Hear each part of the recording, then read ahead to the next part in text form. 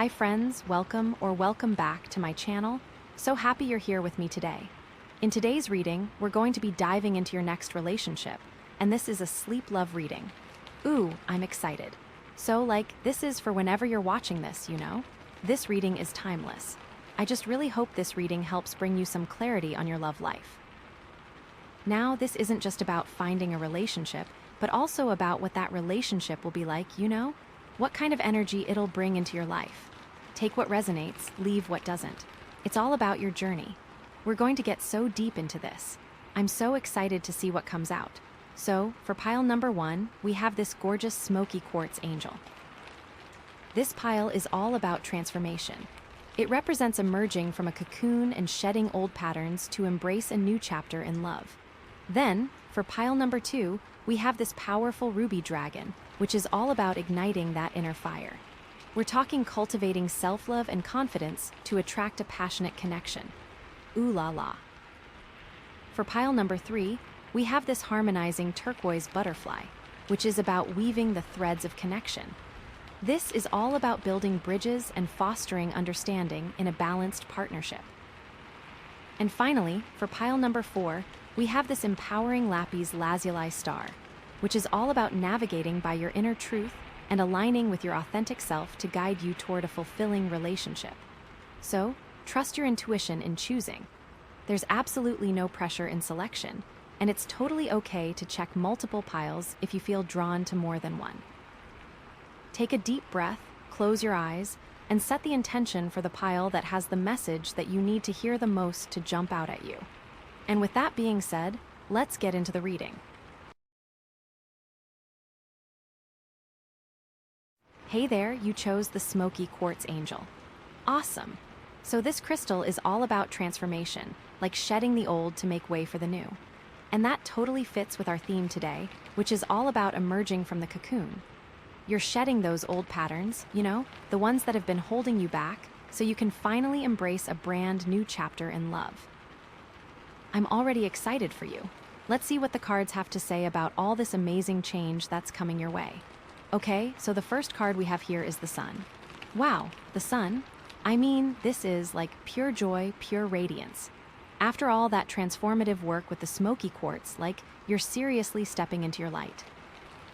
You're shedding all those shadows and doubts that have been clouding your judgment and dimming your sparkle. And honestly, this card is telling me that you deserve all the happiness in the world. Seriously.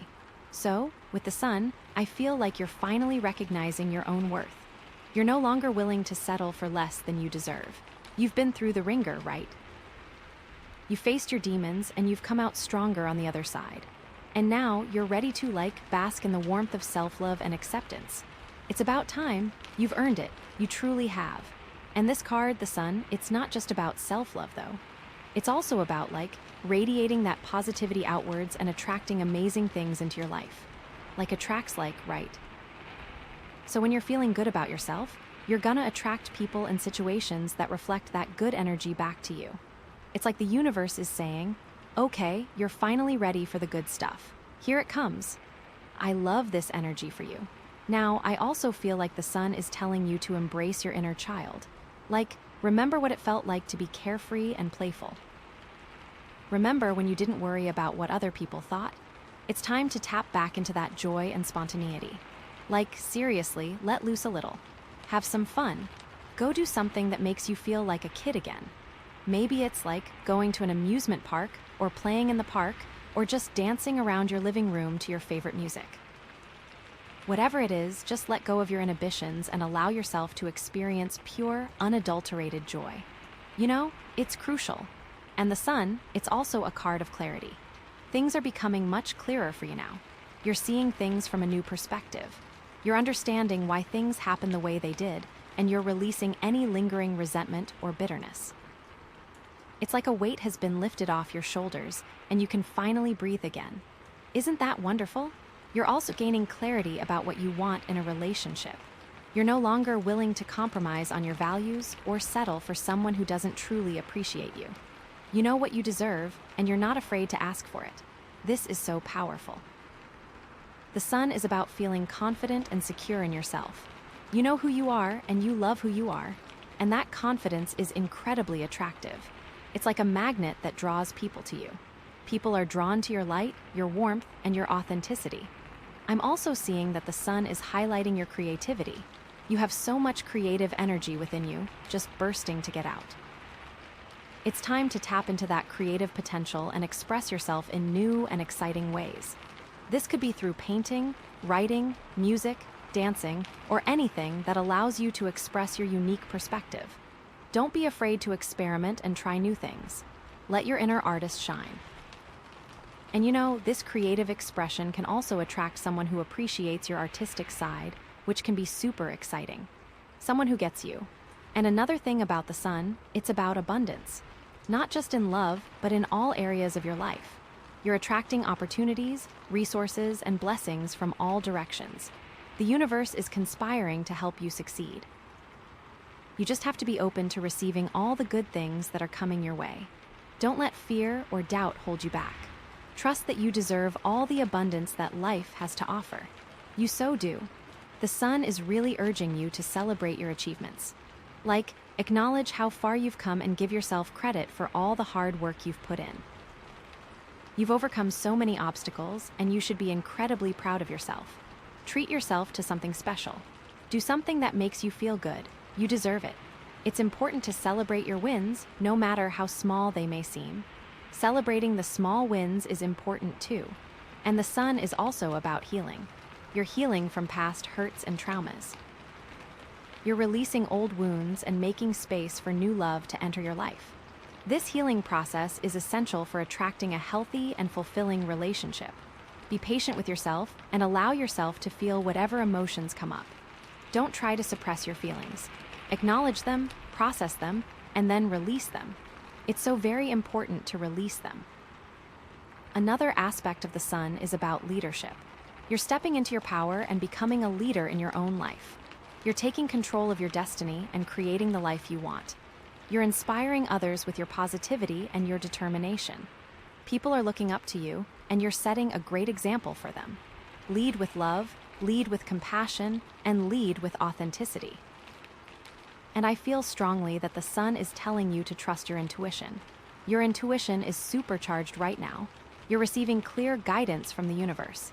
Pay attention to your gut feelings and your dreams. They're trying to tell you something important. Don't ignore your intuition, especially when it comes to relationships. If something feels off, it probably is. Trust your instincts and make decisions that align with your highest good. Always go with your gut. The sun is also about travel. You might be planning a trip soon, or you might meet someone special while you're traveling. Keep an open mind and be open to new experiences.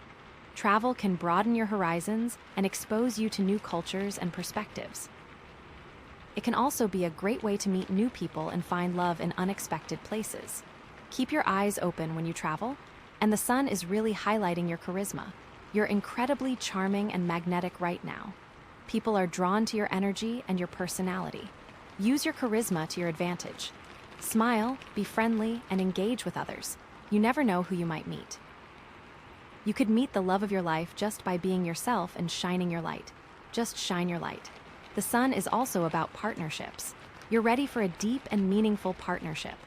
You're looking for someone who shares your values and supports your dreams. You're not just looking for a romantic partner, but also a best friend, a confidant, and a teammate. Someone who you can build a life with. Someone who you can share your joys and sorrows with. And I feel like the sun is telling you to focus on the present moment. Don't dwell on the past or worry about the future. Just be present in the now and enjoy the ride. The present moment is all we have. It's where life happens. So, make the most of it. Savor every experience and appreciate the people around you. Be here now. The sun is also about visibility. You're being seen and recognized for your talents and your accomplishments. People are noticing you, and they're impressed by what you have to offer. Don't be afraid to put yourself out there and showcase your skills.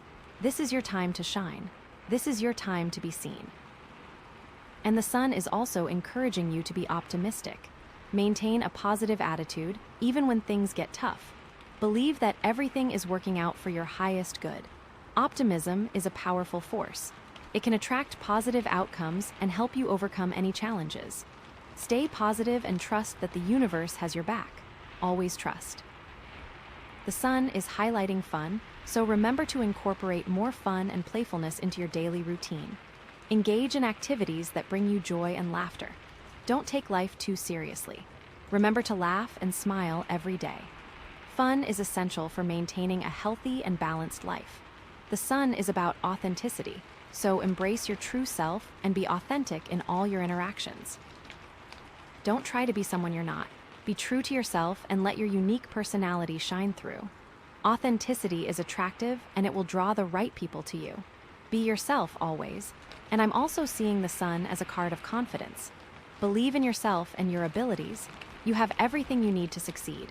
Trust in your own strength and resilience. You are capable of amazing things. Believe in yourself and go after your dreams. You've got this. The sun is about expansion, so be open to new opportunities and experiences. Step outside of your comfort zone and explore new possibilities. Life is full of surprises. Be open to the unexpected and embrace new adventures. Expansion leads to growth and fulfillment. The sun reminds you to express gratitude. Take time each day to appreciate all the blessings in your life. Gratitude attracts more blessings. Focus on what you have rather than what you lack. Gratitude shifts your perspective and opens you up to receive even more good things. The sun signifies joy, so prioritize joy in your life and seek out activities that bring you happiness. Surround yourself with people who make you laugh and feel good. Happiness is contagious. Spread joy to others and create a positive ripple effect. Joy is a choice. Choose joy every day. The sun is about truth. Seek truth in all things and be honest with yourself and others. Honesty builds trust and creates strong relationships. Be true to your word and always act with integrity. Truth is the foundation of a happy and fulfilling life. The sun is a reminder to practice self-care. Take care of your physical, emotional, and spiritual well-being. Nurture yourself and prioritize your needs. Self-care is not selfish. It's essential for maintaining your health and happiness. Take time for yourself every day. The sun emphasizes clarity. Seek clarity in your thoughts, your intentions, and your actions. Be clear about what you want and go after it. Clarity helps you make better decisions and achieve your goals.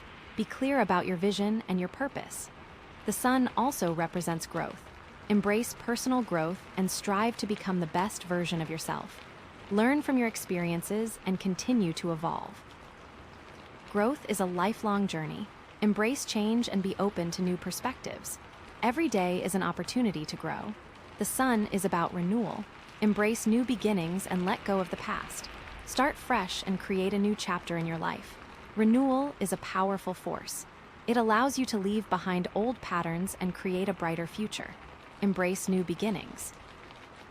And finally, the sun is encouraging you to love. Open your heart to love and allow yourself to be loved.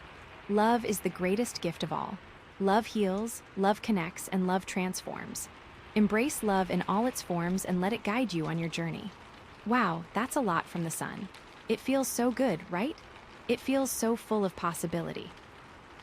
Now, with all this amazing sun energy radiating from you, what are you inspired to do? Like, what's the next step you're feeling called to take? That leads us to our next card, which is the Page of Wands. Oh, this is getting good. The Page of Wands. Okay, so this is like fresh, new energy. This is excitement, this is adventure, this is like a spark of inspiration that's just ignited within you, fueled by all that sunshine. You're feeling this urge to explore, to try new things, to just like jump into life with both feet. This is so awesome. I love this energy. This Page of Wands is all about taking a chance, right? You've been playing it safe for too long, maybe. You've been stuck in a rut, and now you're ready to break free. You're ready to take a leap of faith and see where it leads you. I'm so excited for you to step into it. I feel like this Page of Wands is urging you to be bold, to be daring, to be unapologetically yourself. Don't hold back. Don't worry about what other people think. Just go for it. This is your time to shine. Don't let it pass you by. Now, this Page of Wands, sometimes it can be a little impulsive, right? You might be tempted to just jump into things without thinking them through. And while it's good to be spontaneous, it's also important to be mindful and to consider the consequences of your actions. So, take a deep breath, ground yourself, and then move forward with intention. Trust your intuition, but also use your common sense. A balance is needed. I feel like the Page of Wands is also encouraging you to be creative. You have so many amazing ideas swirling around in your head. It's time to bring those ideas to life. It's time to express yourself in new and exciting ways. It's time to create something beautiful. Maybe it's writing a song, or painting a picture, or starting a blog, or launching a new business. Whatever it is, just let your creativity flow. Don't be afraid to experiment and try new things.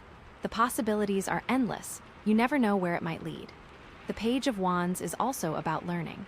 You're eager to expand your knowledge and your skills. You're open to new experiences and new perspectives. You're curious about the world around you. Take a class, read a book, travel to a new place, talk to someone who has different experiences than you. Expand your horizons and broaden your understanding of the world. There's so much to learn. I also feel like the Page of Wands is telling you to be enthusiastic. Approach life with passion and excitement. Let your energy be contagious. Inspire others with your positive attitude. Enthusiasm is magnetic. It attracts opportunities and people to you. Be enthusiastic about your goals, your dreams, and your relationships. This Page of Wands card is about adventure. You're craving adventure. You're ready to explore new territories. You're ready to step outside of your comfort zone. Plan a trip, go on a hike, try a new sport, take a different route to work. Inject some adventure into your life. It will invigorate you and make you feel alive. And the Page of Wands is also encouraging you to be confident. Believe in yourself and your abilities. You have what it takes to achieve your goals. Don't let fear or doubt hold you back. Trust in your own strength and resilience. You are capable of amazing things. Believe in yourself. You are enough. I'm also seeing the Page of Wands as a messenger. You might be receiving some important news or information soon. Pay attention to the signs and synchronicities around you. The universe is trying to communicate with you. Listen to your intuition and follow your gut feelings. You're being guided towards your highest good. Trust the process. The universe knows what it's doing. This card, the Page of Wands, is about spontaneity. Be open to spontaneous opportunities. Don't be afraid to deviate from your plans. Sometimes the best experiences are the ones that are unplanned. Say yes to new adventures. Embrace the unexpected. Let life surprise you. Spontaneity can lead to amazing discoveries. The Page of Wands is about individuality. Embrace your uniqueness and express your individuality. Don't try to fit in. Stand out from the crowd. You are one of a kind. Celebrate your differences and let your true colors shine. Individuality is what makes you special. And the Page of Wands is also encouraging you to be optimistic. Maintain a positive attitude, even when things get tough. Believe that everything is working out for your highest good. Optimism is a powerful force. It attracts positive outcomes and helps you overcome any challenges. Stay positive and trust that the universe has your back. I feel like the Page of Wands is telling you to trust your instincts. Your intuition is strong right now. Pay attention to your gut feelings and your inner guidance. Your instincts are usually right. Trust them and follow them. They will lead you in the right direction. This card, the Page of Wands, is about passion. Pursue your passions and do what you love. When you're passionate about something, you're more likely to succeed. Follow your heart and do what makes you happy. Passion is contagious and it will inspire others. The Page of Wands is about courage. Be courageous and take risks. Step outside of your comfort zone and challenge yourself. Courage is not the absence of fear, but the willingness to act in spite of fear. Be brave and go after your dreams. The Page of Wands encourages self-expression. Express yourself creatively and authentically. Don't be afraid to show the world who you really are.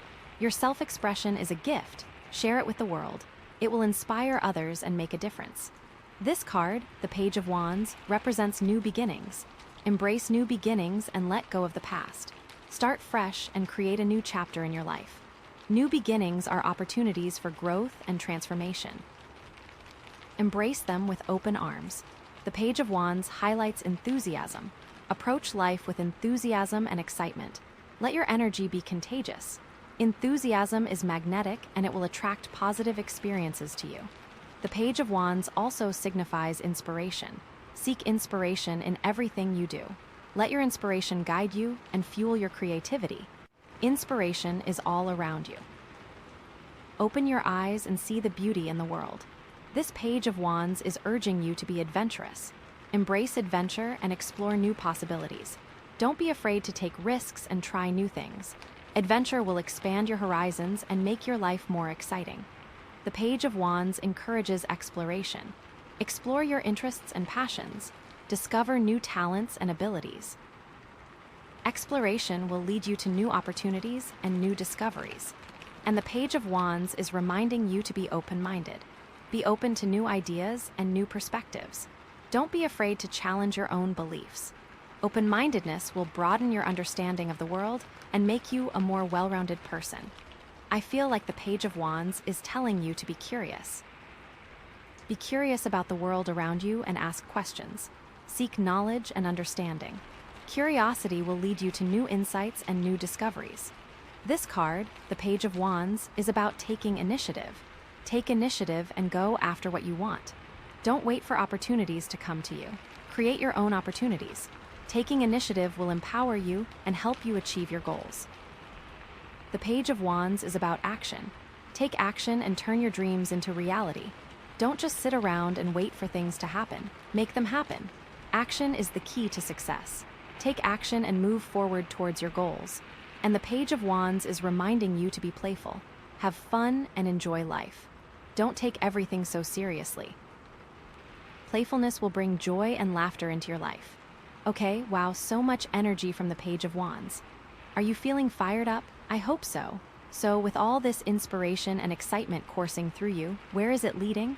What kind of connection are you hoping to create? That brings us to our final card, which is the Two of Cups. Ooh, this is getting juicy, the Two of Cups. Oh, this is beautiful. This is harmony, this is partnership, this is deep connection. After all that individual exploration and excitement, the universe is guiding you towards a beautiful union with another person.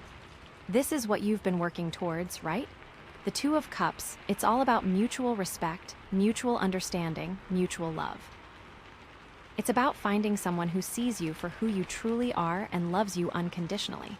Someone who supports your dreams and inspires you to be your best self. I feel like this Two of Cups is telling you that you're ready for a committed relationship.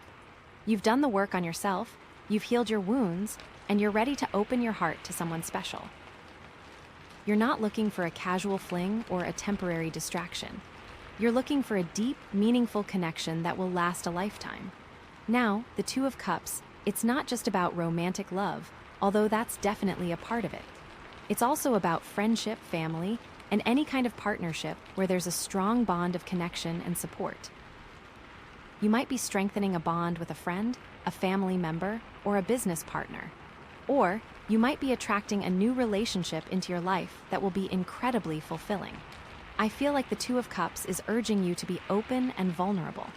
Share your feelings with others and allow yourself to be seen and heard. Don't be afraid to show your true self. Vulnerability is the key to intimacy.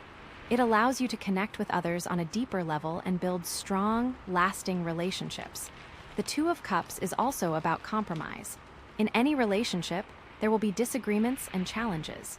It's important to be willing to compromise and find solutions that work for both of you. Communication is key. Talk openly and honestly with each other and be willing to listen to each other's perspectives. And the Two of Cups is encouraging you to be supportive. Support your partner's dreams and goals. Encourage them to be their best selves. Be a cheerleader for each other. Celebrate each other's successes and offer comfort during times of difficulty. I'm also seeing the Two of Cups as a sign of balance. Strive for balance in your relationships. Give and take equally. Don't let one person dominate the relationship. Balance is essential for a healthy and sustainable relationship. Make sure both of you are getting your needs met. This card, the Two of Cups, is about trust. Trust your partner and be trustworthy yourself. Trust is the foundation of any strong relationship. Be honest with each other and keep your promises. Trust is earned, not given. The Two of Cups is about respect. Respect your partner's boundaries and their opinions. Treat them with kindness and compassion. Respect is essential for creating a safe and supportive relationship. And the Two of Cups is encouraging you to be understanding. Be understanding of your partner's flaws and imperfections. Nobody is perfect. Accept each other for who you are, flaws and all. Understanding is the key to forgiveness. I feel like the Two of Cups is telling you to communicate openly. Communicate your needs and your desires. Don't expect your partner to read your mind. Open communication is essential for preventing misunderstandings and resolving conflicts. This card, the Two of Cups, is about connection. Connect with your partner on a physical, emotional, and spiritual level. Make time for intimacy and affection. Nurture your connection and keep the spark alive. The Two of Cups is about harmony. Create harmony in your relationships. Avoid conflict and strive for peace. Harmony will create a sense of calm and well-being in your relationships. The Two of Cups is also about commitment. Be committed to your relationships and be willing to work through challenges. Commitment is essential for building a lasting and fulfilling relationship. I feel like the Two of Cups is telling you to appreciate each other. Appreciate your partner for who they are and for what they bring to your life.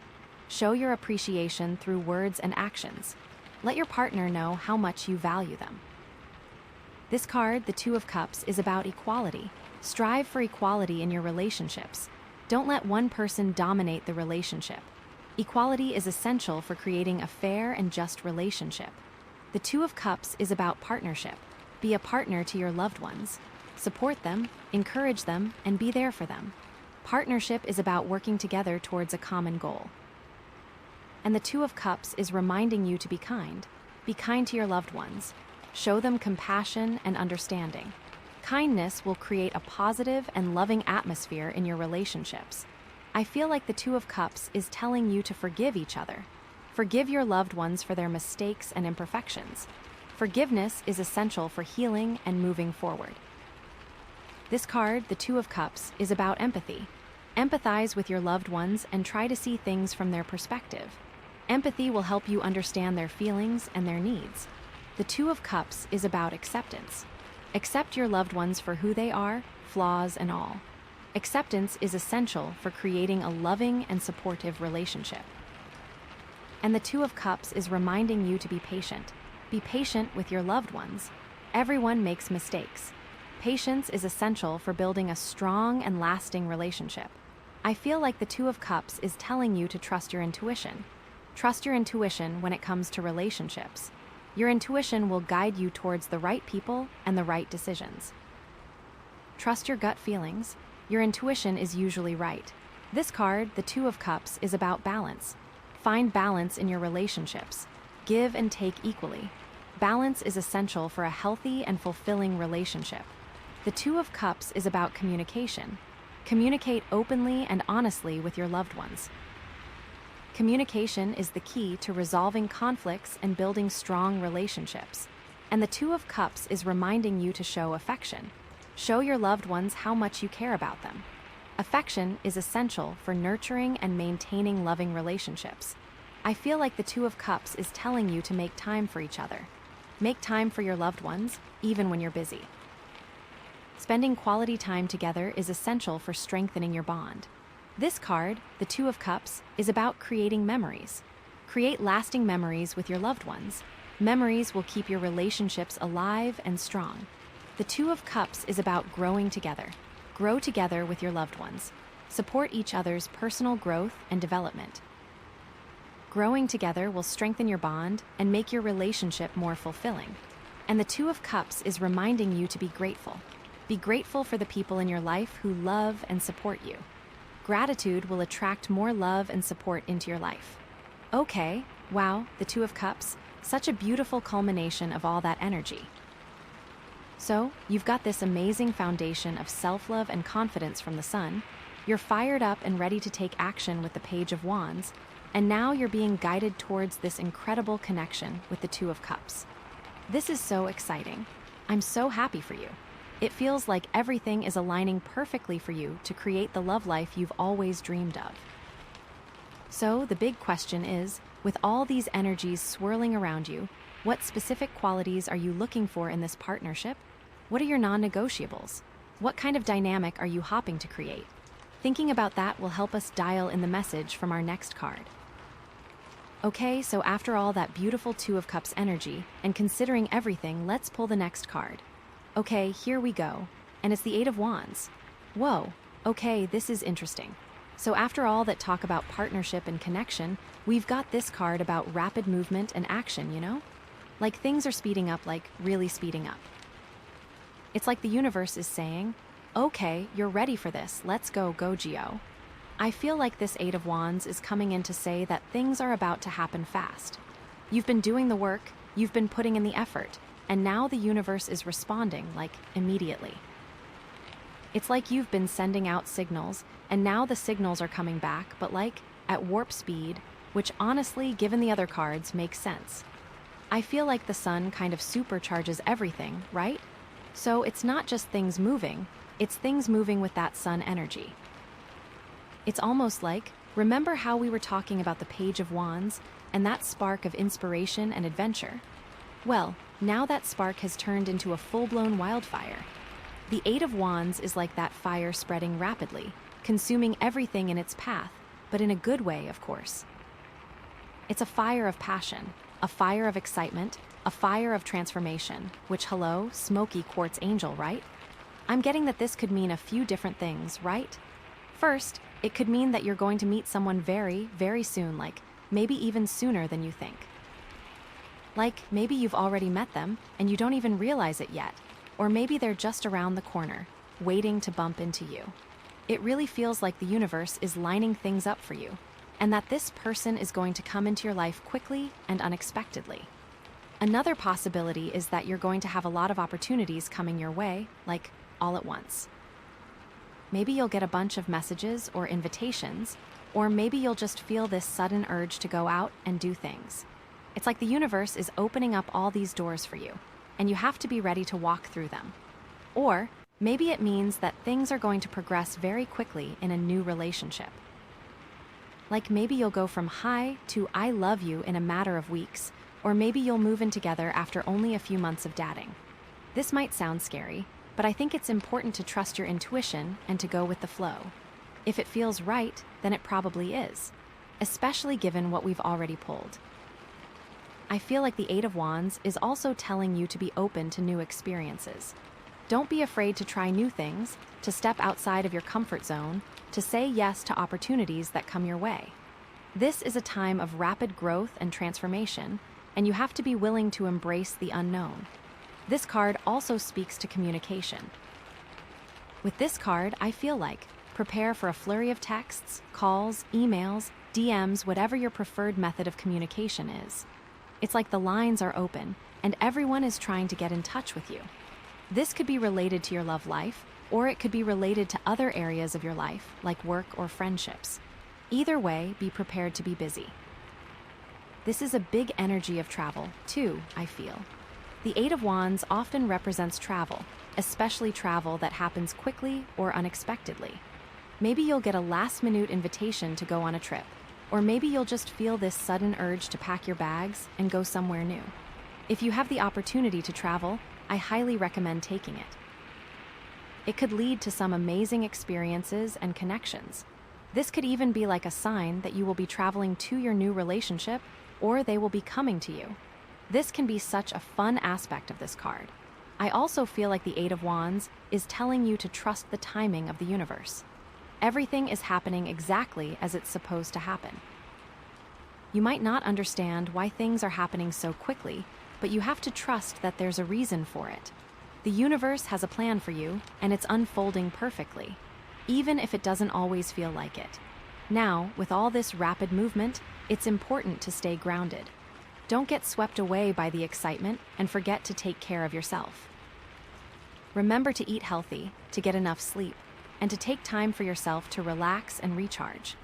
It's easy to get caught up in the whirlwind of activity, but you have to remember to prioritize your well-being. I think it's also worth noting that the Eight of Wands can sometimes represent frustration. When things are moving too quickly, it can be overwhelming and stressful. You might feel like you're not in control, or like you're being pulled in too many directions at once. If you start to feel this way, it's important to take a step back and to reassess your priorities. Don't be afraid to say no to things that don't align with your goals or your values. But overall, I feel like this Eight of Wands is a really positive card. It's a sign that things are moving in the right direction and that you're on the verge of something amazing. You just have to be open to the possibilities and trust that the universe has your back, especially after all that beautiful stuff we pulled before this. So, considering the Smoky Quartz, this rapid movement could be part of your transformation. Maybe you're shedding old patterns and beliefs at lightning speed, making way for new and better things to come into your life. Like, you're cutting cords, you're releasing baggage, you're just letting go of everything that's been holding you back, like bam, just like that. I feel like this is a really important part of the message, because it's not just about things happening quickly, it's about you actively choosing to release the old and embrace the new. You're not just a passive observer, you're an active participant in your own transformation. You're driving the bus, you're steering the ship, you're making things happen. And I feel like the sun energy is really amplifying this. You're radiating positivity and confidence, and that's attracting all these amazing opportunities and connections to you. The universe is responding to your light, and it's sending you everything you need to succeed. Remember, like attracts like, and you're attracting some seriously good stuff right now. This also speaks to all the new yous that are just bursting to come out of you.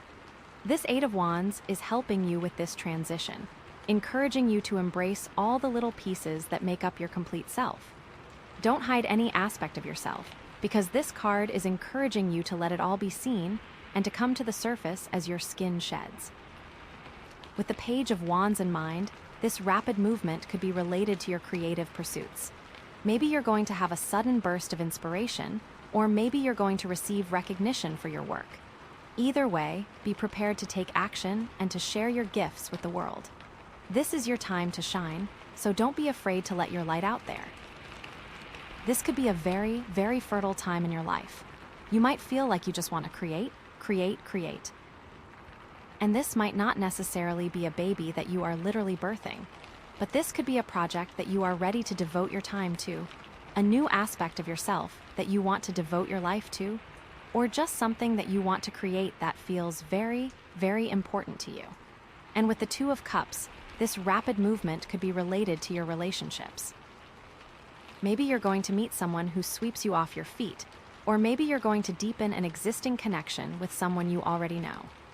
Either way, be open to the possibility of love and connection, and trust that the universe is guiding you towards the right people. I feel like this is a really important message, because it's not just about finding love, it's about finding a connection that's aligned with your values and your goals. You're not just looking for someone to fill a void, you're looking for someone to share your life with, someone to support your dreams, someone to grow with. It also might be good to consider that, because the Eight of Wands is happening so fast, you might be able to see the red flags earlier on, so you can gracefully exit if need be. Sometimes, when things move too slowly, we can get caught up and not realize the situation we're in until we're in too deep. So, this Eight of Wands can almost protect you in some ways, since you will be seeing all of the truths very, very quickly. Now, I want to dial in on the communication aspect of this card, because I feel like this is really important. The Eight of Wands is all about communication, and it's not just about the quantity of communication, it's about the quality of communication. You have to be clear, concise, and direct in your communication. Don't beat around the bush, don't play games, don't try to manipulate people. Just say what you mean and mean what you say. This is especially important in your relationships. If you're not communicating effectively with your partner, you're going to have problems. You have to be able to express your needs and your desires, and you have to be able to listen to your partner's needs and desires. This is not a one-way street, it's a two-way street. And I feel like this is where the transformation piece comes in again. You have to be willing to transform your communication style if it's not working. Maybe you're too passive, maybe you're too aggressive, maybe you're just not being clear enough. Whatever it is, you have to be willing to change. With this card, I'm seeing that honesty is the best policy. The Eight of Wands doesn't have time for BS. If you are not upfront, this card may be telling you that it's time to embrace this aspect of yourself because it is now or never.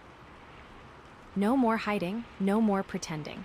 It's time to be your authentic self, and that starts with being honest.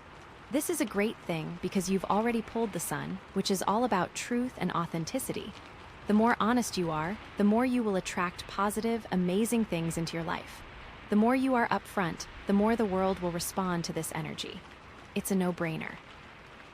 This is because the Eight of Wands is already speeding things up. So, whatever honesty that you display will be matched in the outside world. If you want honesty, you need to be honest.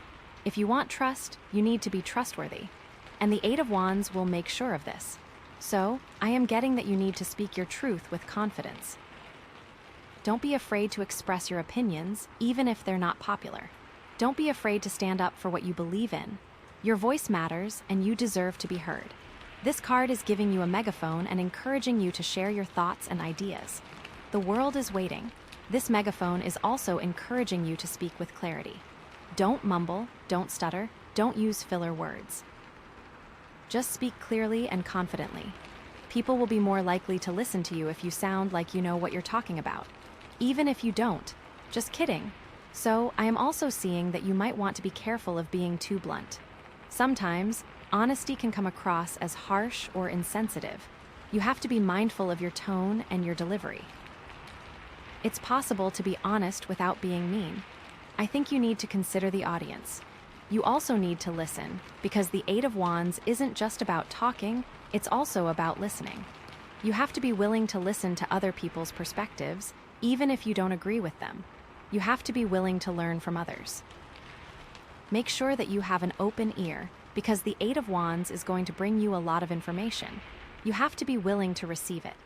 Don't close yourself off to new ideas or new perspectives. Be open to learning and growing. You never know what you might discover. This can be such a fun energy, because it can feel like you are learning so much and so fast. It's like you're downloading all of the information that you need so that you can make the best decisions moving forward. This is really a superpower, especially with that Smoky Quartz angel with you. I feel like you need to make sure that you have a healthy relationship with technology. The Eight of Wands can sometimes indicate an over-reliance on technology. Make sure you're not spending too much time on your phone or your computer. Try your best to connect with people in person. This might be difficult, especially if you're used to communicating online, but it's worth it. There's something special about connecting with someone face-to-face. You can read their body language, you can hear their tone of voice, you can just feel their energy in a way that you can't online. With the Two of Cups, this is so important to remember. I think, with the Eight of Wands, it's important to be mindful of your energy levels. When things are moving quickly, it's easy to burn out. Make sure you're taking care of yourself and getting enough rest. You need to schedule time to relax and recharge. Even if it's just for a few minutes each day, it will make a difference. Take a bath, read a book, listen to music, meditate, whatever helps you to relax. You deserve it. With all of the chaos the Eight of Wands might stir up, it's important to remember to take care of yourself. And to stay present, because when things are moving quickly, it's easy to get caught up in the future. You're always thinking about what's next, what's coming down the pike. You need to learn to stay present in the moment and enjoy the ride. The only moment that matters is the present moment. So, I feel like you need to also remember the Two of Cups. Remember that this isn't just about you. It's about a partnership, a connection, a shared journey. You have to be willing to work together, to compromise, to support each other. This also means that you have to be willing to be vulnerable. You have to be willing to share your fears, your dreams, your hopes. You have to be willing to let your guard down and let someone see you for who you really are. This can be scary, but it's worth it. Because when you're truly vulnerable with someone, you create a bond that can't be broken. This Eight of Wands can help speed up this process, so you don't have to wait around to finally be seen. And remember that the sun is still shining on you. You are worthy of love, you are worthy of happiness, you are worthy of all the good things that are coming your way. This new person will only be an added benefit to all of the wonderful aspects about you already. And they will be able to see this sun shining, and it will be a beacon. The Page of Wands is still encouraging you to be adventurous, to be curious, to be open to new experiences. Don't let fear hold you back. Take risks and see where they lead you. You never know what you might discover. So I am just so excited for you. This Eight of Wands is such a powerful card, and it's a sign that things are really moving in the right direction. You're on the verge of something amazing, and I can't wait to see what happens next. What do you think? What are you most excited about with this card? What are you most nervous about? Remember to trust yourself, to trust the universe, and to trust the journey. You are exactly where you're supposed to be. The Eight of Wands is going to make sure you remember that. So, with all this in mind, let's ask the cards about one more thing. Let's dial in, because with everything moving so fast, there's a chance some important details might get overlooked. I'm wondering about potential challenges or blind spots that could arise with all this rapid movement. What is something to keep in mind with all of this energy? Okay, so after all of that. And wow, that Eight of Wands really just threw a whole bunch of gasoline on the fire, right? Here we go, here's our next card. And it's the Ace of Swords. Whoa, okay, this is interesting. So after all that talk about rapid fire movement and love and connection and all that, we get this Ace of Swords. Bam, right. Like a bolt out of the blue, almost. I mean, swords are sharp, right? They cut through things. This is definitely a different energy than the Two of Cups, which was all soft and fuzzy and partnership vibes. But thinking back from the Smoky Quartz all the way through the Eight of Wands, it makes sense. So my first thought is okay, clarity. This is about cutting through the confusion, seeing things as they really are, no more illusions. You know, the universe is handing you this sword and saying, okay, time to get real. But what does getting real mean in the context of love and relationships? I mean, it's not necessarily the first thing you think about when wanting to create a love connection with someone. Is it about being brutally honest with potential partners? Is it about, cutting off relationships that aren't serving you? I guess, yeah, it could be that. But I feel like it's gotta be deeper than that, especially given all the cards we pulled before. Or even that Smoky Quartz angel. It could also be about being honest with yourself, right? Brutally honest. What do you really want? What are your non-negotiables? What are your patterns that keep you stuck? This could even mean that you need to partner with yourself before trying to get with someone else. You're cutting through all the stories you tell yourself, all the excuses you make, all the ways you sabotage your own happiness. And that can be hard, and it can be painful. I'm already sensing that this might be a tough one for you, maybe a little tougher than the other cards, because it requires you to really look at yourself in the mirror and be real. No filters, no editing, just the raw, honest truth. I'm also getting a sense of intellectual energy with this card, right?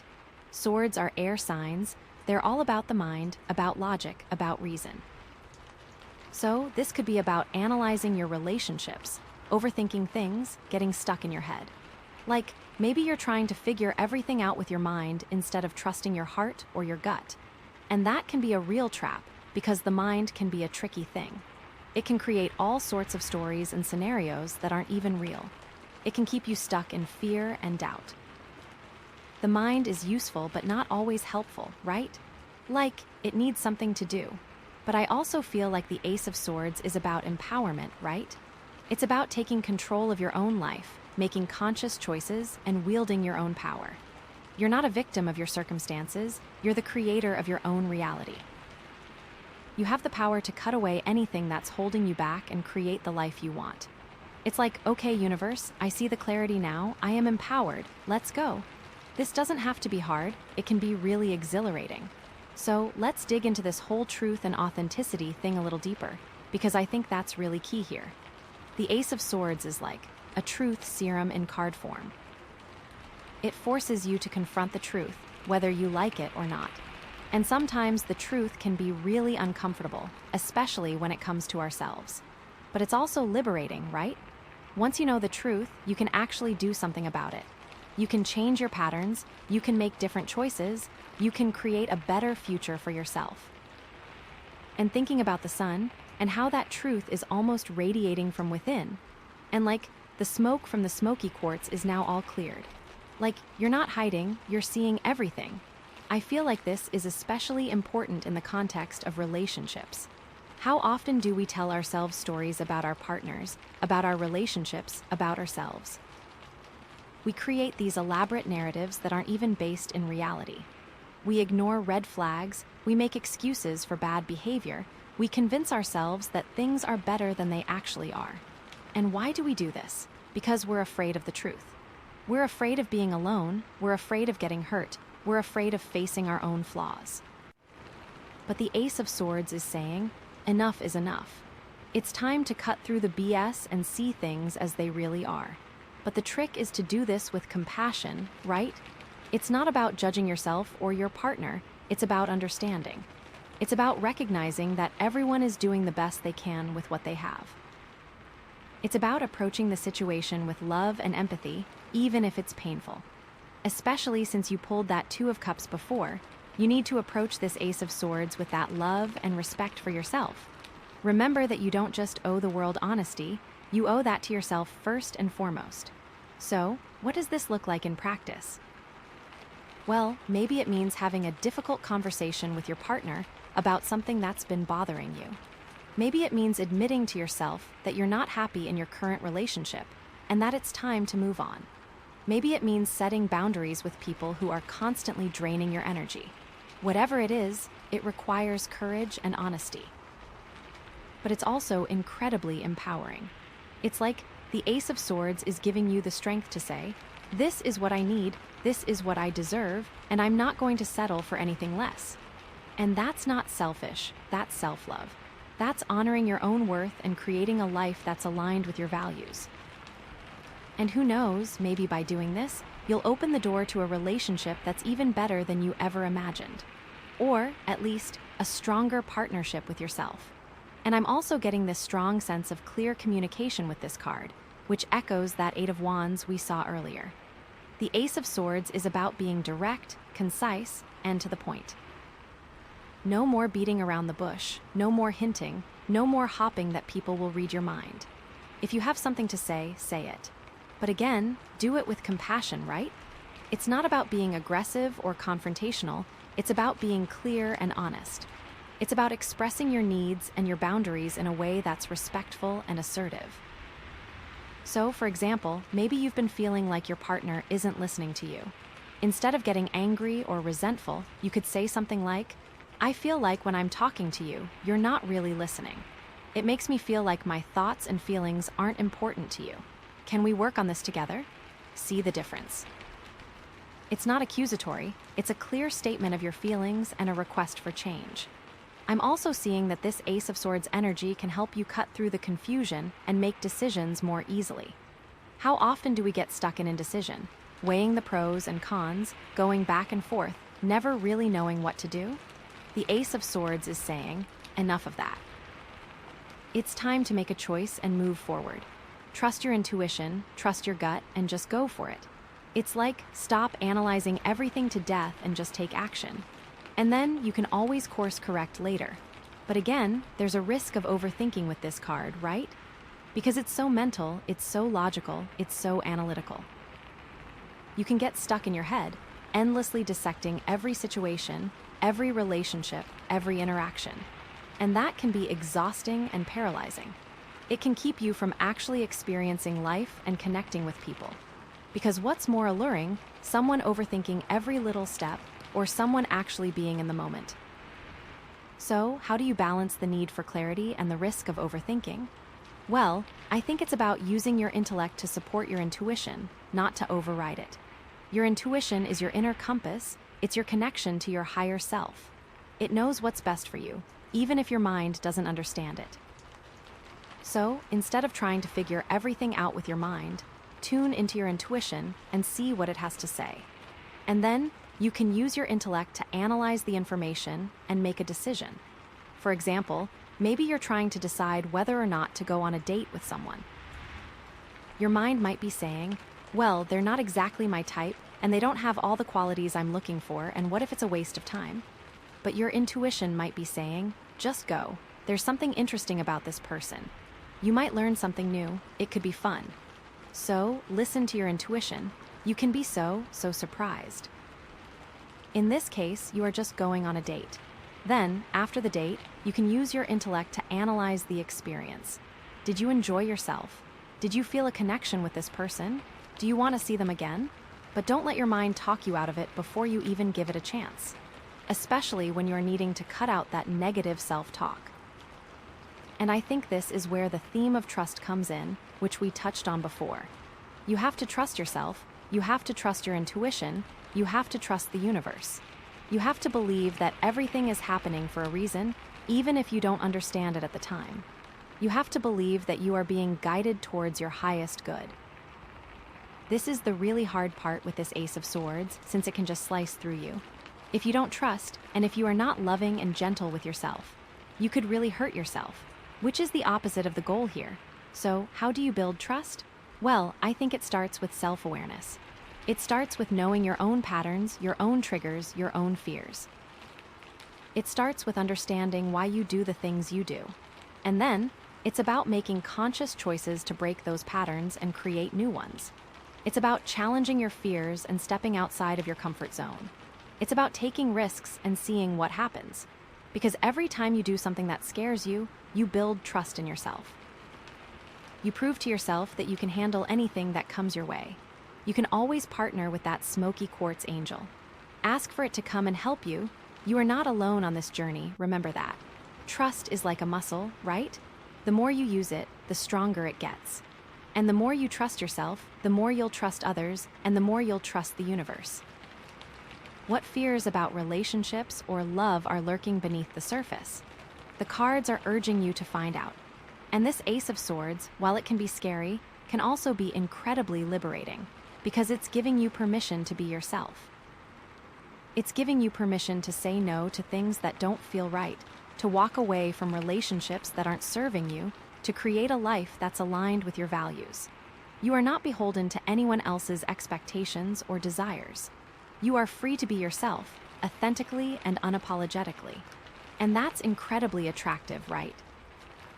When you're truly yourself, you attract people who are drawn to your authenticity, to your honesty, to your light. You don't have to pretend to be someone you're not. You don't have to try to fit in. You just have to be yourself. And the right people will love you for it. So, circling back to empowerment, because I think that's a really important aspect of this card, the Ace of Swords is giving you the tools to create the life you want. It's giving you the clarity to see what's holding you back, the courage to cut it away, and the power to move forward. You are not a victim of your circumstances. You are the creator of your own destiny. You have the power to choose your own path, to set your own boundaries, to define your own needs. And you deserve to have a life that's filled with joy, love, and fulfillment. You just have to be willing to claim it. Again, partnering with that Smoky Quartz angel is important. The Ace of Swords is like, okay, you've been in this cocoon for too long.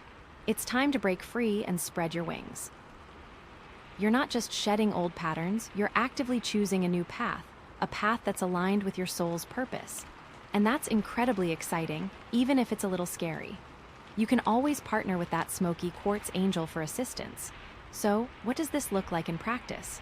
Well, maybe it means setting boundaries with your family, who are always trying to tell you what to do. Maybe it means quitting a job that's making you miserable. Maybe it means ending a relationship that's draining your energy. Whatever it is, it requires you to take control of your life and make choices that are in your own best interest. And again, it's not about being harsh or demanding. It's about honoring yourself and your values. It's about recognizing that you deserve to have a life that's filled with joy, love, and fulfillment.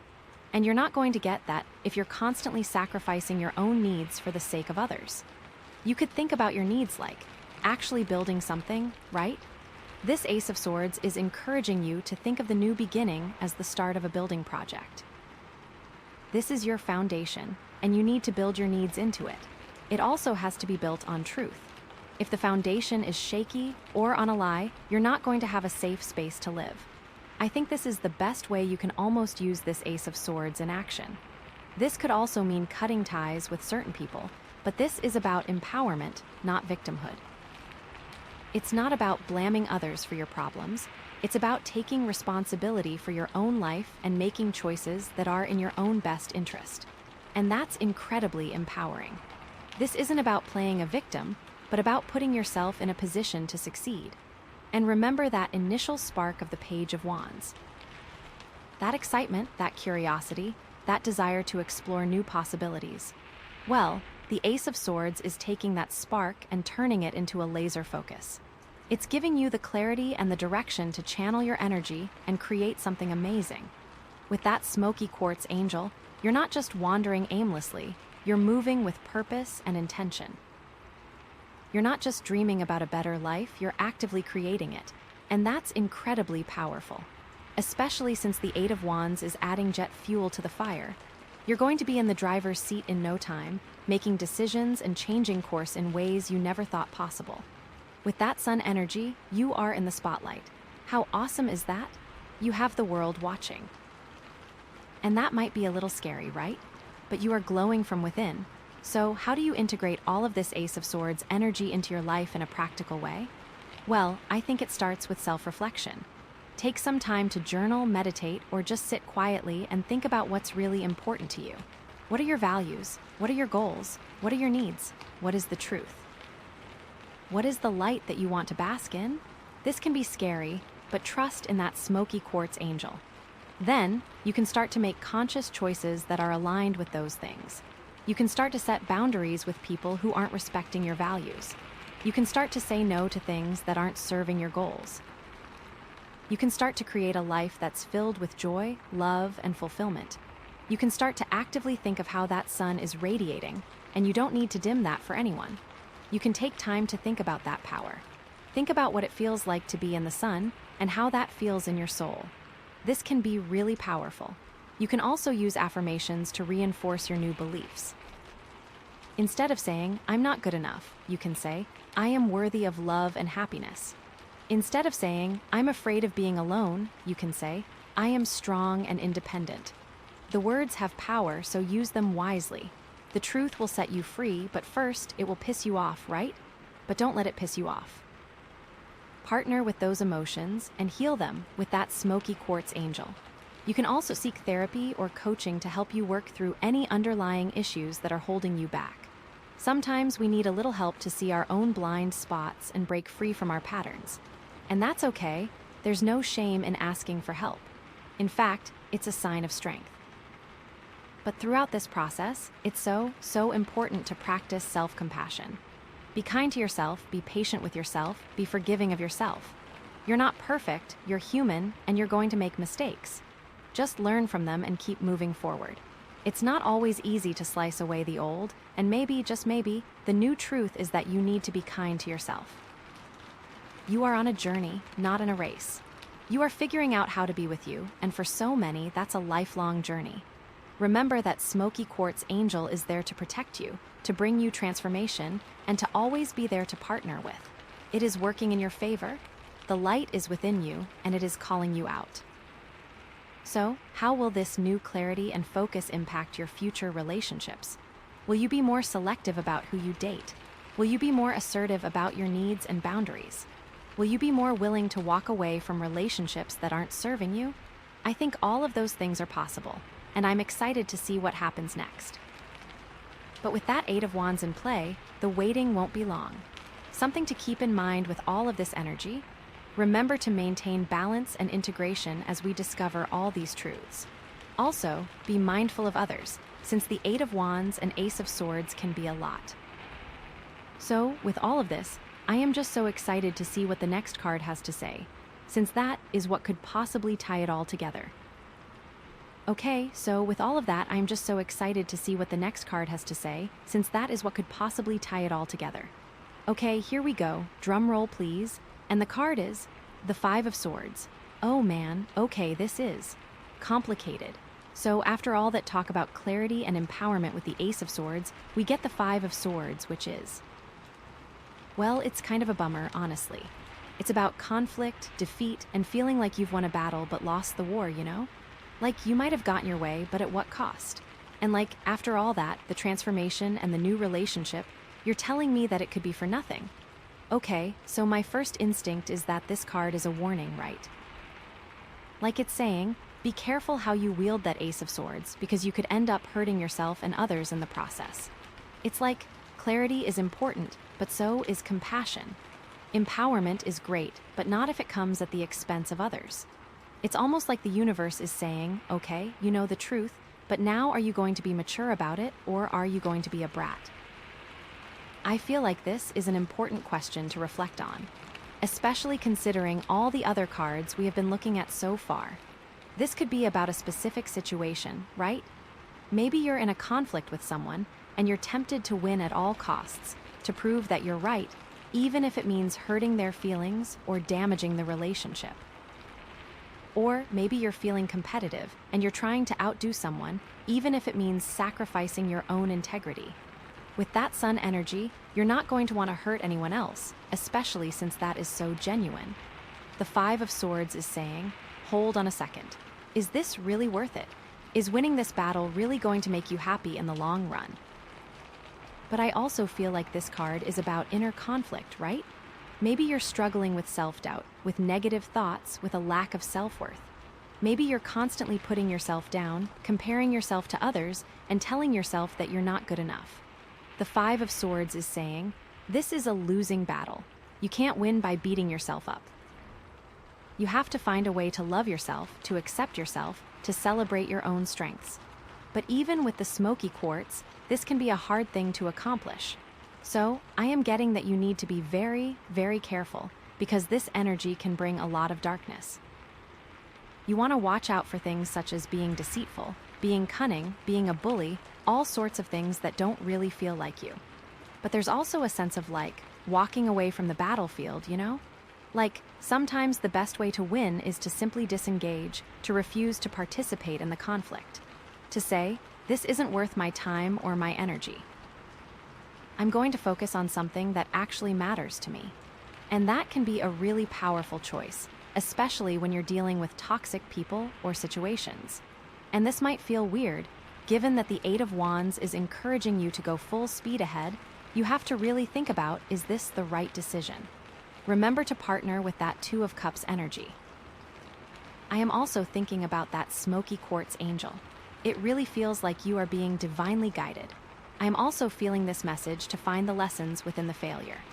What can you learn from this situation? How can you grow from this experience? Maybe it's about learning to set better boundaries, or learning to communicate more effectively, or learning to trust your intuition. There's always something to be gained, even from the most difficult experiences. It's all about perspective. So let's dig into this whole conflict thing a little deeper, because I think that's really key here. The Five of Swords is like a magnet for drama. It attracts conflict, it stirs up trouble, it creates tension. And that can be really draining, especially if you're already feeling stressed or overwhelmed. So, how do you avoid getting caught up in the drama? Well, I think it starts with self-awareness, right? Knowing your own triggers, knowing your own patterns, knowing your own weaknesses. Are there certain people or situations that always seem to push your buttons? Are you prone to getting defensive or argumentative? Are you easily drawn into other people's conflicts? Once you know your own tendencies, you can start to make conscious choices to avoid those situations or to respond differently. You can almost put on like a shield and protect yourself and the sun at all costs. So, what does this look like in practice? Well, maybe it means avoiding certain people who always seem to stir up trouble. Maybe it means setting boundaries with people who are constantly demanding your time and energy. Maybe it means learning to say no to things that you don't want to do. It's all about protecting your own energy and creating a sense of peace and calm in your life. Which I feel, with that Eight of Wands, can be a hard thing to grasp.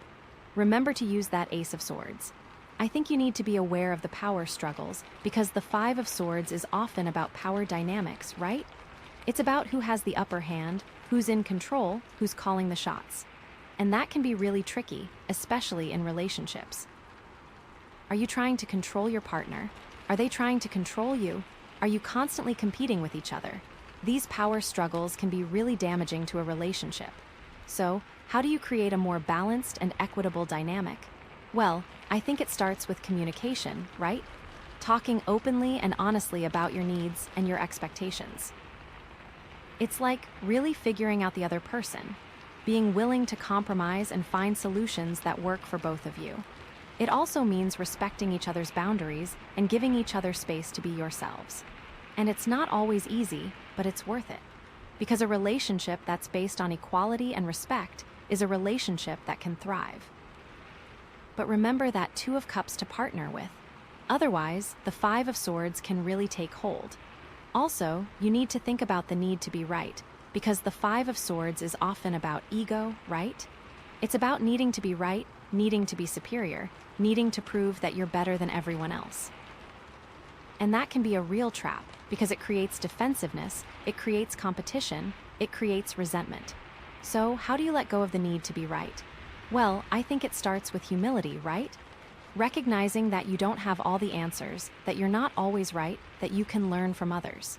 This can be really difficult because you are under the power of the sun. Humility is like a total 180, but you have to trust.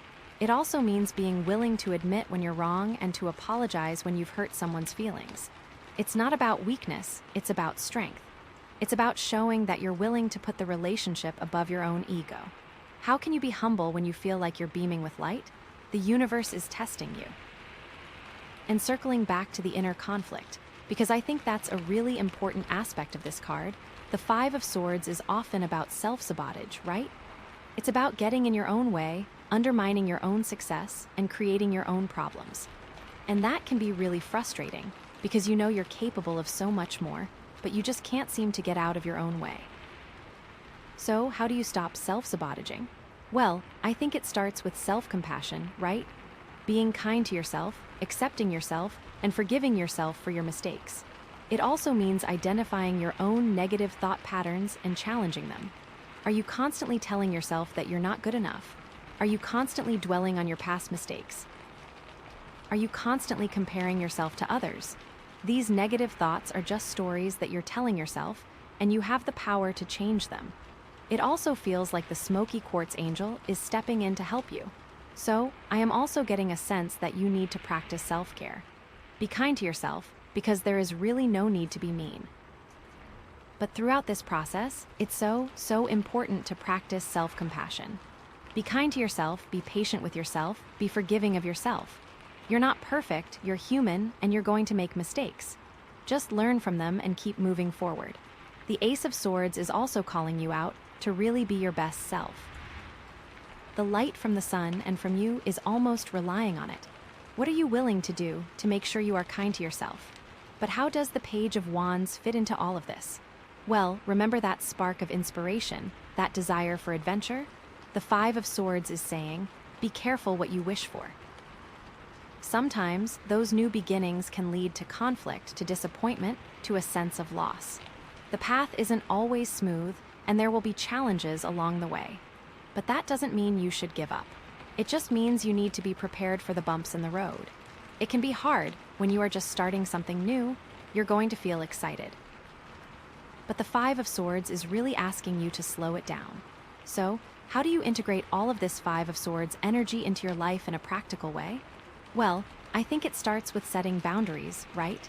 Knowing what you're willing to tolerate and what you're not. Being clear about your needs and your expectations. And being willing to walk away from situations that aren't serving you. You are really going to need to tap into that Smoky Quartz angel to help you get through it. That card can be with you so that you are never truly alone. Let's think more about boundaries, because I feel like that is something very, very important with this card. Because in the Five of Swords, the person is holding all the swords. They can't give any of the swords back because it is what they are holding onto. So it's almost like they are guarding themselves. They are also walking away from what looks like other people on the battlefield. These people might not be physically hurt, but the person with the swords has won the battle, so that probably means someone has lost. Maybe there are hurt feelings, maybe there is something else, but all we can really see is the person walking away with all of the swords. So, what does this mean for you?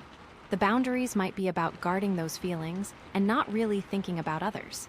This might seem like a good idea, but it can be a bit selfish, so it is not recommended. The best way to approach this card is, okay, I have all of the feelings, but I can't hold on to them forever. They will turn into stone. The key is to let go, to release the negative feelings, and to share the love. Remember the sun? You can't be a source of light without actually shining. Remember to call on that Ace of Swords and cut through all the feelings that are going to keep you from becoming who you need to be. It can be so difficult, and it can be so easy to let the Five of Swords just wash over you. Think about the Two of Cups.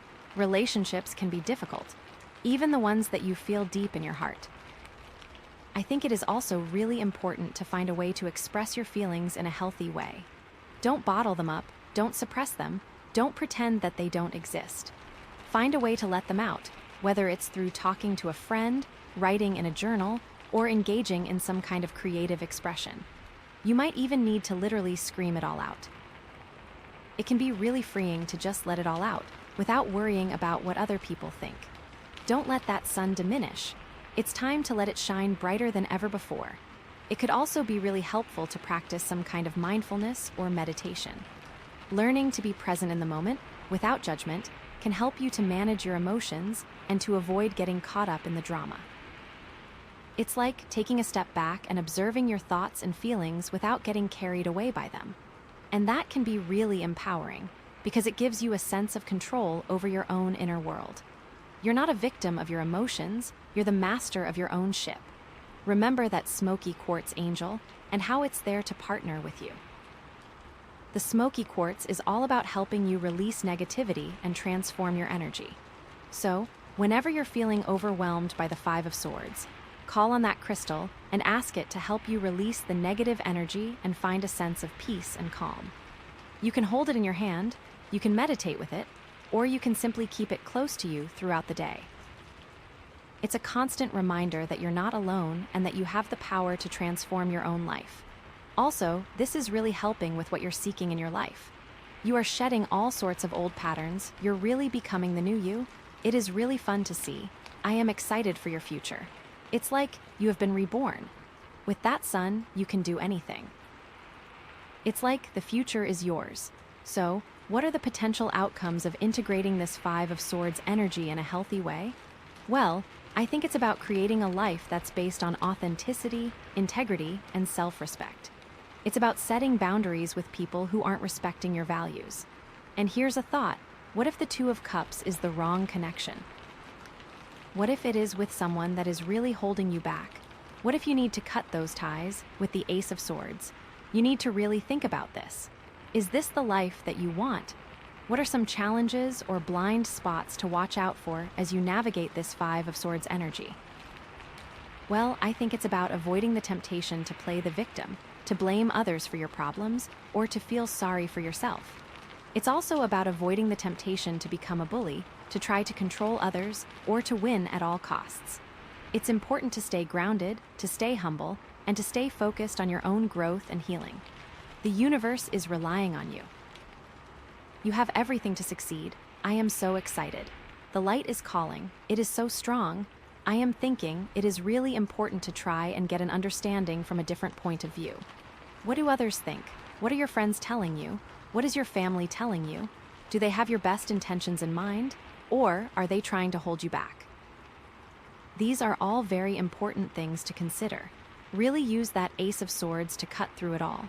You're on a journey, not a race, to cut all of this out. Think about it like you are cutting away the bad parts of a moldy piece of fruit. You are saving what is pure and good, and nothing can take that away. I think it's really important to remember the journey, the lessons, that everything can be healed. With the light from the sun, the transformation from the Smoky Quartz angel, the Ace of Swords, all of this can happen. But I think what needs to happen first is that there needs to be intention. With intention comes everything. The healing can't happen without intention. So, with all of this in mind, what is the intention? Is it to become someone new? Is it to heal? Is it to find love? What are your values? You need to make sure your values are being heard. It is so important. With the Eight of Wands, everything is just screaming. What do you want to do? It can be kind of difficult to slow it all down and try to think.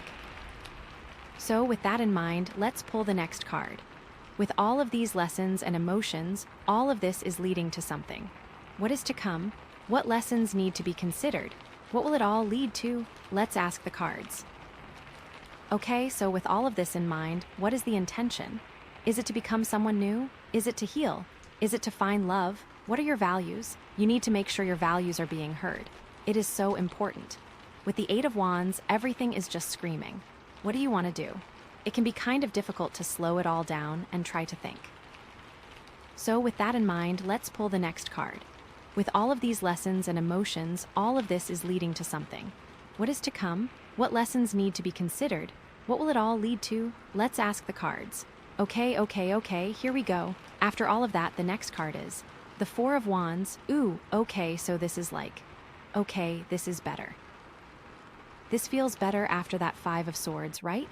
Like, the Five of Swords was kinda heavy, kinda stressful, but this Four of Wands is like, celebration, harmony, a little bit of stability maybe. Like you've made it through the rough patch, you've learned your lessons, and now you're ready to, enjoy the fruits of your labor, you know. So my first thought is, okay, this is about finding that stability, right? About creating that harmony. Like, it's not just gonna magically appear, you have to work for it. But it's also saying that the work is worth it, you know? Like that there is a light at the end of the tunnel, and that you can create a life that feels good, that feels balanced, that feels joyful, even. With all this other heavy stuff, it feels kind of like, where do I even begin? But maybe that's the point, you just have to find where it begins, right? And I feel like this card is also about community, right?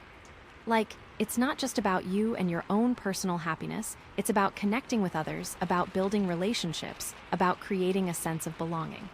You know. Like finding your tribe, finding your people, finding the people who get you and who support you and who love you for who you are. Especially given that there's that Sun card, and you're just really shining now. And there's that Two of Cups, so this isn't gonna be, just out of nowhere. This is gonna be built on really strong footing and really strong connections. But I also feel like this card is a little bit of a reality check, maybe? Like, it's saying, okay, you've been working hard, you've been making progress, but don't get too comfortable, you know? Like, don't let your guard down, don't stop putting in the effort, don't forget about all the lessons you've learned along the way. Because life is full of ups and downs, and there will always be challenges to face. But as long as you stay grounded, as long as you stay connected, as long as you stay true to yourself, you can weather any storm. And the Smoky Quartz Angel can really help with that, you know? Like, really keep you grounded. So let's dig into this whole celebration thing a little deeper, because I think that's really important. The Four of Wands is like a party and a card, right?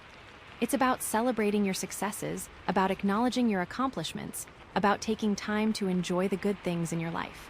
And that's something that a lot of us forget to do, right? We get so caught up in the hustle and bustle of daily life that we forget to pause and appreciate all the things we have to be grateful for, especially with all that fast energy from the Eight of Wands. It's like, slow down, you know? But it's also about celebrating the little things, right? It's not just about waiting for the big milestones, like getting a promotion or buying a house or getting married. It's about finding joy in the everyday moments, like a beautiful sunset or a good cup of coffee or a heartfelt conversation with a friend. It's about recognizing that life is a gift and that every day is an opportunity to celebrate. Okay, so what am I really trying to say here? I think it's that you need to acknowledge how far you've come and to not brush it off. I have a feeling that you might be like that. And I also think that this card is about gratitude, right? Like, when you're celebrating your successes, it's important to also be grateful for all the people who have helped you along the way. Your friends, your family, your mentors, your teachers. All the people who have supported you, encouraged you, and believed in you. Take the time to thank them, to show them your appreciation, to let them know how much they mean to you. And even that Smoky Quartz Angel, right? That's been with you. Okay, so how does this connect to everything else we've been talking about? Well, I think it's about balance, right? Like, you've been working so hard on yourself, you've been shedding old patterns, you've been embracing new possibilities. But you also need to take time to rest, to recharge, to celebrate. You can't just keep pushing yourself to the limit, you need to find a sustainable pace, a pace that allows you to thrive without burning out. And I think that Smoky Quartz Angel can definitely help with that, you know? Keeping you grounded, reminding you to take care of yourself. And I also feel like this card is about integration, right? Like, you've been learning so many new things, you've been experiencing so many new emotions, but you need to take time to integrate all of that into your life. To make sense of it all, to find the connections, to create a cohesive whole. It's not just about accumulating knowledge, It's about understanding how that knowledge applies to your life and how you can use it to create a better future for yourself. So, you're not just wandering around aimlessly, you're moving forward with purpose and intention. The Ace of Swords is really helping with that. So, let's circle back to this whole community thing, because I think that's really important too. The Four of Wands is often about home, about family, about belonging. It's about finding a place where you feel safe, where you feel loved, where you feel like you can truly be yourself.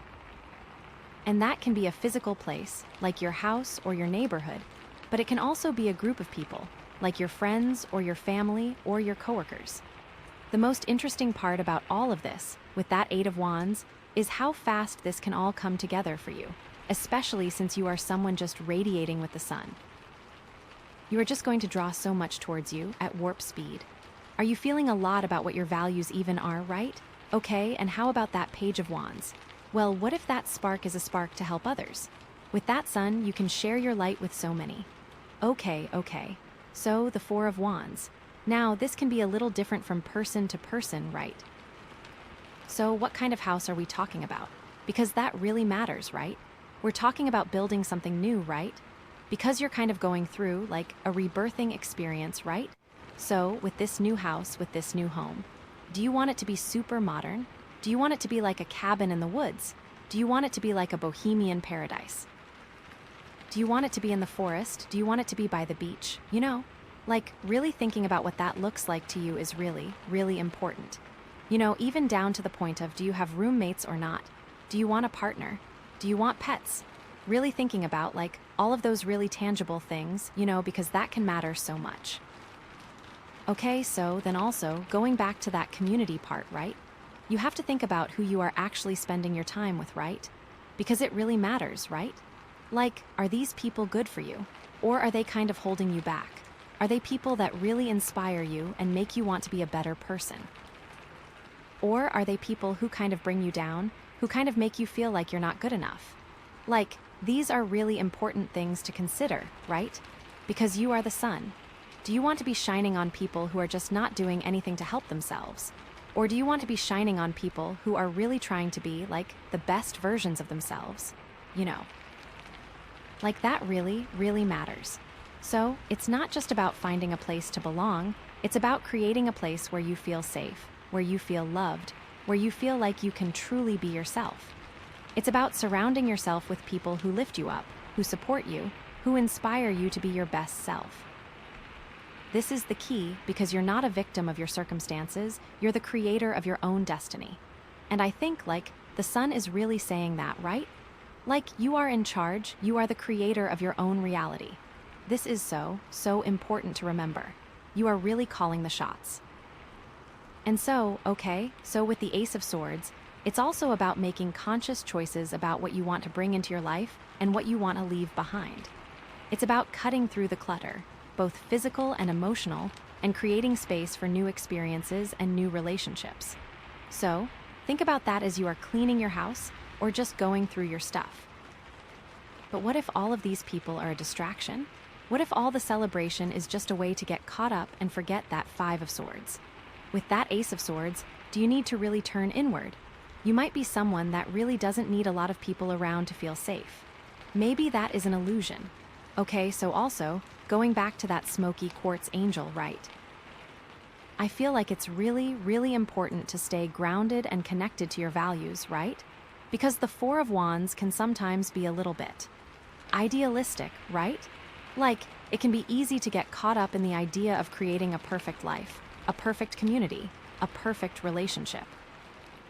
But the truth is, life is messy, relationships are complicated, and there will always be challenges to face.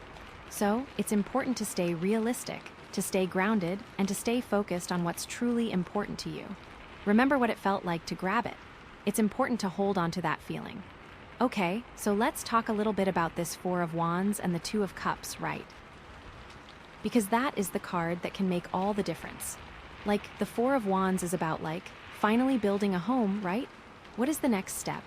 Like, you've had that initial connection, but like, how do you actually build that into something that is long-lasting, right? Because sometimes you can just have a spark, and then it just peters out, right? So, this is about building that foundation, about building something that is really strong and sturdy and can really last. This is where you can consider all those logistics, because you need to think about what a life with someone could actually look like. So, this is about really building something special and actually building something that can go the distance. And that is something that you both really, really want and you both feel really, really good about. Which, with all of this energy that you have, I just feel like, wow, you are just going to attract the right people to you. Especially now, you are really in a place to call the shots in the dynamic, and you're really able to attract someone who is in alignment with your values. So now, talking about the Five of Swords, right? Okay, so here is where it is really, really important to learn to take the L. You know, this is the time to learn to move on. Like, you don't have to win every single argument. Like, it's okay to just let things go sometimes, right? Because in the long run, it is really not worth it to die on every hill. Especially when you are working with someone to have a loving, lasting relationship. If someone is going against your values, just release them with love. You are the sun. The world is yours.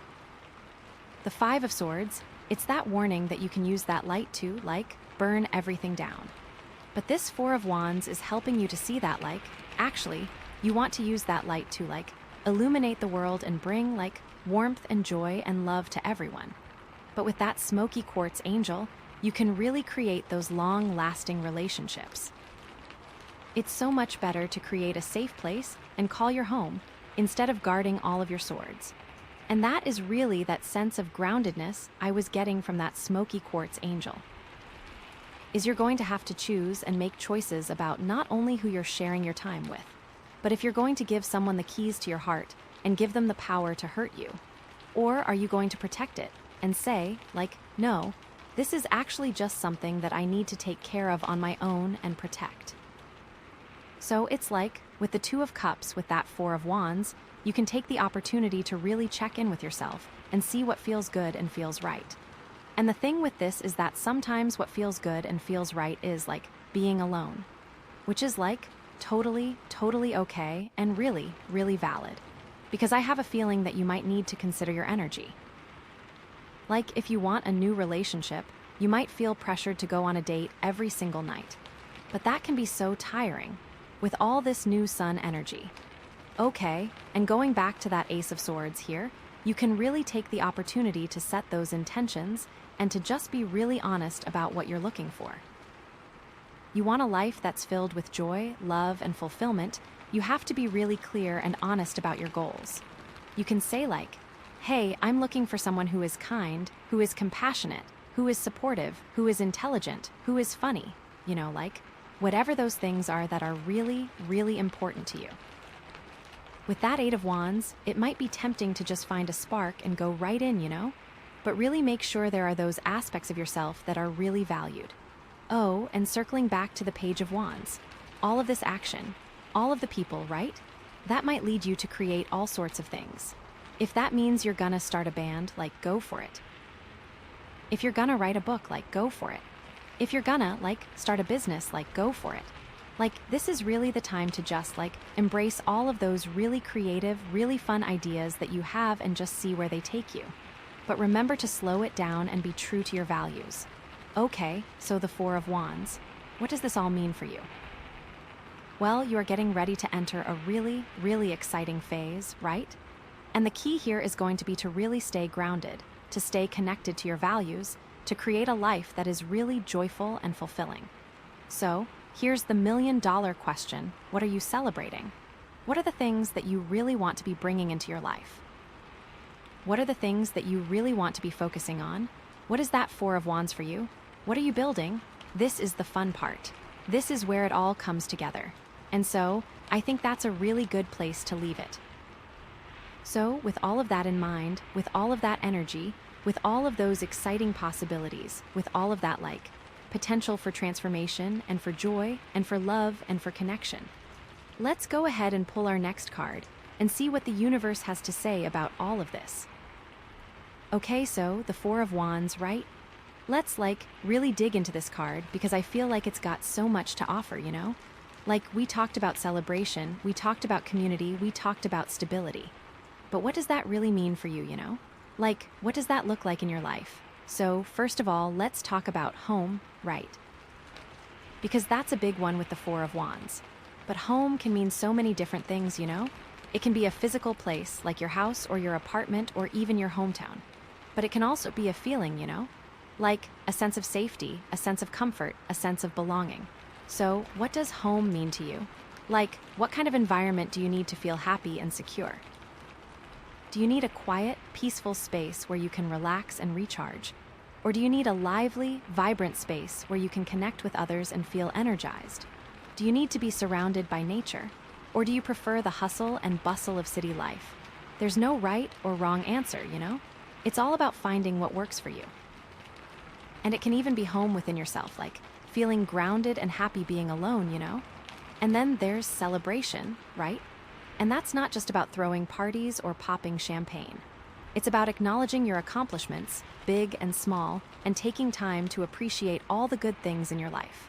So, how can you incorporate more celebration into your daily routine? Can you start a gratitude journal? Can you treat yourself to something special every week? Can you make a point of telling the people you love how much they mean to you? It's all about shifting your focus from what's missing to what's already there, you know? And that can make a huge difference in your overall happiness and well-being. And then there's community, right? Which is all about connecting with others and building relationships. And that doesn't necessarily mean having a huge circle of friends or being the life of the party. It just means finding a few people who get you, who support you, who love you for who you are. And that can be harder than it sounds, right? Especially if you've been feeling isolated or disconnected. But it's so worth the effort, you know? Because having a strong support system can make all the difference in the world. You might want to think of finding your tribe, so to speak. So, how can you build your community? Can you join a club or a group that aligns with your interests? Can you volunteer your time to a cause that you care about? Can you reach out to old friends and reconnect? It's all about putting yourself out there and being open to new connections, you know? And that can be scary, but it's also incredibly rewarding. Okay, so now that we've really dug into the Four of Wands, let's talk about how it connects to all those other cards we pulled, right? Because it's all part of the same story, you know? It's all building towards this final outcome. So first, we had the Sun, right? Which is all about joy, radiance, and self-love. And that's the foundation for everything else, you know? Like, you can't really build a stable, joyful life if you don't love yourself first. So, how can you cultivate more self-love in your life? Can you practice self-care? Can you challenge your negative self-talk? Can you celebrate your strengths and accept your flaws? It's all about treating yourself with the same kindness and compassion that you would offer to a friend. And then we had the Page of Wands, right? Which is all about new beginnings, adventure, and excitement. And that's the spark that gets everything started, you know. Like, it's the feeling that anything is possible and that you're ready to take on the world. So, how can you keep that spark alive? Can you try new things? Can you step outside of your comfort zone? Can you embrace your curiosity and explore new possibilities? It's all about staying open to new experiences and being willing to take risks, you know? And then we had the Two of Cups, right? Which is all about connection, partnership, and harmony. And that's the reminder that we're not meant to do this alone, you know? Like, we need each other. We need love. We need support. We need companionship. So, how can you cultivate deeper connections in your life? Can you practice active listening? Can you express your feelings honestly and openly? Can you be more vulnerable and authentic with the people you care about? It's all about building relationships based on trust, respect, and mutual understanding. And then we had the Eight of Wands, right? Which is all about speed, action, and communication. And that's the reminder that things are moving quickly and that you need to be ready to adapt and respond. So, how can you stay grounded amidst all the chaos? Can you practice mindfulness? Can you prioritize self-care? Can you set boundaries and say no to things that don't align with your values? It's all about staying focused on what's truly important and not getting swept away by the whirlwind. And then we had the Ace of Swords, right? Which is all about clarity, truth, and empowerment. And that's the reminder that you have the power to create the life you want. You have the ability to cut through the confusion, see things as they really are, and make conscious choices that align with your highest good.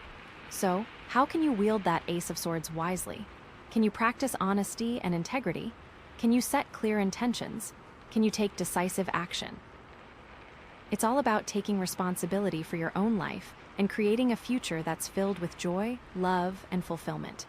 And then we had the Five of Swords, right? Which is all about conflict, defeat, and loss.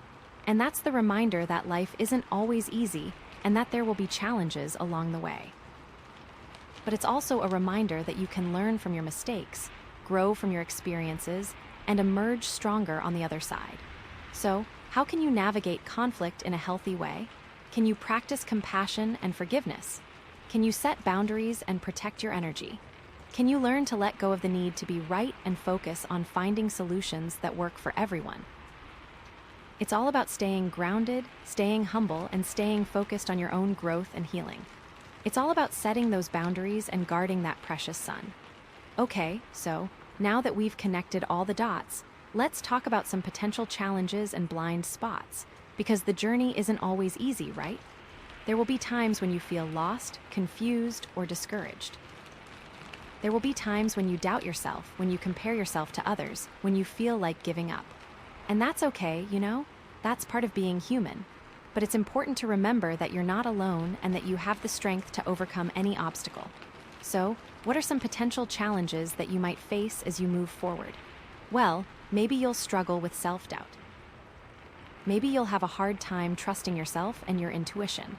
Maybe you'll get caught up in negative self-talk and start to believe that you're not good enough. It's really common. So, in that case, it is important to remember that everyone has those feelings from time to time. Maybe you'll struggle with fear of failure. Maybe you'll be afraid to take risks or to step outside of your comfort zone. Maybe you'll worry about what other people will think or say if you don't succeed. These feelings are also very valid. And remember that failure is not the opposite of success, it's a stepping stone to success. Every mistake is an opportunity to learn and grow. Every setback is a chance to bounce back stronger than before. It's all about reframing your perspective and seeing failure as a learning experience. Maybe you'll struggle with perfectionism. Maybe you'll set unrealistic expectations for yourself and beat yourself up when you don't meet them. Maybe you'll get so caught up in the details that you lose sight of the big picture. And those feelings are good to work on. And maybe you'll struggle with comparison. Maybe you'll compare yourself to others and feel like you're falling short. Maybe you'll focus on what other people have and what you lack. Maybe you'll forget to appreciate your own unique strengths and accomplishments. And remember that everyone is on their own journey, and that comparison is the thief of joy. It's important to focus on your own path, to celebrate your own successes, and to be grateful for what you have. The most important aspect to think about here is, how will you remain you through this? You are really evolving. So, how do you navigate these challenges and blind spots? Well, I think it starts with self-compassion. Being kind to yourself, accepting yourself, and forgiving yourself for your mistakes. It also means setting realistic expectations for yourself and celebrating your progress, no matter how small.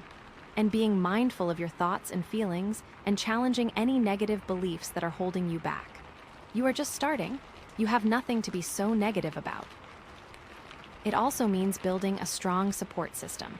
Surrounding yourself with people who love you, who believe in you, and who will be there for you through thick and thin.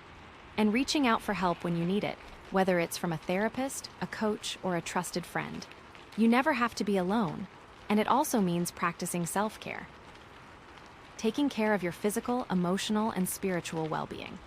Getting enough sleep, eating healthy foods, exercising regularly, spending time in nature, meditating, journaling, reading, listening to music, or doing anything else that brings you joy and helps you to relax and recharge. Remember the Smoky Quartz angel, and how it's always there to help you stay grounded and centered. Okay, so now that we've addressed some potential challenges, let's talk about some different paths forward, because there's not just one way to create a joyful and fulfilling life, right? It's all about finding what works for you and creating a path that aligns with your values, your interests, and your goals. But it will always involve self-love. So, what are some different possibilities for your future? Well, maybe you'll focus on your career. Maybe you'll pursue a new job, a promotion, or a business venture. Maybe you'll dedicate yourself to mastering a new skill or making a difference in your field. And nothing can stop you now. You are beaming. Maybe you'll focus on your relationships. Maybe you'll deepen your connections with your friends and family. Maybe you'll find a romantic partner who shares your values and supports your dreams. Maybe you'll create a community of like-minded people who inspire you to be your best self. But just make sure not to lose yourself. Don't compromise who you are to try to find a group. Maybe you'll focus on your personal growth. Maybe you'll travel the world, learn a new language, or explore a new culture. Maybe you'll take a class, read a book, or attend a workshop. Maybe you'll start a new hobby, practice a new form of exercise, or develop a new spiritual practice. Make sure to keep up with the self-care. Maybe you'll focus on your creative expression. Maybe you'll write a book, paint a picture, compose a song, or learn to dance. Maybe you'll start a blog, a podcast, or a YouTube channel. Maybe you'll find a way to share your unique gifts with the world. There are truly so many ways to share your creative expression with others. Maybe you'll focus on your health and well-being. Maybe you'll adopt a healthier diet, start exercising regularly, or practice mindfulness. Maybe you'll seek treatment for any physical or emotional issues that are holding you back. Maybe you'll prioritize self-care and make time for activities that bring you joy and help you to relax and recharge. This will be a long process, and with all these new connections, you are so set to succeed. It's like you have so many different avenues to help you get what you are dreaming of. There is almost nothing you can't do. So, how do you choose the right path? Well, I think it starts with intuition, right? Tuning into your inner guidance and following your heart. What feels right to you? What excites you? What do you feel called to do? Even that smoky quartz angel might lead you in the right direction. It also means trusting the process, knowing that everything is happening for a reason, even if you don't understand it at the time. Believing that you are being guided towards your highest good, and surrendering to the flow of life, allowing things to unfold naturally without trying to control everything. With all this new Eight of Wands energy, you're going to want to control everything, but you need to trust. And it also means staying flexible, being willing to adjust your plans as needed. Recognizing that life is full of surprises and that things don't always go as expected. And being open to new opportunities, even if they don't fit into your original vision.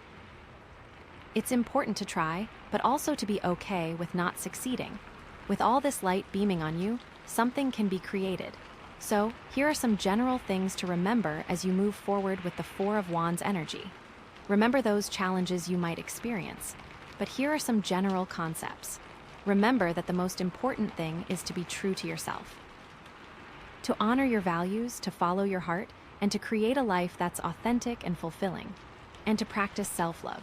To be kind to yourself, to accept yourself, and to celebrate your unique strengths and qualities.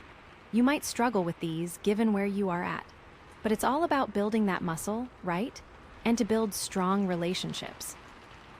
To connect with people who love you, who support you, and who inspire you to be your best self, but not to lose yourself, and to express your creativity, to find outlets for your unique gifts and talents, and to give back to your community, to use your skills and resources to make a positive impact on the world. Remember, the sun and the smoky quartz angel are there for you. And finally, to trust the universe. To believe that everything is happening for a reason and that you are being guided towards your highest good. Okay, so, to really bring this all home, right? I just want to remind you of how strong you are. Look at everything you've been through. Look at all the challenges you've overcome. Look at all the ways you've grown and evolved. You are a warrior, you are a survivor, and you are capable of amazing things. With that Two of Cups, make sure that person realizes all those great things about you. And I want to remind you of how worthy you are. You deserve to have a life that's filled with joy, love, and fulfillment. You deserve to be happy. You deserve to be healthy. You deserve to be surrounded by people who love and support you. That Ace of Swords is a reminder that you can set those intentions and find the power to believe in yourself, no matter what. And I want to remind you of how much potential you have. You have so many gifts, so many talents, so many unique qualities to share with the world. You are capable of creating something truly amazing, and you are so able to attract that. It will all be in your reach with the Eight of Wands. And most of all, I want to remind you that you are loved. You are loved by your friends, you are loved by your family, you are loved by the universe. And you are loved by me. You have so much light to give out into the world with that sun. This journey with the tarot, to me, is just all about the big question. How are you living? Are you living in an authentic way? Are you being you? With how you have evolved, it might feel like that journey is a little more difficult now. So, I am so incredibly excited for you. I know that you are going to create a life that is filled with joy, love, and fulfillment. Just remember to stay true to yourself, to trust the universe, and to never give up on your dreams. And it looks like everything is just falling into place and aligning with your values. And if not, with all of these things put together, now you have the power to change and make the world yours. Also, remember to check back in with that Smoky Quartz angel. That is there to protect you. That is there to help. The cards really showed you so much. So remember to take this slow and take care of yourself. I am so grateful that you are here, so thank you so much for watching. If you liked this reading, please remember to like this video, subscribe, and leave a comment down below. You can also find me on social media. And please consider leaving a tip. It helps me and it makes me feel so loved. Okay, so with the Ruby Dragon Crystal, we're looking at empowerment, like really stepping into your power. And the theme here is about igniting that inner fire, cultivating self-love so you can attract a really passionate connection. I love that. Okay, so let's dive into these cards. Oh my gosh, I'm so excited. First up, we have the High Priestess, and oh my gosh, she is all about intuition, like trusting your gut. She's that voice inside you that knows things, even when you can't explain why. You know that feeling? It's like a deep knowing, a sense of certainty that comes from within. The High Priestess is urging you to listen to that voice, to pay attention to your dreams, your feelings, your hunches.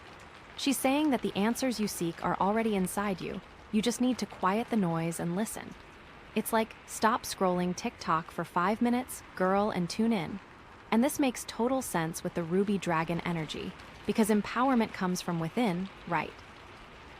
It's about trusting yourself, believing in yourself, and knowing that you have the wisdom and strength to handle anything that comes your way. The High Priestess is a reminder that you are your own best guide. She knows all of your secrets, all of your hidden yearnings. This card is so powerful for your next relationship. You already know what is waiting for you. Now, I'm also getting a sense that there might be some secrets involved. Either secrets you're keeping from yourself or secrets that are being kept from you. The High Priestess often represents hidden knowledge, things that are not yet revealed. So, be open to the possibility that there's more to the story than meets the eye. Don't be afraid to dig a little deeper, to ask questions, and to trust your intuition when something doesn't feel quite right. This isn't about being paranoid or suspicious. It's about being discerning and aware. It's about recognizing that not everyone is always honest or forthcoming, and that it's important to protect yourself and your heart. The High Priestess is like, girl, you got this. You know what's up, trust yourself. I love her so much. She is the moment. Okay, so that's the High Priestess. Now let's move on to the next card. Oh, this is getting juicy. Okay, here we have the moon, oh my gosh, and the moon is like, all about illusions, fears, and the subconscious. This card represents the hidden aspects of ourselves, the emotions and beliefs that we keep buried deep inside. It's like the High Priestess, but even more mysterious, more shadowy, She's more obvious and radiant, but the moon is mysterious and hidden. The moon can be a little scary because it asks us to confront our fears and insecurities, to face the parts of ourselves that we don't want to see. But it's also incredibly powerful because it's in these dark places that we find our greatest strength and wisdom. It is in the dark places we find our light. It is like the universe is being cheeky, girl. The moon is urging you to be honest with yourself about your feelings, even the ones that are uncomfortable or embarrassing. Are you afraid of being hurt again? Are you worried about not being good enough? Are you secretly longing for something that you don't think you deserve? Whatever it is, the moon is saying, it's okay. You're human. Acknowledge your feelings and then let them go. And again, this ties in perfectly with the Ruby Dragon energy, because self-love is about accepting all parts of yourself, even the dark and messy ones. It's about recognizing that your flaws don't make you less worthy of love and happiness. In fact, it's your imperfections that make you unique and beautiful. I also feel like the moon is highlighting the importance of trusting your intuition, especially when it comes to relationships. If something feels off, it probably is. Don't ignore those red flags, don't try to rationalize them away. Listen to your gut and trust that it's guiding you in the right direction. The moon can also indicate that there's some confusion or uncertainty surrounding your next relationship. You might not have all the facts, or you might be seeing things through a distorted lens. It's important to be patient and to take your time, to gather information and to get clear on what you really want. Don't rush into anything before you're ready. This is a really important message, I think. Okay, so we've got the High Priestess, we've got the moon. Are you ready for the last card? Okay, drum roll please. We have the Page of Wands. Oh my gosh, I love this card. He is so optimistic and full of energy. He's like a breath of fresh air. The Page of Wands represents new beginnings, inspiration, and excitement. He's all about following your passions, exploring your creativity, and taking risks. He's saying, go for it, what do you have to lose? He is the energy of going for it, girl. Don't settle. Don't be boring. Don't be beige. This card is a sign that you're on the verge of something amazing, something that will bring you joy and fulfillment. It's time to step outside your comfort zone, to try new things, and to embrace the unknown. The universe is conspiring to help you succeed, but you have to be willing to take the first step. And, you guessed it, this also connects to the ruby dragon energy, because passion is a key ingredient in self-love. When you're doing something that you love, something that makes you feel alive, you're naturally more confident and radiant. And that's exactly what attracts passionate connections. The Page of Wands is also encouraging you to be open to new ideas and perspectives, especially when it comes to relationships. Don't be afraid to try a different approach, to challenge your assumptions, and to see things from a new angle. You might be surprised at what you discover.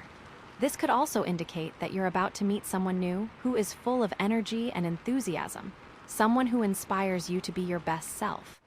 This person might be younger than you, or they might simply have a youthful spirit. Either way, they're going to bring a lot of excitement into your life. Okay, so we have the High Priestess, the Moon, and the Page of Wands. Now, let's put it all together and see what story they're telling. Oh, this is so good. Okay, so the High Priestess is telling you to trust your intuition, the Moon is asking you to face your fears, and the Page of Wands is urging you to embrace new beginnings. It's like a recipe for a passionate and fulfilling relationship. Like, are you seeing this, friend? But here's the thing. You can't just skip to the Page of Wands part. You have to do the work of the High Priestess and the Moon first. You have to get clear on what you want, you have to face your fears, and you have to trust your intuition. Only then will you be ready to attract the kind of relationship you deserve. I think that the High Priestess and the Moon together are really asking you to go deep within yourself to figure out what you truly desire in a relationship. What are your non-negotiables? What are you willing to compromise on? What are your deal breakers? You need to know these things before you can attract the right person. And the Moon is also highlighting the importance of healing past wounds. If you've been hurt in previous relationships, you need to address those wounds before you can move on. Don't carry that baggage into your next relationship. It will only weigh you down. The Ruby Dragon energy is all about self-love and empowerment, and that means taking care of yourself, both emotionally and mentally. It means setting boundaries, saying no when you need to, and prioritizing your own well-being. It also means saying yes to yourself. You know, spoil yourself with a little something. Buy those shoes. Have a spa day. Once you've done the work of the High Priestess and the Moon, you'll be ready to embrace the energy of the Page of Wands. You'll be open to new experiences, you'll be willing to take risks, and you'll be excited about the possibilities. You'll be like a magnet for passionate connections. I'm also getting a sense that this new relationship might be a bit unexpected, something that you didn't see coming. It might be with someone who is different from your usual type, or it might happen in a way that you didn't anticipate. Be open to the unexpected, and trust that the universe is guiding you to exactly where you need to be. The Page of Wands is also a reminder to have fun. Don't take yourself too seriously, and don't be afraid to let your personality shine. The right person will love you for who you are, flaws and all. Have fun, be energetic, and let the relationship unfold. So, to recap, trust your intuition, face your fears, embrace new beginnings, and have fun. That's the recipe for a passionate and fulfilling relationship, according to these cards. And with the ruby dragon energy backing you up, you've got this. I also want to add that the High Priestess, the Moon, and the Page of Wands are all about embracing your femininity. They're about connecting with your intuition, your emotions, and your creativity. They're about being soft, sensual, and mysterious. In today's world, women are often pressured to be strong and independent, to be like men. But these cards are a reminder that it's okay to be feminine, to embrace your natural qualities. In fact, it's your femininity that makes you so powerful and attractive. The Ruby Dragon energy is all about empowering your inner goddess, about unleashing your feminine energy. It's about recognizing that you are a force of nature, and that you have the power to create the life you desire. So embrace your femininity, trust your intuition, face your fears, and embrace new beginnings. That's the key to attracting a passionate and fulfilling relationship. You got this, girl. This is a fantastic reading to kick things off. And I feel like the combination of these three cards is a message that you need to be patient with yourself and trust the process. You can't rush into a relationship or force it to happen. You need to allow things to unfold naturally and trust that the universe is working in your favor. It's important to let the cards flow and tell the story they want to tell. Don't force anything, just trust. The High Priestess is a reminder that you have all the answers you need within you, but you need to be patient and listen to your inner voice. The Moon is a reminder that things may not always be as they seem, and that you need to be willing to look beneath the surface. And the Page of Wands is a reminder that new beginnings are always possible, but you need to be open to them. So be patient, trust the process, and know that you are on the right path. The universe is conspiring to bring you the love and happiness you deserve. I really believe that. I feel it. And I can't wait to see what happens next. Okay, so let's talk about some specific scenarios that could play out based on these cards. This is where it gets really fun. First, let's say you're single and looking for a relationship. The High Priestess, the Moon, and the Page of Wands could indicate that you're about to meet someone new who is very different from anyone you've dated before. This person might be more spiritual or intuitive, or they might have a more unconventional lifestyle. You might be initially drawn to this person's mystery and allure, but you also might be a little intimidated by them. They might seem a little too good to be true, or you might be worried that they're hiding something. The Moon is urging you to be cautious and to take your time getting to know this person. Don't rush into anything before you're ready. Ask questions, observe their behavior, and trust your intuition. If something feels off, it probably is. But the Page of Wands is also encouraging you to be open to the possibilities. This person could be exactly what you've been looking for, someone who challenges you, inspires you, and helps you grow. Don't let your fears hold you back from exploring this connection. The Ruby Dragon energy is all about empowering you to make the right choice for yourself. It's about trusting your intuition and knowing that you deserve to be with someone who loves and respects you. So, be brave, be open, and be willing to take a chance. Now, let's say you're already in a relationship. The High Priestess, the Moon, and the Page of Wands could indicate that there are some hidden issues or secrets that need to be addressed. You might be feeling disconnected from your partner, or you might be sensing that something is not quite right. There might be some unresolved conflicts or some unspoken needs that are creating tension in the relationship. The Moon is urging you to be honest with your partner about your feelings, even if it's uncomfortable. Don't keep things bottled up inside. Communicate openly and honestly, and be willing to listen to your partner's perspective. The High Priestess is reminding you to trust your intuition. If you're sensing that something is wrong, don't ignore it. Dig a little deeper, ask questions, and trust that you'll find the truth. The Page of Wands is encouraging you to try new things together, to rekindle the spark in your relationship. Plan a romantic getaway, try a new hobby, or simply spend more quality time together. Do something that will bring you closer and remind you why you fell in love in the first place. The Ruby Dragon energy is all about empowering you to create a stronger and more fulfilling relationship. It's about taking responsibility for your own happiness and working together with your partner to create a relationship that meets both of your needs. So, be honest, be open, and be willing to try new things. With the help of the High Priestess, the Moon, and the Page of Wands, you can create a relationship that is strong, loving, and passionate. Okay, I feel like there's one more scenario that I need to address. What if you're in a toxic or abusive relationship? The High Priestess, the Moon, and the Page of Wands could be a warning sign that it's time to leave. If you're feeling constantly drained, disrespected, or controlled by your partner, it's time to take action.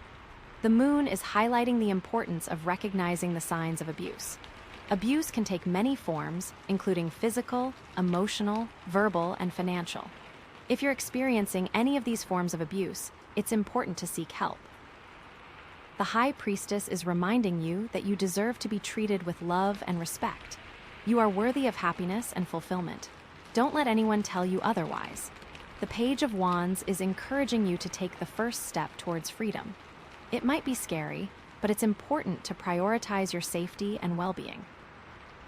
Reach out to a trusted friend or family member, or contact a domestic violence hotline for help. The Ruby Dragon energy is all about empowering you to break free from the cycle of abuse. It's about recognizing your own strength and resilience and knowing that you can create a better life for yourself. So, if you're in a toxic or abusive relationship, please know that you're not alone. There are people who care about you and want to help you. Take the first step towards freedom and know that you deserve to be happy. Okay, I think I've covered all the bases. The High Priestess, the Moon, and the Page of Wands are a powerful combination of cards that can offer guidance and insight into your love life. Trust your intuition, face your fears, embrace new beginnings, and remember that you deserve to be happy. And let's not forget the Ruby Dragon, because that empowerment is the central thing here, right? I'm so excited to see what happens next for you. I feel like this is just the beginning of an amazing journey. The adventure of you and your love life is just beginning, friend. So let's see, what else can we unpack here? I feel like the positioning of these cards is also important. Like, the High Priestess coming first suggests that this journey is going to be very internal. It's about you and your own self-discovery before anything else can really blossom. It's like the universe is saying, hold up, girl. We need to get you right before we can bring in the right person. And then the Moon in the middle, that's like the messy part, the part where you have to confront your shadows and your fears. It's not always pretty, but it's necessary. You can't skip this step. It's like the universe is saying, okay, now it's time to get real. What are you really afraid of? What are you hiding from yourself? And then finally, the Page of Wands, that's the reward for doing the work. It's the new beginning, the excitement, the passion. But it only comes after you've faced your fears and embraced your intuition. It's like the universe is saying, okay, you did it. You're ready for something amazing. Let's go. I also feel like these cards are telling you to be patient with yourself. Don't expect to transform overnight. It's a process, and it takes time. Be kind to yourself, celebrate your progress, and don't give up on yourself. The Ruby Dragon energy is all about self-compassion. It's about treating yourself with the same kindness and understanding that you would offer to a friend. It's about recognizing that you're human, that you make mistakes, and that it's okay. So be patient, be kind, and be compassionate. You're on the right track and you're going to get there. I really believe that. It's like, I can feel the good energy coming your way. Can you feel it, friend? Okay, so let's talk about some specific actions you can take to align yourself with these energies. This is where it gets really practical. First, for the High Priestess, I recommend starting a daily meditation practice. Even just 5 minutes a day can make a huge difference. Sit quietly, close your eyes, and focus on your breath. Let your thoughts come and go without judgment. Just observe them. This will help you quiet the noise in your mind and connect with your intuition. You might also want to try journaling, automatic writing, or dream analysis. These are all great ways to tap into your subconscious and access hidden knowledge. Second, for the Moon, I recommend doing some shadow work. This involves identifying and exploring your dark side, the parts of yourself that you don't want to see.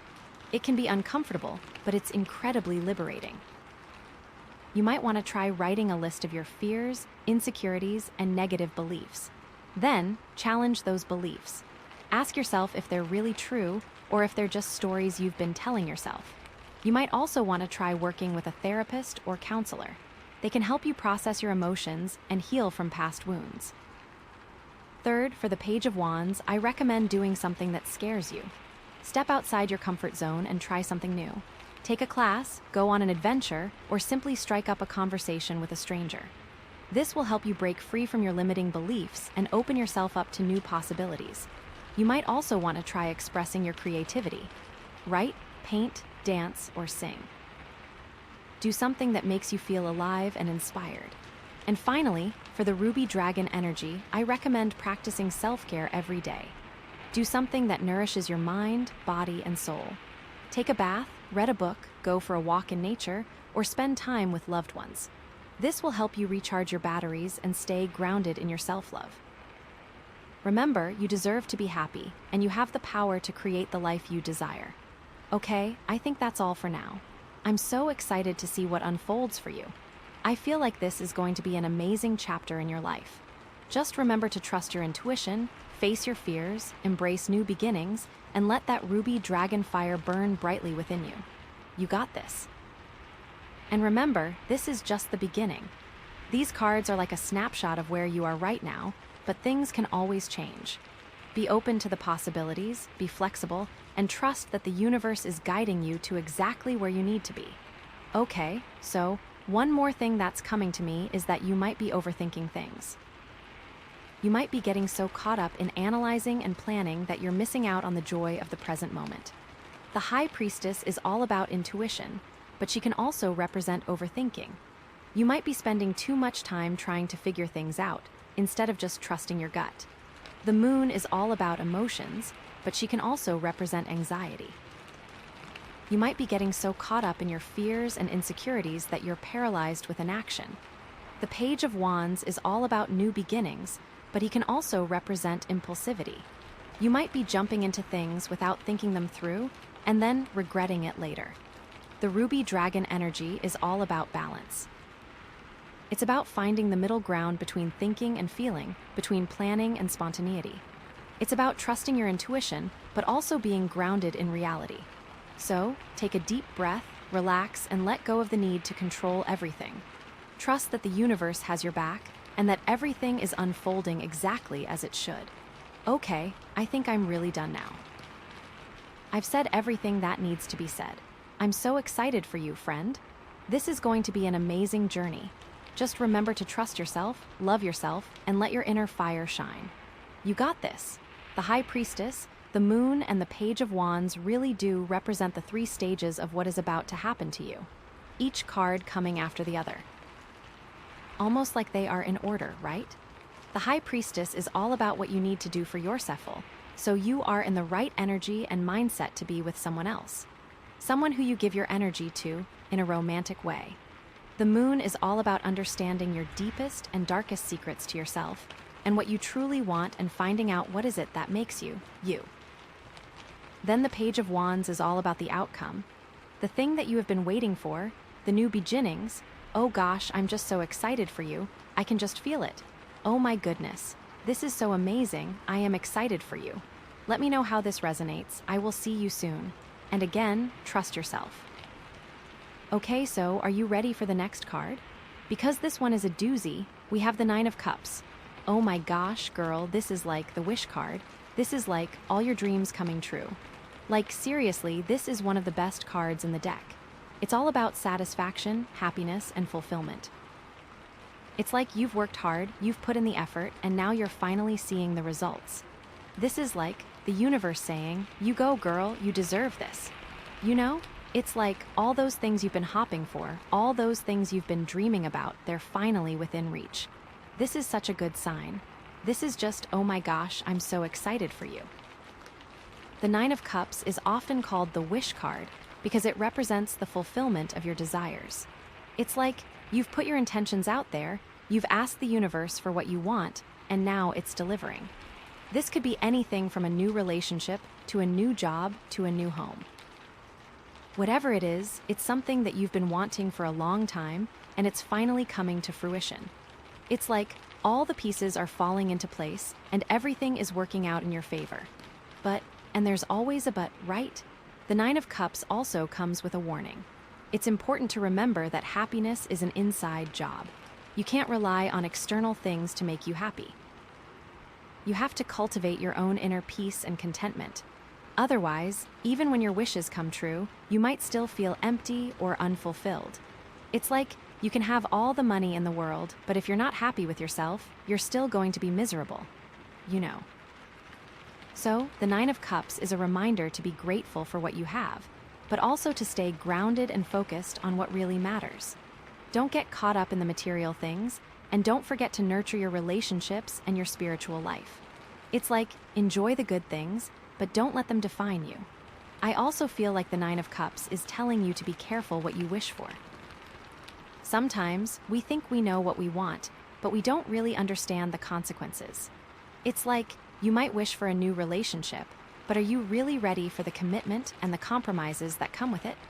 You might wish for a new job, but are you willing to put in the long hours and the hard work? It's important to be clear about your intentions and to make sure that you're really prepared for what you're asking for.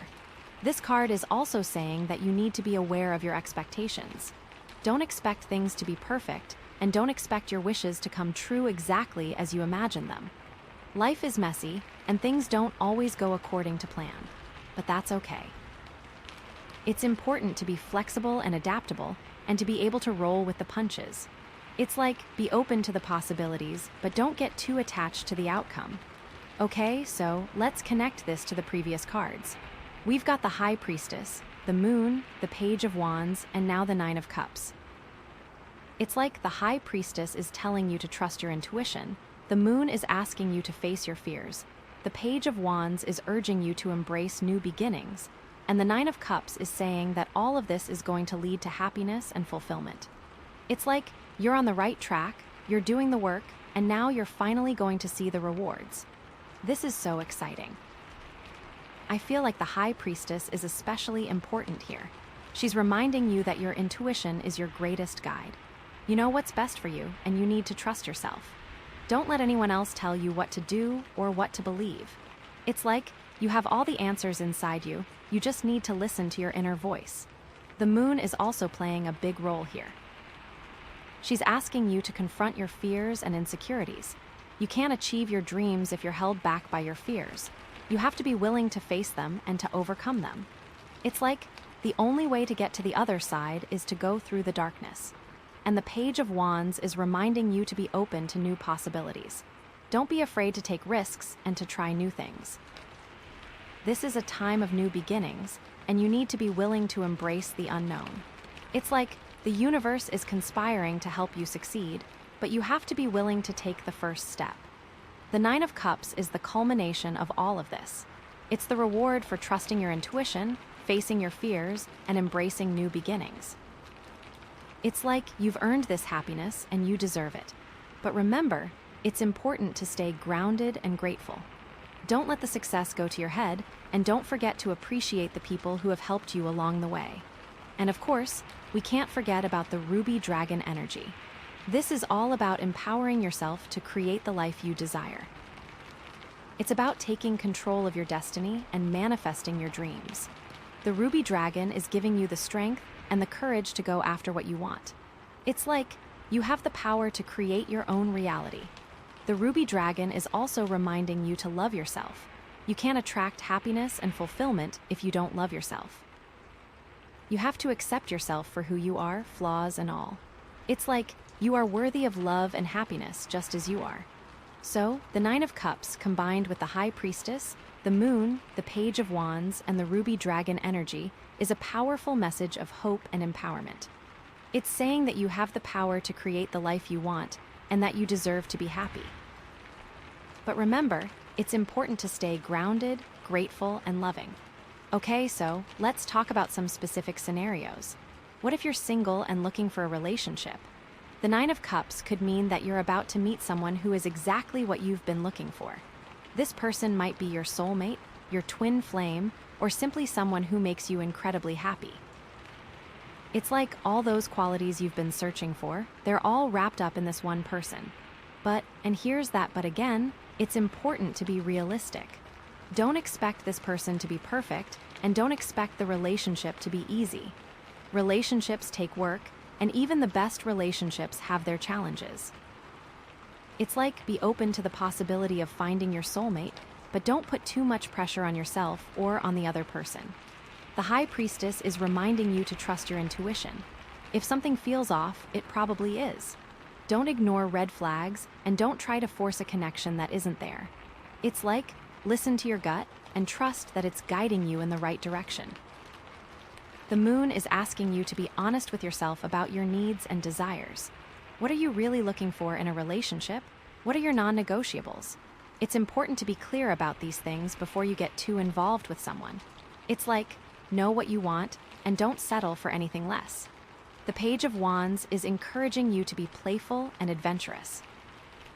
Don't be afraid to try new things and to step outside your comfort zone. This is a time to have fun and to explore your options.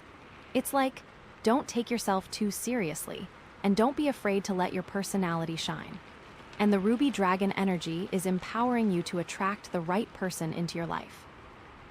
It's about believing in yourself and knowing that you deserve to be with someone who loves and respects you.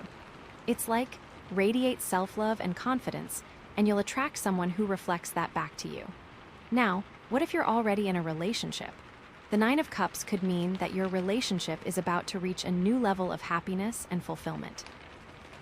You might be planning a wedding, starting a family, or simply deepening your connection with your partner. It's like all the hard work you've put into your relationship is finally paying off. But, and you know it's coming, it's important to maintain the spark. Don't get complacent, and don't take your partner for granted. Relationships require ongoing effort and attention. It's like keep dating each other, keep communicating openly, and keep showing your appreciation. The High Priestess is reminding you to stay connected to your intuition. Listen to your inner voice and trust that it's guiding you in the right direction. If you're feeling disconnected from your partner, take the time to reconnect. It's like make time for each other and create opportunities for intimacy and connection. The Moon is asking you to be honest with your partner about your feelings. Don't keep things bottled up inside. Communicate openly and honestly, and be willing to listen to your partner's perspective. It's like be vulnerable with each other and create a safe space for sharing your thoughts and feelings. The Page of Wands is encouraging you to be spontaneous and playful. Plan a romantic getaway, try a new activity together, or simply do something that will bring you closer. It's like inject some fun and excitement into your relationship and keep the spark alive. And the Ruby Dragon energy is empowering you to create a stronger and more fulfilling relationship. It's about taking responsibility for your own happiness and working together with your partner to create a relationship that meets both of your needs. It's like, be proactive in creating the relationship you want, and don't be afraid to ask for what you need. Okay, so let's talk about some potential pitfalls. What could go wrong with the Nine of Cups? Well, one possibility is that you might become too focused on the external things and forget about the internal things. You might get so caught up in the pursuit of happiness that you forget to cultivate your own inner peace and contentment. It's like you might achieve all your goals, but still feel empty and unfulfilled. The High Priestess is reminding you that happiness is an inside job. You can't rely on external things to make you happy.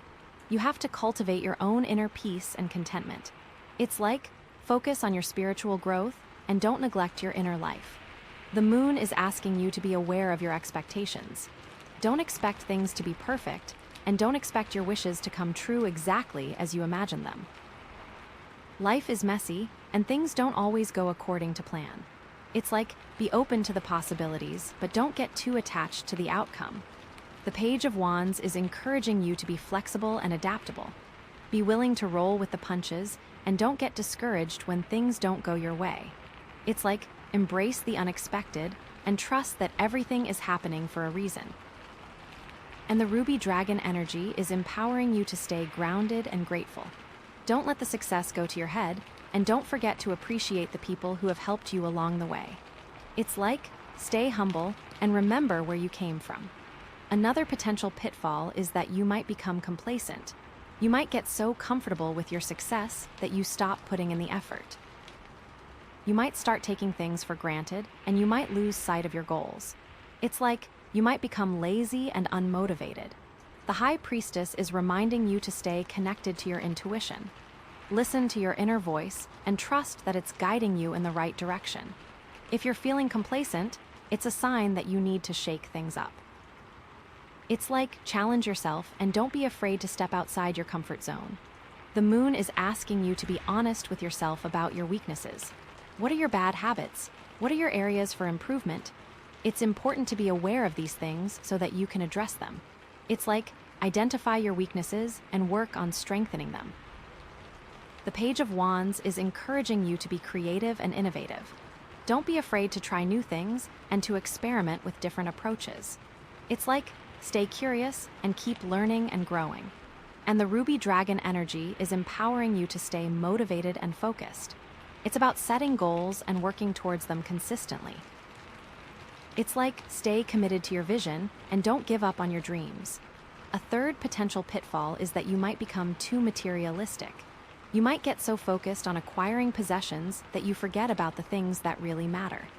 You might start judging yourself and others based on what you own, rather than on who you are. It's like, you might become shallow and superficial. The High Priestess is reminding you that true happiness comes from within. It's not about what you have, it's about who you are. It's like, focus on your inner growth and don't let material possessions define you. The moon is asking you to be aware of your values. What's really important to you in life? What do you stand for? It's important to align your actions with your values. It's like, live your life according to your principles and don't compromise your integrity. The Page of Wands is encouraging you to be generous and compassionate. Use your resources to help others and make a positive impact on the world. It's like, give back to your community and make a difference in the lives of others. And the Ruby Dragon energy is empowering you to use your success for good. It's about using your power and influence to make the world a better place. It's like, be a force for good in the world and use your success to help others. So, the Nine of Cups is a wonderful card, but it's important to be aware of the potential pitfalls. Stay grounded, grateful, loving, and focused on what really matters, and you'll be able to avoid these pitfalls and create a life of true happiness and fulfillment. Okay, so let's talk about some specific actions you can take to align yourself with the energy of the Nine of Cups. First, practice gratitude every day. Take a few minutes each day to reflect on the things you're grateful for. Write them down in a journal, share them with a loved one, or simply think about them in your mind. It's like, focus on the positive things in your life and appreciate what you have. Second, set realistic expectations. Don't expect things to be perfect, and don't expect your wishes to come true exactly as you imagine them. Be open to the possibilities, but don't get too attached to the outcome. It's like, be flexible and adaptable, and be willing to roll with the punches. Third, stay connected to your intuition. Listen to your inner voice and trust that it's guiding you in the right direction. If something feels off, it probably is. It's like, pay attention to your gut feelings and don't ignore red flags. Fourth, be honest with yourself and with others. Communicate openly and honestly and be willing to listen to other people's perspectives. It's like, be authentic and genuine and don't be afraid to be vulnerable. Fifth, stay playful and adventurous. Try new things, step outside your comfort zone, and have fun. It's like, keep the spark alive and don't be afraid to be spontaneous. Sixth, practice self-care. Take care of your mind, body, and spirit. Do things that nourish you and make you feel good. It's like, prioritize your well-being and make time for yourself. Seventh, stay grounded and humble. Don't let success go to your head, and don't forget to appreciate the people who have helped you along the way. It's like, stay connected to your roots and remember where you came from. Eighth, use your success for good. Help others, make a positive impact on the world, and be a force for good. It's like, give back to your community and use your resources to make a difference. And finally, remember the ruby dragon energy. Empower yourself to create the life you desire.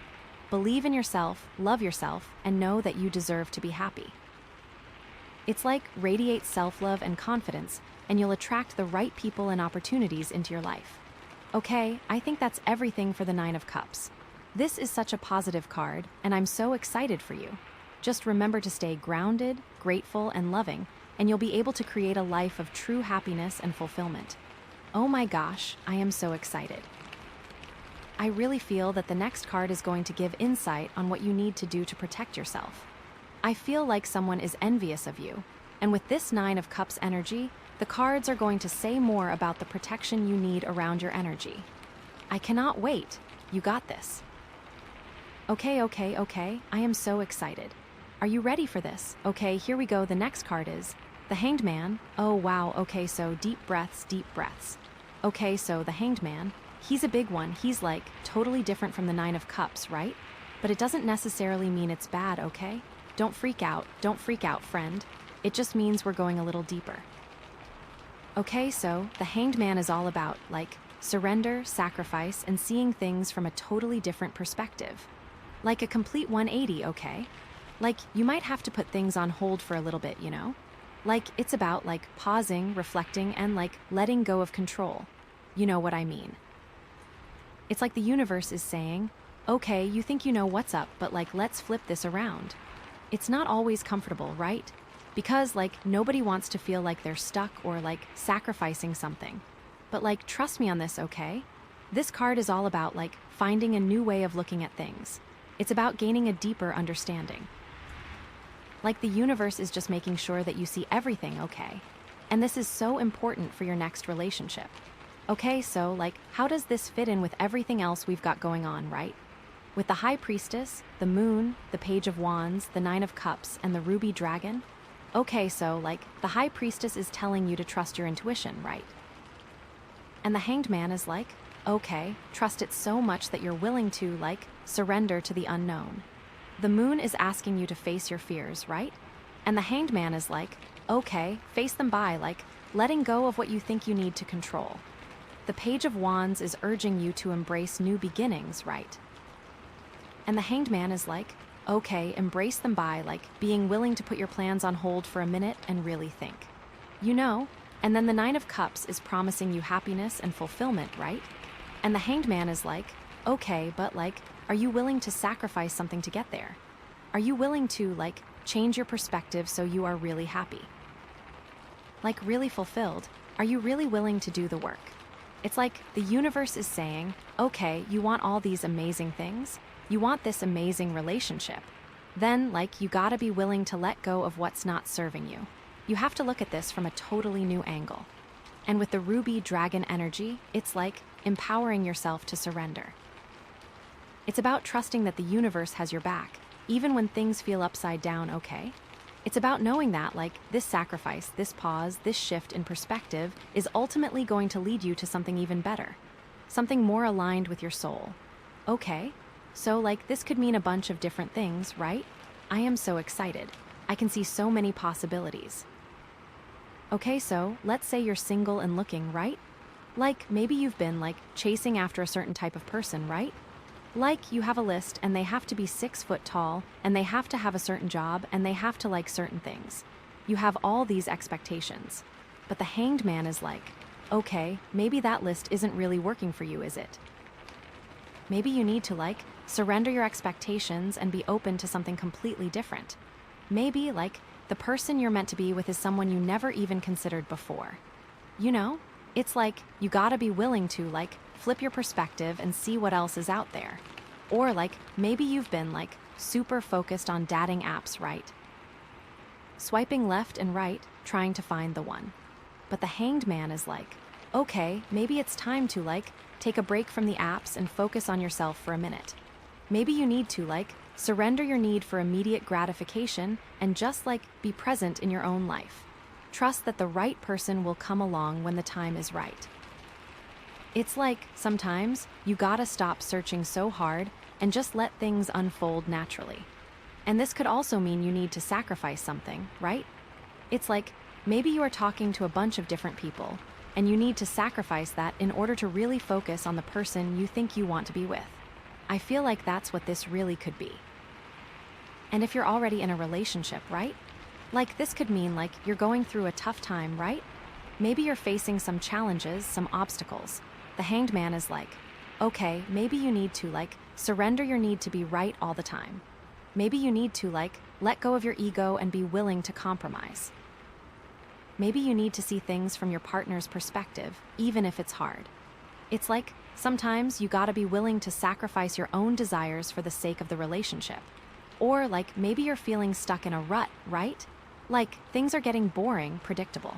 The Hanged Man is like, okay, maybe you need to like surrender your old routines and try something new. Maybe you need to like shake things up and bring some excitement back into the relationship. Maybe you need to like look at your partner in a new light and rediscover what you love about them. It's like sometimes you gotta be willing to like step outside your comfort zone and try something different. And I think that really this card is all about sacrifice. You are going to have to sacrifice something in order to continue to grow.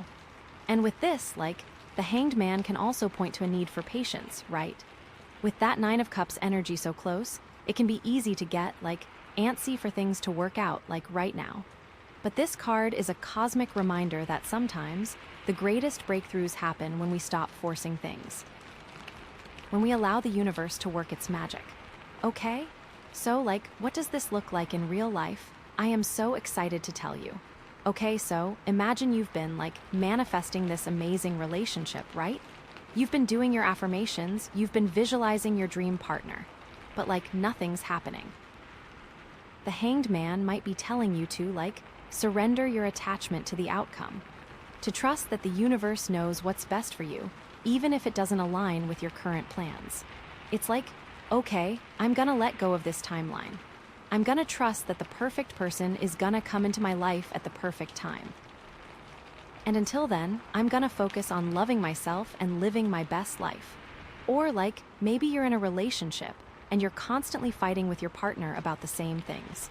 The Hanged Man might be urging you to, like, surrender your need to be right, to step back and try to see things from their point of view, to ask yourself, okay, what am I missing here? What can I learn from this situation? How can I approach this with more compassion and understanding? It's like, sometimes, the most powerful thing you can do is to, like, let go of your ego and be willing to see things from a different angle. I think it's all about seeing a new perspective, right? Like, you have to be able to step outside of yourself and really see the bigger picture in your life. It's like, what is it that you have to do in order to see this fulfilled? The Hanged Man is all about taking time to process. And I really, really feel that. And like, another key aspect of the Hanged Man is this idea of like, gaining wisdom through sacrifice, right? It's not just about like, putting things on hold, it's also about learning something valuable in the process. It's like, the universe is giving you an opportunity to like, deepen your understanding of yourself and the world around you. So, how does this play out? Okay, so maybe you're sacrificing your time, right? Like you're so busy with work and other commitments that you don't have time for dating or for nurturing your relationship. The Hanged Man might be telling you to, like, sacrifice some of those commitments so you can prioritize your love life. It's like, okay, I'm gonna say no to some things so I can create space for what really matters to me. Or, like, maybe you're sacrificing your comfort, right? Like, you're afraid of getting hurt, so you're holding back from fully opening up to someone. The Hanged Man might be urging you to, like, sacrifice your fear and be willing to be vulnerable. It's like, okay, I'm gonna take a risk and let this person see the real me, even if it's scary. You know, I am feeling like this has to do with a past relationship, almost. Like, you have to sacrifice some parts of you in order to really move on and see something fulfilled and new in your life. It's like the relationship has been holding you back and it's time to move forward almost. The Ruby Dragon Crystal is all about empowerment. So how can you empower yourself in this situation? It's about recognizing that you have the strength to make these sacrifices. It's about trusting that you'll come out of this experience stronger and wiser. It's about knowing that you deserve a fulfilling relationship and that you're willing to do what it takes to get there. It's like you are not weak by sacrificing. The Hanged Man is not about being weak. It is about finding your power and control and deciding what you want to move forward with. It is almost like a period of mourning, right? Like, you really have to let go of something in order to truly move on. This card isn't necessarily bad, right? Like, it just means you have to take the time to pause and really see what's going on in your life. Okay, so, like, what are some specific actions you can take to, like, align yourself with the energy of the Hanged Man? I am so excited to tell you. Okay, so, first, practice mindfulness. Take some time each day to, like, be present in the moment. Focus on your breath, observe your thoughts and feelings without judgment. This will help you become more aware of your patterns and your triggers. It's like, okay, I'm gonna slow down and really pay attention to what's happening inside me. This can also mean a meditation, right? Like, you have to practice some mindfulness in order to see everything clearly. You have to have time for yourself, right? Second, practice self-compassion. Be kind to yourself, especially when you're going through a tough time. Treat yourself with the same love and understanding that you would offer to a friend. It's like, okay, I'm gonna be gentle with myself.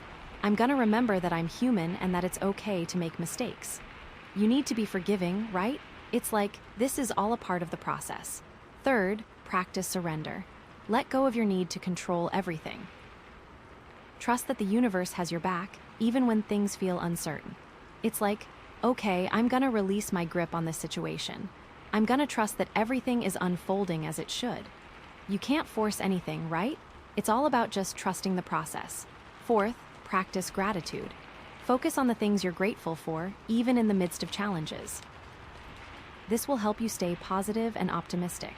It's like, okay, I'm gonna appreciate all the good things in my life, even when things are tough. You can't only focus on the bad things, right? You have to see the good, too. You have to really have gratitude. Fifth, practice forgiveness. Forgive yourself and others for any past hurts or mistakes. Holding on to resentment will only weigh you down and prevent you from moving forward. It's like, okay, I'm gonna let go of this anger and resentment. I'm gonna forgive myself and others so I can move on with my life. Sixth, seek guidance. Talk to a trusted friend, therapist, or spiritual advisor. They can offer you support and perspective during this challenging time. It's like, okay, I'm gonna reach out for help. I'm gonna surround myself with people who love and support me. Seventh, be patient. The Hanged Man is a reminder that things take time. Don't expect instant results. Trust that everything is unfolding in its own perfect timing. It's like, okay, I'm gonna be patient. I'm gonna trust that everything is happening when it's supposed to. Eighth, embrace the unknown. Be open to new possibilities and unexpected opportunities. You never know what amazing things might be waiting for you just around the corner. It's like, okay, I'm gonna be open to new experiences. I'm gonna be willing to step outside my comfort zone. And finally, remember the ruby dragon energy. Empower yourself to make these sacrifices. Trust that you'll come out of this experience stronger and wiser. Know that you deserve a fulfilling relationship and that you're willing to do what it takes to get there. It's like, okay, I'm gonna tap into my inner strength. I'm gonna believe in myself. I'm gonna know that I deserve to be happy. So, like, the Hanged Man isn't always easy, but it's a powerful card for transformation and growth. By embracing the energy of surrender, sacrifice, and new perspectives, you can create a more fulfilling and meaningful life. And like, with the ruby dragon backing you up, you totally got this, okay? You're gonna come out of this even stronger and more empowered than before. I'm really feeling like this is a big lesson, right? Like, you have to really take the time to reflect. And I really feel like the message of the Hanged Man is about surrendering to the unknown and trusting the universe, right? Like, you have to believe that everything is happening for a reason, even if you don't understand it at the time. And I think that's so important. So I feel like it's important for you to really trust yourself. Like, this is not something to take lightly. This is about really understanding who you are and what you want, and then, like, moving forward and making that happen. You have to fully believe that you deserve love and happiness and all the good things in the world. And, like, you have to stop settling for less. You know. You deserve to be with someone who loves you and respects you and treats you like a queen. And you shouldn't settle for anything less. So, I think the overall message is to really listen to yourself, trust yourself, and know that you deserve to be happy. And with this combination of cards, I really feel like you're on the right track to finding love and happiness. And this card means you have to take action, right? You can't just sit around and wait for things to happen. You have to be proactive. You have to put yourself out there. You have to meet new people. You have to try new things. You have to be open to new experiences. You have to be willing to take risks. You have to be willing to step outside your comfort zone. You have to be willing to be vulnerable. You have to be willing to be yourself. And remember, you are worthy of love and happiness. You are deserving of all the good things in the world. You are capable of achieving your dreams. You are strong. You are powerful. You are beautiful. You are amazing. And you are loved. I really do feel like the next card will either tell you what you have to sacrifice or what you're going to receive after the fact. This is just a temporary card, and I am so excited to see where this all leads. I can tell that you got this. With the help of Ruby Dragon, you are one empowered woman. Let's see what the next card has to say. Oh, I am so excited to see what the next card will be. I know that you got this, and the sacrifice will lead you to new fulfillment. I just know it. Okay. Are you ready for this one? Because this is a biggie. Okay, here we go. The next card is the Wheel of Fortune. Oh my gosh. Oh wow. Okay, so deep breaths. This is so exciting. Okay, so the Wheel of Fortune. This one is huge. Okay, so unlike the Hanged Man, right? Which is all about like pausing and surrendering, the Wheel of Fortune is like all about movement, change, cycles, and destiny. It's like things are about to shift in a big way. Like a really big way. It's one of the major arcana, so this is like a serious turning point, okay. So it means that like whatever you've been going through, whatever you've been working towards, it's all about to come to a head. It's like the universe is like spinning the wheel and you're about to land on something new. And that can be scary, right? But it's also like super exciting because it means that like things are finally moving. Things are happening, you know. It's like you're not stuck anymore. You're not in that hanged man energy forever, girlfriend. You're about to be propelled forward. This is such a good sign. I am so excited. Okay, but like, how does this fit in with everything else we've got going on, right? Like with the High Priestess, the Moon, the Page of Wands, the Nine of Cups, and the Hanged Man, and the Ruby Dragon. Okay, so like the High Priestess is telling you to trust your intuition, right? And the Wheel of Fortune is like, okay, trust that your intuition has led you to this moment, to this turning point. Trust that you're exactly where you're supposed to be. The Moon is asking you to face your fears, right?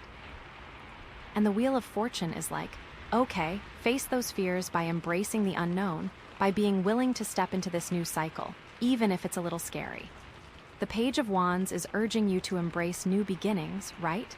And the Wheel of Fortune is like, okay, this is the ultimate new beginning. This is the start of a whole new chapter in your life. And then the Nine of Cups is promising you happiness and fulfillment, right? And the Wheel of Fortune is like, okay, get ready, because that happiness and fulfillment are about to come your way. The wheel is spinning in your favor. And then the Hanged Man is telling you to surrender and sacrifice, right? And the Wheel of Fortune is like, okay, that sacrifice was necessary to get you to this point. It cleared the way for this new cycle to begin, and you are stronger because of that. The sacrifice was not in vain. Oh, I just got chills. This makes so much sense. And with the Ruby Dragon energy, it's like empowering yourself to embrace change, right? To trust that you have the strength and resilience to handle whatever comes your way. It's about knowing that, like, even if the wheel lands on something unexpected, you'll be able to adapt and thrive. You'll be able to make the most of it. It is like, no matter where the wheel lands, you are going to be fine. You are strong enough to handle it all. So, like, this could mean so many different things, right? I am so excited. I can see so many possibilities. It is like the universe is opening doors. So, let's say you're single and looking, right? Like, maybe you've been feeling like you're never going to find the right person. Like, you're stuck in a cycle of bad dates and disappointing relationships. But the Wheel of Fortune is like, okay, that cycle is about to end. Get ready for things to change. You're about to meet someone who is going to turn your world upside down in the best possible way. Ooh, it could also mean that an ex comes back into your life, right? Like, it could mean that the wheel is bringing someone from your past back around. And that could be a good thing or a bad thing, right? It depends on the situation. It depends on how you feel about that person. It depends on whether you've done the work to heal from any past hurts. But either way, the Wheel of Fortune is saying that, this person is coming back into your life for a reason. They're coming back to teach you something, to help you grow, or to give you another chance at love. It's like the universe is giving you a second chance. Or maybe you've been working on yourself, right? You've been going to therapy, you've been practicing self-love, you've been doing all the things. And the Wheel of Fortune is okay, all that hard work is about to pay off. You're about to attract the kind of relationship you've always wanted. You're finally ready for it. It's like the universe is rewarding you for all your efforts. And if you're already in a relationship, right? This could mean you're about to take your relationship to the next level, right? Maybe you're going to get engaged, or move in together, or start a family. The Wheel of Fortune is okay, get ready for things to get serious. You're about to embark on a whole new adventure together. It's your relationship is about to enter a new and exciting phase. Or maybe you've been going through a rough patch, right? Things have been difficult, and you've been wondering if your relationship is going to survive. The Wheel of Fortune is okay, that rough patch is about to end. Things are about to get better. You and your partner are going to find a way to work through your challenges and come out stronger on the other side. It's your relationship is about to be renewed and revitalized. This could also mean that you are going to go through hard times, too. You have to be willing to work hard. You can't expect everything to fall into your lap, right? The Wheel of Fortune is all about change and cycles, and that means that sometimes you're going to be on top, and sometimes you're going to be on the bottom. But the important thing is to keep moving forward. To keep learning and growing. To keep believing in yourself. It is kind of like what comes up must come down, right? It just depends on when it comes to you. So, the Wheel of Fortune can also point to unexpected opportunities, right? It's you might get a job offer out of the blue, or you might meet someone who changes your life forever. You never know what's going to happen. And that's part of the excitement. Okay, so, what does this look like in real life? I am so excited to tell you. Okay, so, imagine you've been, feeling stuck in your career, right? You hate your job, but you don't know what else to do.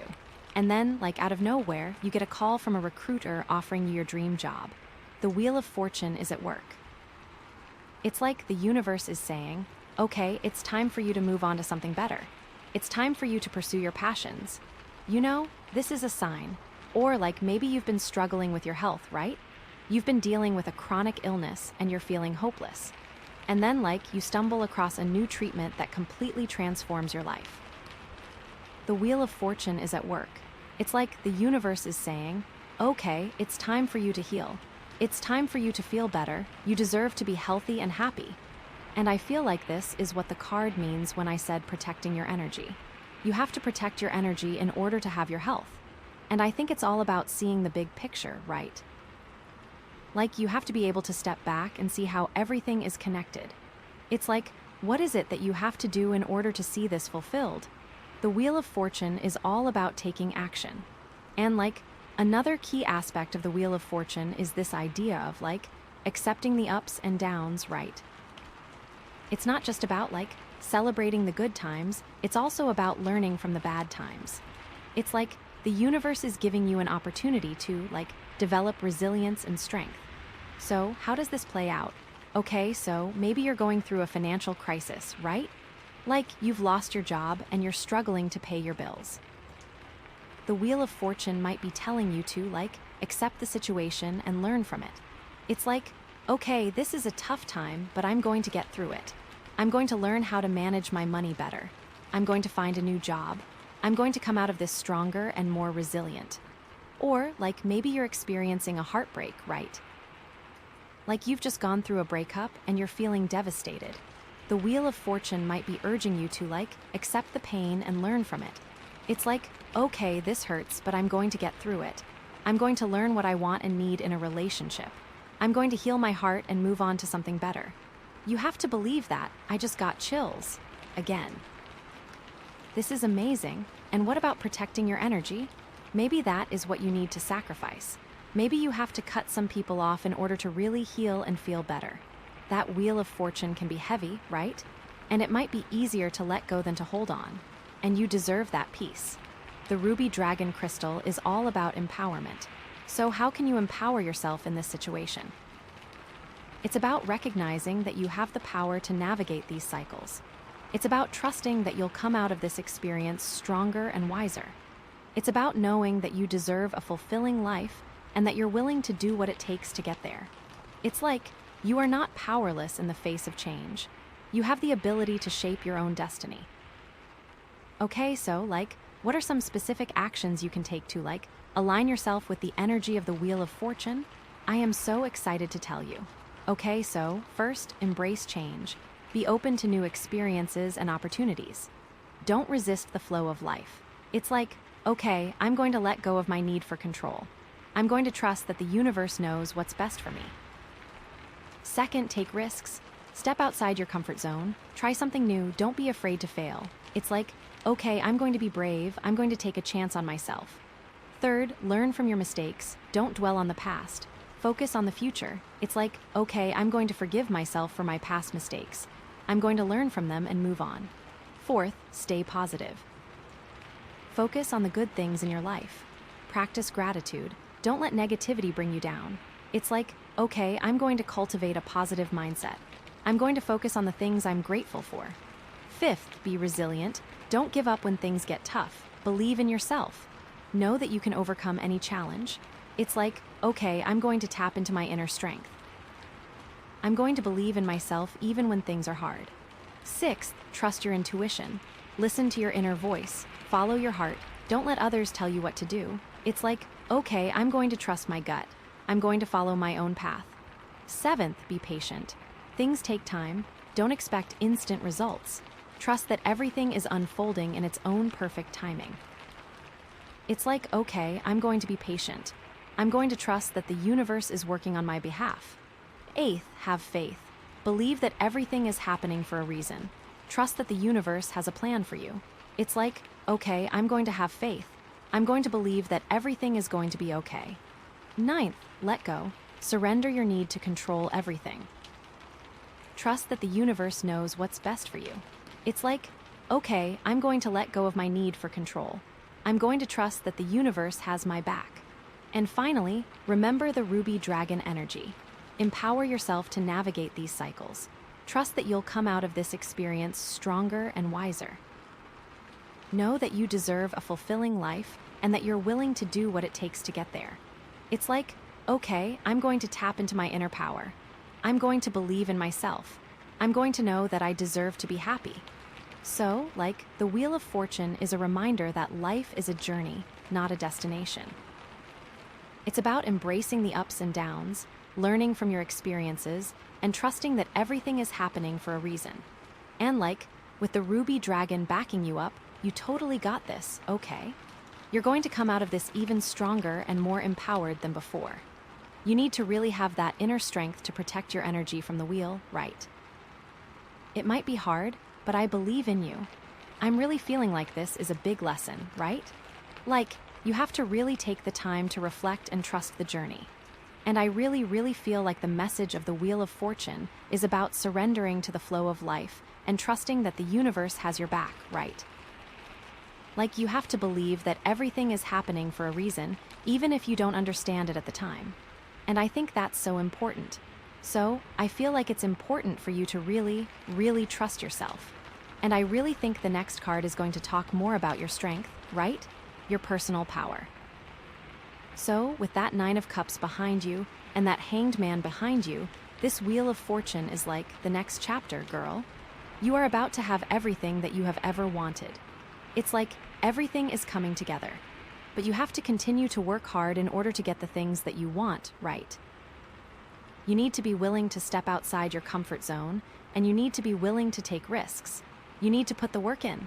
Don't expect to get the things that you want without actually working for it. You are going to be okay. Okay, I am getting a very strong feeling about what the next card will be. Since you need to protect your energy, I feel like it will have something to do with strength, right? Almost like your spirit guides or angels are trying to tell you that you got this. The Wheel of Fortune is a card that is connected to both good luck and bad luck, right? The next card could be an indicator of which way it is leading.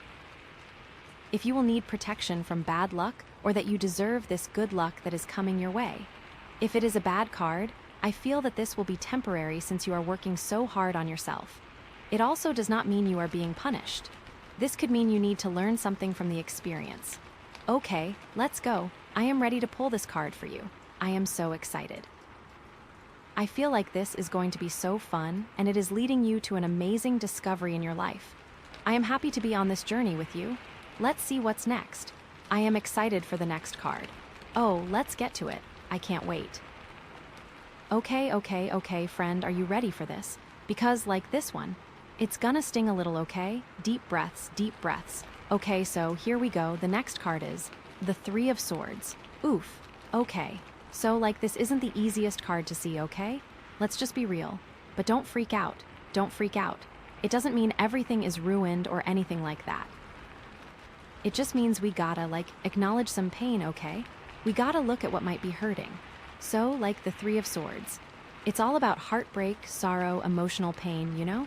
It's like that feeling of betrayal or disappointment or just like a sharp stab of sadness. Like you can almost feel it, right? Like, you know, when you're just walking along and something comes out of nowhere and you're like, ouch. And it can represent, you know, a breakup or a falling out with a friend or just like a really hard truth that you have to face. It's like the universe is like, okay, time to deal with some stuff. You know what I mean? Time to feel some pain. But it's not all bad, okay? Like, even though it hurts, the Three of Swords can also be a really important card for healing, for growth, for like finally moving on. Because sometimes you gotta feel the pain in order to release it, right? You can't just pretend it's not there. You gotta acknowledge it, you gotta let yourself grieve, and then you gotta pick yourself up and keep going. Right? Gotta keep going. It's like a necessary part of the process, you know? Like you can't have a rainbow without the rain. And you can't have a fulfilling relationship without, you know, dealing with some heartaches along the way. So, yeah, it stings, but it's not the end of the world. Okay? We can make this work. We will make this work. Okay, so, like, how does this fit in with everything else we've got going on, right? With the High Priestess, the Moon, the Page of Wands, the Nine of Cups, the Hanged Man, the Wheel of Fortune, and that amazing Ruby Dragon energy we're working with? Okay, let's break it down. So, like, the High Priestess is telling you to trust your intuition, right? And the Three of Swords is like, okay, trust your intuition even when it's telling you something you don't want to hear. Trust that even in the midst of heartbreak, your intuition will guide you to healing. You know, it's like your intuition might be screaming at you that something isn't right, and this is a warning. Or maybe it's telling you that it's time to let go of something that's no longer serving you. Trust that voice, even if it's painful. The Moon is asking you to face your fears, right? And the Three of Swords is like, okay, face your fear of heartbreak, your fear of being alone, your fear of being vulnerable. Because on the other side of those fears is freedom, is healing, is a stronger version of you. Right, face those fears so you don't end up stabbed, girl. You know, the Page of Wands is urging you to embrace new beginnings, right? And the Three of Swords is like, okay, embrace new beginnings even if it means letting go of something old, even if it means going through a period of sadness. Because new beginnings are always possible, even after heartbreak. This almost feels like this Page of Wands energy might be on hold for just a little while. Like, it's still there, it's still possible, but you gotta process the swords first. Makes sense? It does to me. And then the Nine of Cups is promising you happiness and fulfillment, right? And the Three of Swords is like, okay, that happiness and fulfillment are still possible, but you might have to go through some pain to get there. You might have to release some old wounds, or let go of some unrealistic expectations, or just like, allow yourself to grieve what you've lost. Right, it's still coming, but you might have to wait just a little while longer. It's like a detour, not a dead end. The Hanged Man is telling you to surrender and sacrifice, right? And the Three of Swords is like, okay, surrender to the pain, let it wash over you, don't resist it, and sacrifice your need to control the situation. Trust that even in the midst of heartbreak, you're learning something valuable. Like, maybe the sacrifice you need to make is letting go of a relationship that's hurting you, or letting go of an ideal that's not realistic. You gotta surrender. And sacrifice. The Wheel of Fortune is promising change, right? So is this a change that's going to hurt, or a change from hurt? The Three of Swords adds another layer here. It's like, okay, get ready for things to shift, but be prepared for some emotional turbulence along the way. Change isn't always easy, and sometimes it brings up old wounds. But trust that this change is ultimately leading you to something better. And friend, that wheel is still turning, okay? It never stops. It has to keep turning. And with the ruby dragon energy, it's like empowering yourself to heal from heartbreak, right? To find strength in your vulnerability, to know that you are worthy of love even when you're feeling broken. It's about recognizing that, like, heartbreak is a part of life, and it doesn't make you any less lovable or any less capable of finding happiness. Okay, so, like, this could mean a bunch of different things, right? I am so excited, I can see so many possibilities. Okay, so, like, let's say you're single and looking, right? Like, maybe you've been putting yourself out there, going on dates, trying to find the right person. But the Three of Swords is like, okay, maybe you're not quite ready. Maybe you still have some old wounds to heal, some old baggage to release. Maybe you need to take some time for yourself, to focus on self-care, to really get clear on what you want and need in a relationship. You know, it's like you can't pour from an empty cup, right? You gotta fill yourself up first. This could be telling you to stop looking for now, okay? Stop. Just stop. Or like maybe you just started talking to someone and things were going really well and then, like bam, they ghost you. Or they tell you they're not ready for a relationship. Or they reveal some major red flag that you can't ignore. The Three of Swords is like, okay, that sucks. That really, really sucks. But it's also a sign that this person wasn't right for you. It's a sign that the universe is protecting you from something even worse down the road. Right, this hurts, but it could be saving you from much more pain later. Much more pain. And if you're already in a relationship, right? Like, this could mean, like, you're about to go through a difficult breakup, right? Like, things have been rocky for a while and you've been trying to make it work, but it's just not happening. The Three of Swords is like, okay, it's time to face the truth. It's time to acknowledge that this relationship is no longer serving you. It's time to let go, even though it hurts. I know, friend, it sucks. Or like maybe you're going to discover a betrayal, right?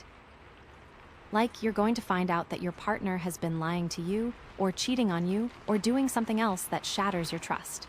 The Three of Swords is like, okay, this is going to be incredibly painful. You're going to feel betrayed, hurt, and angry. But you're also going to gain clarity. You're going to see your partner for who they really are. And you're going to be empowered to make a decision about what you want to do next. Right, it's awful, but knowledge is power. Or maybe, just maybe, it is something not related to romantic relationships. Like, maybe it's a friendship that's ending, or a fight with a family member. The pain is still real, even if it's not romantic, right? You have to sacrifice something to gain something. Remember that Hanged Man card? That wasn't that long ago. The thing about the Three of Swords is that it always brings a sense of finality, right? It's like, this is it. This is the end of something. But the beauty of it is that it also clears the way for something new to begin. It's like you have to tear down the old in order to build something better. So, like, the Three of Swords can also point to repressed emotions, right? It's like you might be burying your feelings deep down inside, trying to pretend that everything is okay. But the Three of Swords is saying, okay, those emotions need to be released. You can't keep them bottled up forever. They're going to come out one way or another, and it's better to deal with them now than to let them fester and explode later.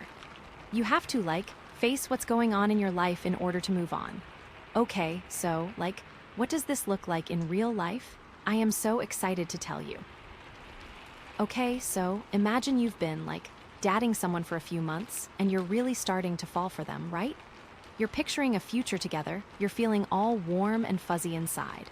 And then, like out of nowhere, they tell you they're moving to another country, or that they're getting back together with their ex, or that they're just not that into you. The Three of Swords is at work. It's like the universe is saying, okay, this isn't the right path for you. It's time to move on to something else. Or like maybe you've been in a long-term relationship, and you've been ignoring all the red flags, right? You've been telling yourself that things will get better, that your partner will change, that you can make it work. And then, you finally realize that you're just not happy, that you're being taken advantage of, that you deserve better. The Three of Swords is at work. It's like the universe is saying, okay, it's time to wake up. It's time to face the truth. It's time to prioritize your own happiness. You deserve so much more, and I think it's all about seeing the big picture, right? You have to be able to step back and see how everything is connected. It's like, what is it that you have to do in order to heal from this pain? The Three of Swords is all about feeling the feels. And another key aspect of the Three of Swords is this idea of learning from your pain, right? It's not just about wallowing in your sorrow. It's also about gaining wisdom and insight from the experience. It's like the universe is giving you an opportunity to deepen your understanding of yourself and your relationships. So, how does this play out? Okay, so maybe you're going through a breakup, right? You've just ended a relationship and you're feeling lost and confused. The Three of Swords might be telling you to take some time to reflect on what went wrong. It's okay, what did I learn from this relationship? What could I have done differently? What do I want to do differently in the future? Or maybe you're experiencing a betrayal, right? You've been lied to or cheated on and you're feeling angry and resentful. The Three of Swords might be urging you to forgive yourself and the other person. It's okay, I can't change what happened, but I can choose how I respond to it. I can choose to let go of the anger and resentment and move on with my life. It's all about choice, It's all about choosing to heal, choosing to grow, choosing to be stronger. And I really believe that you can do it.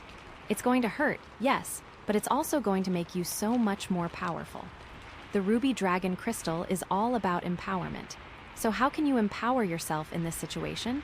It's about recognizing that you have the strength to heal from this heartbreak. It's about trusting that you'll come out of this experience stronger and wiser. It's about knowing that you deserve a fulfilling relationship and that you're willing to do what it takes to get there. It's you are not defined by your pain. You are not defined by your heartbreak. You are a strong, resilient, and capable woman who is worthy of love and happiness, and you will find it. I promise you that. The Ruby Dragon is here to remind you of that. So, what are some specific actions you can take to, align yourself with the energy of the Three of Swords? I am so excited to tell you. Okay, so first, allow yourself to feel your emotions. Don't try to suppress them or ignore them. Let yourself cry, let yourself grieve, let yourself be angry. It's okay to feel. You cannot ignore what is happening. Second, practice self-care. Take care of your mind, body, and spirit. Do things that nourish you and make you feel good. Take a bath, read a book, go for a walk in nature, spend time with loved ones. It's important to prioritize your own well-being, especially when you're going through a tough time. You have to make time for yourself. Third, seek support. Talk to a trusted friend, therapist, or spiritual advisor. They can offer you a safe space to process your emotions and gain perspective. It's important to have someone to lean on when you're feeling overwhelmed. You cannot go it alone. Fourth, practice forgiveness. Forgive yourself and others for any past hurts or mistakes. Holding on to resentment will only weigh you down and prevent you from moving forward. It's not easy, but it's necessary for healing. Fifth, set boundaries. Protect yourself from people or situations that are draining you or causing you pain. It's okay to say no. It's okay to prioritize your own needs. You are worth it. Sixth, practice mindfulness. Pay attention to your thoughts and feelings without judgment. Observe them, acknowledge them, and then let them go. It's okay, I'm feeling sad right now. That's okay. I'm going to allow myself to feel this sadness and then I'm going to release it. You cannot let the bad control you. Seventh, practice gratitude. Focus on the good things in your life, even when things are tough. It's important to remember that there is still beauty and joy in the world, even in the midst of heartbreak. There are always good things in life. Always. Eighth, learn from your pain. Ask yourself what you can learn from this experience. How can you grow from it? How can you use it to become a stronger and more compassionate person? It is up to you to gain something from this. Ninth, trust your intuition. Listen to your inner voice. Follow your heart. Don't let others tell you what to do. You know what's best for you. And finally, remember the ruby dragon energy. Empower yourself to heal from this heartbreak. Trust that you'll come out of this experience stronger and wiser. Know that you deserve a fulfilling relationship and that you're willing to do what it takes to get there. You are so strong, friend.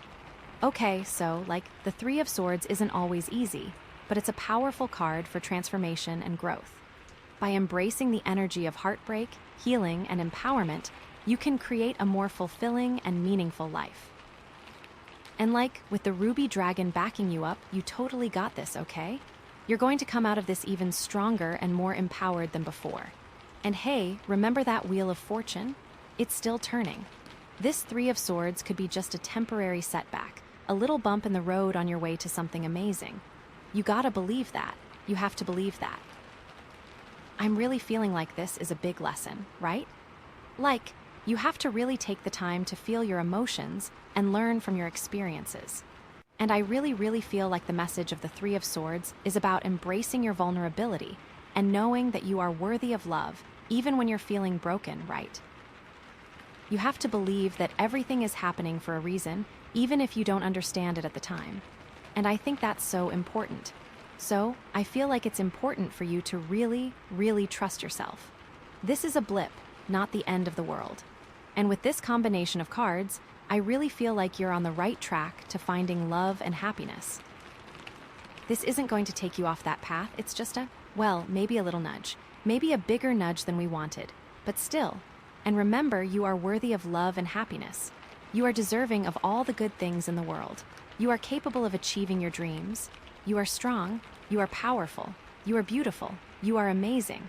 And you are loved. Don't ever forget that.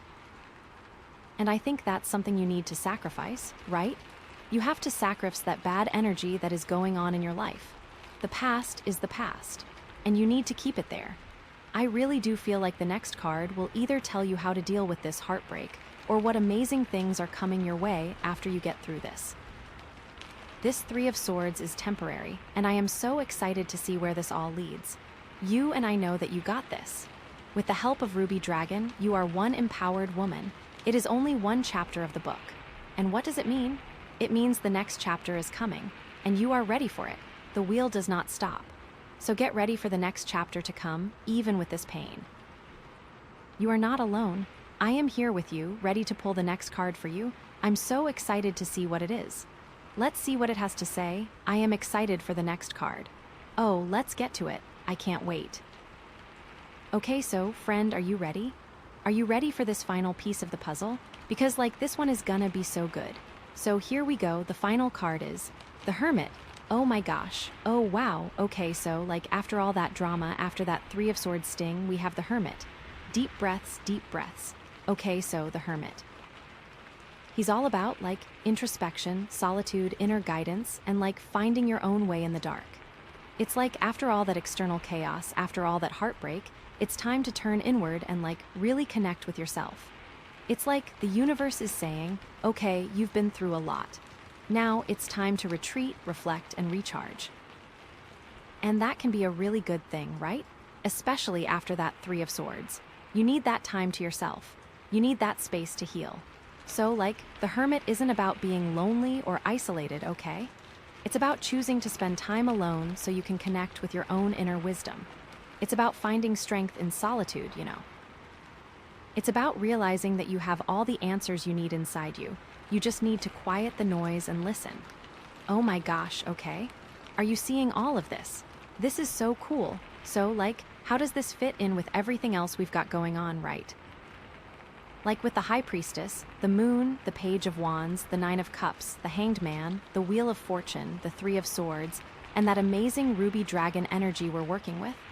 Okay, let's break it down. So, the High Priestess is telling you to trust your intuition, right? And the Hermit is okay, trust your intuition so much that you're willing to go it alone for a while. Trust that your inner voice will guide you even when you're feeling lost or confused. Okay, so the High Priestess is the what and the Hermit is the how. The Moon is asking you to face your fears, right? And the Hermit is okay, face your fears by spending time alone with them. Face your fear of being alone, your fear of not being loved, your fear of not being good enough. Because the only way to overcome those fears is to confront them head-on in the quiet space of your own heart. It is all about what can be done. The Page of Wands is urging you to embrace new beginnings, right? And the Hermit is like, okay, embrace new beginnings by taking some time to reflect on what you've learned from the past. Embrace new beginnings by getting clear on what you want and need in the future. Embrace new beginnings by connecting with your own inner passions and desires. The Page of Wands is ready, but the Hermit is saying, wait. The Nine of Cups is promising you happiness and fulfillment, right? And the Hermit is like, okay, that happiness and fulfillment are still possible, but you need to find them within yourself first. You can't rely on external things to make you happy. You have to cultivate your own inner peace and contentment. Are you connecting all the dots? The Hanged Man is telling you to surrender and sacrifice, right? And the Hermit is like, okay, surrender your need for external validation. Sacrifice your need to be in a relationship. Sacrifice your need to be liked by everyone. And trust that you are enough just as you are. I am ready. The Wheel of Fortune is promising change, right? And the Hermit is like, okay, embrace that change by taking some time to process it. Embrace that change by connecting with your own inner wisdom. Embrace that change by trusting that the universe is guiding you to where you need to be. Everything is happening at the right moment, just trust. And the Three of Swords is like, being a total bummer and bringing heartbreak, right? And the Hermit is like, okay, acknowledge that pain. Feel it, process it, and then let it go. Use this time of solitude to heal your heart, to learn from your mistakes, and to emerge stronger and more resilient than ever before. So, yeah, you might be hurting right now, but this is your time to shine, right? To really focus on loving yourself for real. And with the Ruby Dragon energy, it's like empowering yourself through solitude, right? To find strength in your independence, to connect with your own inner fire, to know that you are capable of creating a fulfilling life, even without a partner. And the Hermit is showing you the best way to channel that energy. Okay, so, this could mean a bunch of different things, right? I am so excited, I can see so many possibilities. Okay, so, let's say you're single and looking, right? Maybe you've been feeling really down about being single, like you're missing out on something. But the Hermit is like, okay, this is not a time to be down. This is a time to celebrate your independence. This is a time to focus on your own goals and dreams. This is a time to become the best version of yourself. The universe is giving you a gift, the gift of time and space to really focus on you. And it doesn't mean you won't ever find love. It just means it's not the right time. You might think that you want to find love so badly, but this is saying the moment is not here. Or maybe you've been jumping from relationship to relationship, never really taking the time to heal from the past. The Hermit is like, okay, it's time to break that cycle. It's time to take a break from dating and really get to know yourself. It's time to figure out what you truly want and need in a relationship so you can attract the right person when the time is right. You can stop and smell the roses. Enjoy your own time. I am telling you that your own time is so very important. And if you're already in a relationship, right? This could mean, you need to create more space for yourself within the relationship, right? Maybe you've been feeling suffocated or like you're losing your identity. The Hermit is like, okay, it's time to reclaim your independence. It's time to set some boundaries. It's time to make sure you're still nurturing your own interests and passions, even within the context of a relationship. Or, maybe you and your partner have been going through a tough time, and you need to take some time apart to reconnect with yourselves and figure out what you really want. The Hermit is like, okay, a little distance can be a good thing.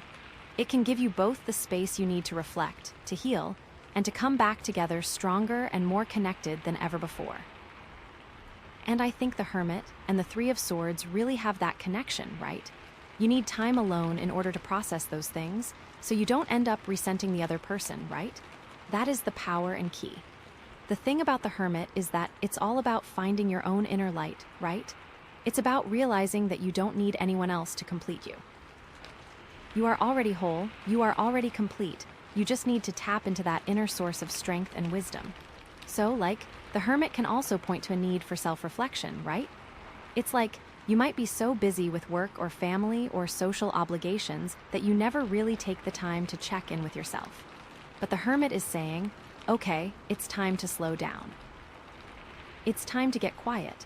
It's time to ask yourself some tough questions. What am I truly passionate about? What are my values? What do I want to create in my life? Oh my gosh, okay? I know I am supposed to be telling you these things, but it is so hard, and I am so excited. I feel like so many possibilities are happening and waiting for you. It's important to have that personal check-in with yourself and really find out who you are and what you want. Okay, so, what does this look like in real life? I am so excited to tell you. Okay, so imagine you've been, working nonstop, right? You're feeling burned out, stressed, and disconnected from your own joy. And then, you decide to take a solo trip to a remote cabin in the woods where you can unplug from technology, spend time in nature, and just be with yourself. The hermit is at work. It's like the universe is saying, okay, it's time to recharge your batteries. It's time to reconnect with your soul. It's time to remember what truly matters to you.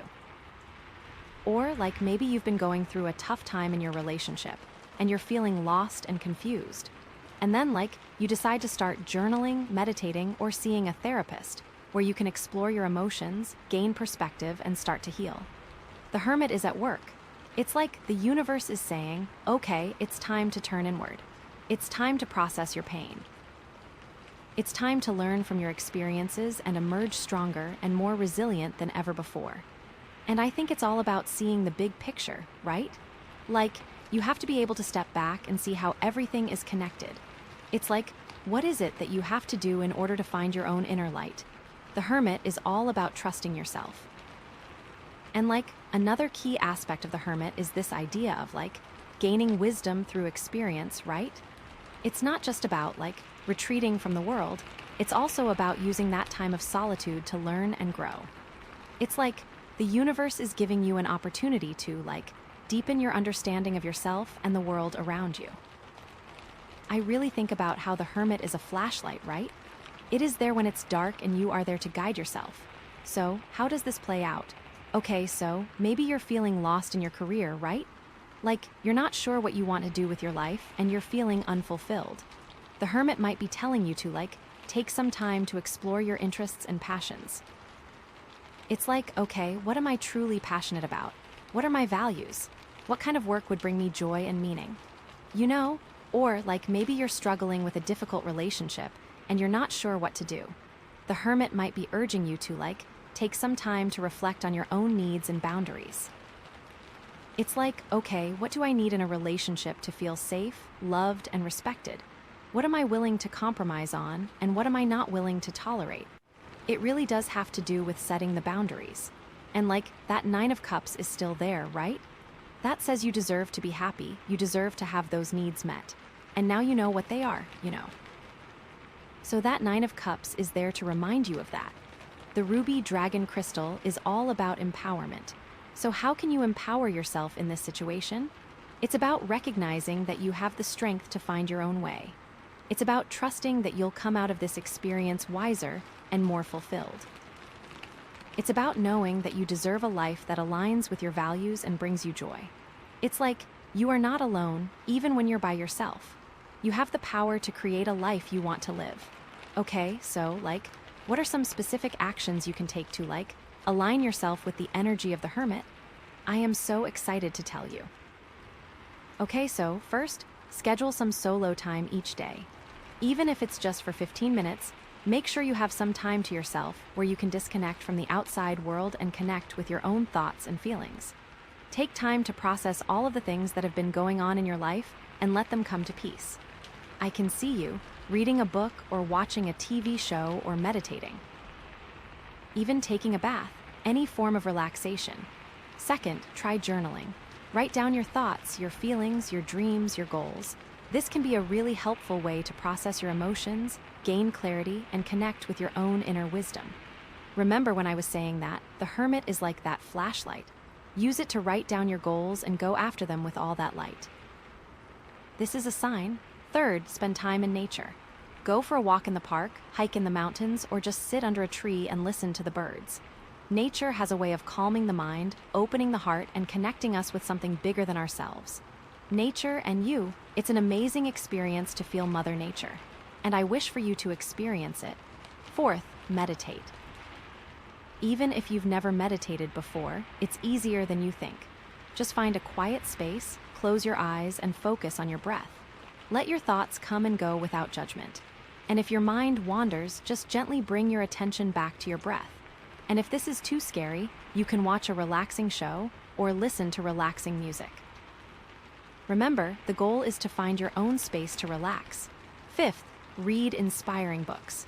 Find books that resonate with your values, that challenge your thinking, and that inspire you to live a more authentic and fulfilling life. Always make time to experience a book that you love and connects with you in a deeper meaning. Read all different kinds of books. You never know which genre or book will spark an interest in you. Sixth, take a class or workshop. Learn something new that excites you, whether it's painting, pottery, writing, or anything else. Engaging in creative activities can be a really powerful way to connect with your own inner passions and express yourself authentically. Expand your knowledge and experiences. Remember, you cannot go wrong with that. Seventh, volunteer your time. Help others in need. Giving back to your community can be a really fulfilling way to connect with something bigger than yourself and make a positive impact on the world. I love volunteering. It helps to keep you humble and grounded, especially around the holidays. If you have the time, please volunteer. You will be surprised at the impact on you. Eighth, set boundaries. Protect your time, your energy, and your emotions. Say no to things that don't align with your values or that drain you. It's okay to prioritize your own well-being. This is the card about protecting your energy. This is the card that has been showing up. Make sure that you do that. This is a very serious card. And ninth, practice self-compassion. Be kind to yourself, especially when you're struggling. Treat yourself with the same love and understanding that you would offer to a friend. It is okay to make mistakes. I make a million mistakes, but you move on. The past is the past, and you have to move on. It is a part of life. And finally, remember the ruby dragon energy. Empower yourself to find your own way. Trust that you'll come out of this experience wiser and more fulfilled. Know that you deserve a life that aligns with your values and brings you joy. I know you can find it in yourself to let it all go. So, like, the Hermit is a reminder that true happiness comes from within. It's about finding your own inner light, connecting with your own inner wisdom, and trusting that you have the strength to create a fulfilling life, even without a partner. And like, with the ruby dragon backing you up, you totally got this, okay? You're going to come out of this even stronger and more empowered than before. I'm really feeling like this is a big lesson, right? Like, you have to really take the time to connect with yourself and find your own inner guidance. It's all about the journey, my friend. And I really feel like the message of the Hermit is about trusting yourself. The universe is giving you all the pieces, the ruby dragon, all these cards, and now it is up to you. You have the power and strength to live your dream, and the path to take is now up to you. So I feel like it's important for you to really trust yourself. And with this combination of cards, I really feel like you're on the right track to finding love and happiness. Everything will fall into place, just give it time. You are worthy, and so amazing. And I really hope and wish you all the best in your relationships. You deserve to be in a relationship where you are loved and fulfilled. It is out there. I promise. I really do feel like this is a sign to really put yourself out there and just really enjoy the process. You have to start enjoying your own energy and stop trying to find love. I feel like with the Hermit, the cards are trying to say to give yourself that time before you go out into the world. You need time to process, heal, and grow. Then you will be on the right path and make better decisions in your relationships and in the decisions that you make. It is important to do the small check-in. You got this. I can't wait to hear about the great and amazing things that come your way, and I am always here for you. Okay, hi there, you guys. Welcome to your reading. Thank you so much for choosing the turquoise butterfly pile. This crystal, with its beautiful harmonizing energy, really speaks to the heart of this reading, which is all about weaving the threads of connection and building bridges in your next relationship.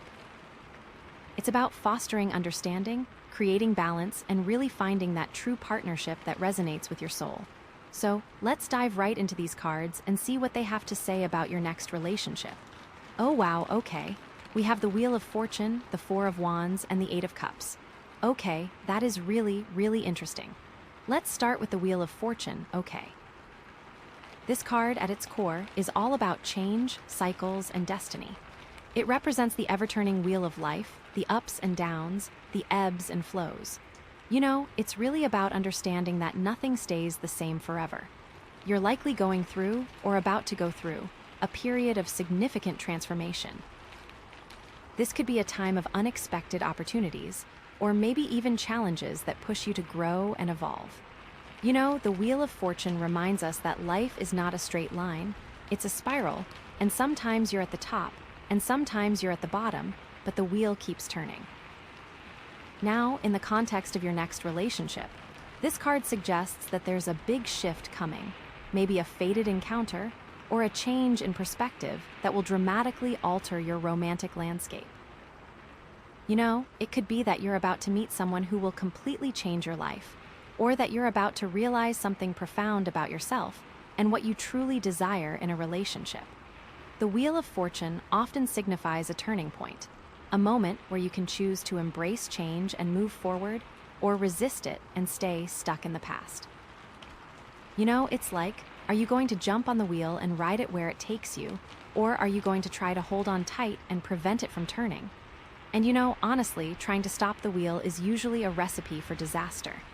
It's much better to go with the flow, trust the universe, and see where it leads you.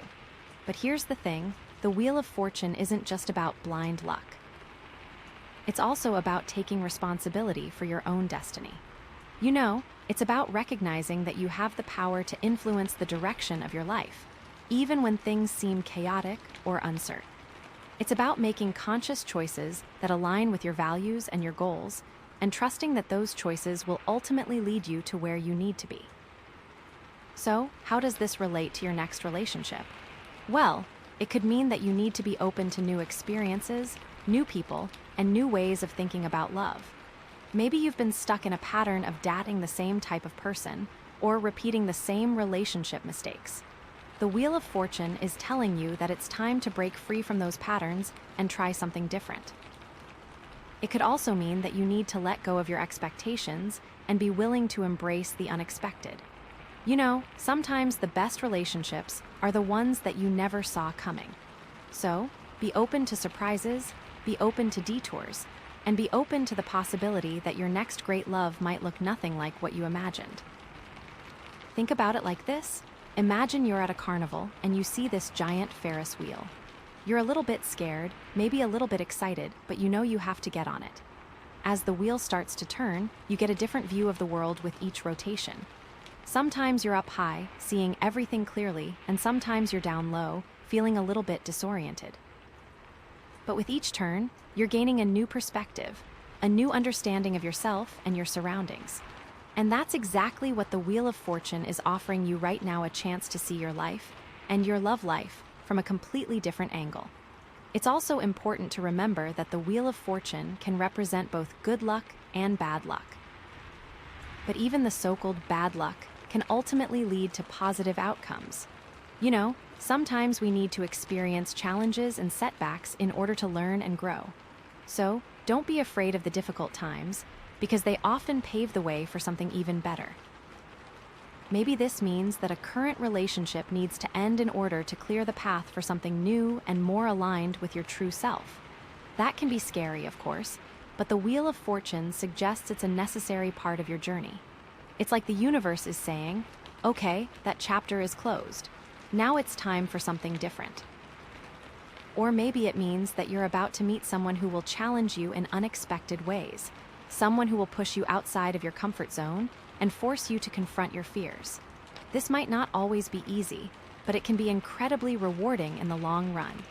Think of it like this. Sometimes the most beautiful diamonds are formed under immense pressure. It's the challenges and difficulties that shape us into the strong, resilient, and loving people that we are meant to be. So, embrace the challenges, embrace the growth, and trust that the Wheel of Fortune is ultimately guiding you towards your highest good. Now, let's talk about the connection to the harmonizing energy of the turquoise butterfly. The Wheel of Fortune can feel chaotic and unpredictable, but the turquoise butterfly reminds us that even amidst the chaos, there is always the potential for balance and harmony. It's about finding your center, staying grounded, and trusting that everything is happening for a reason. It's about being adaptable and flexible, like a butterfly gracefully navigating the winds. You know, a butterfly doesn't try to control the wind. It simply adjusts its wings and goes with the flow. And that's exactly what you need to do right now. Adjust your wings, go with the flow, and trust that the universe is guiding you towards the perfect relationship. Maybe this means letting go of your rigid ideas about what your ideal partner should be like, or letting go of your preconceived notions about how a relationship should unfold. The Wheel of Fortune is asking you to be open to possibilities and to trust that the right person will come into your life at the right time, even if they don't fit your usual mold. Think of it like this. Imagine you're building a bridge across a river. You need to use different materials, different techniques, and different strategies to create a structure that is strong, stable, and able to withstand the forces of nature. And that's exactly what you need to do in your love life. Be willing to experiment, be willing to adapt, and be willing to use all of your resources to build a lasting and fulfilling relationship. The Wheel of Fortune is also about timing. It reminds us that everything happens in its own time, and that sometimes we need to be patient and wait for the right moment. You know, you can't force a flower to bloom before its time, and you can't force a relationship to develop faster than it's meant to. So, trust the timing of the universe, trust that everything is unfolding perfectly, and trust that your next relationship will come into your life when you are truly ready for it.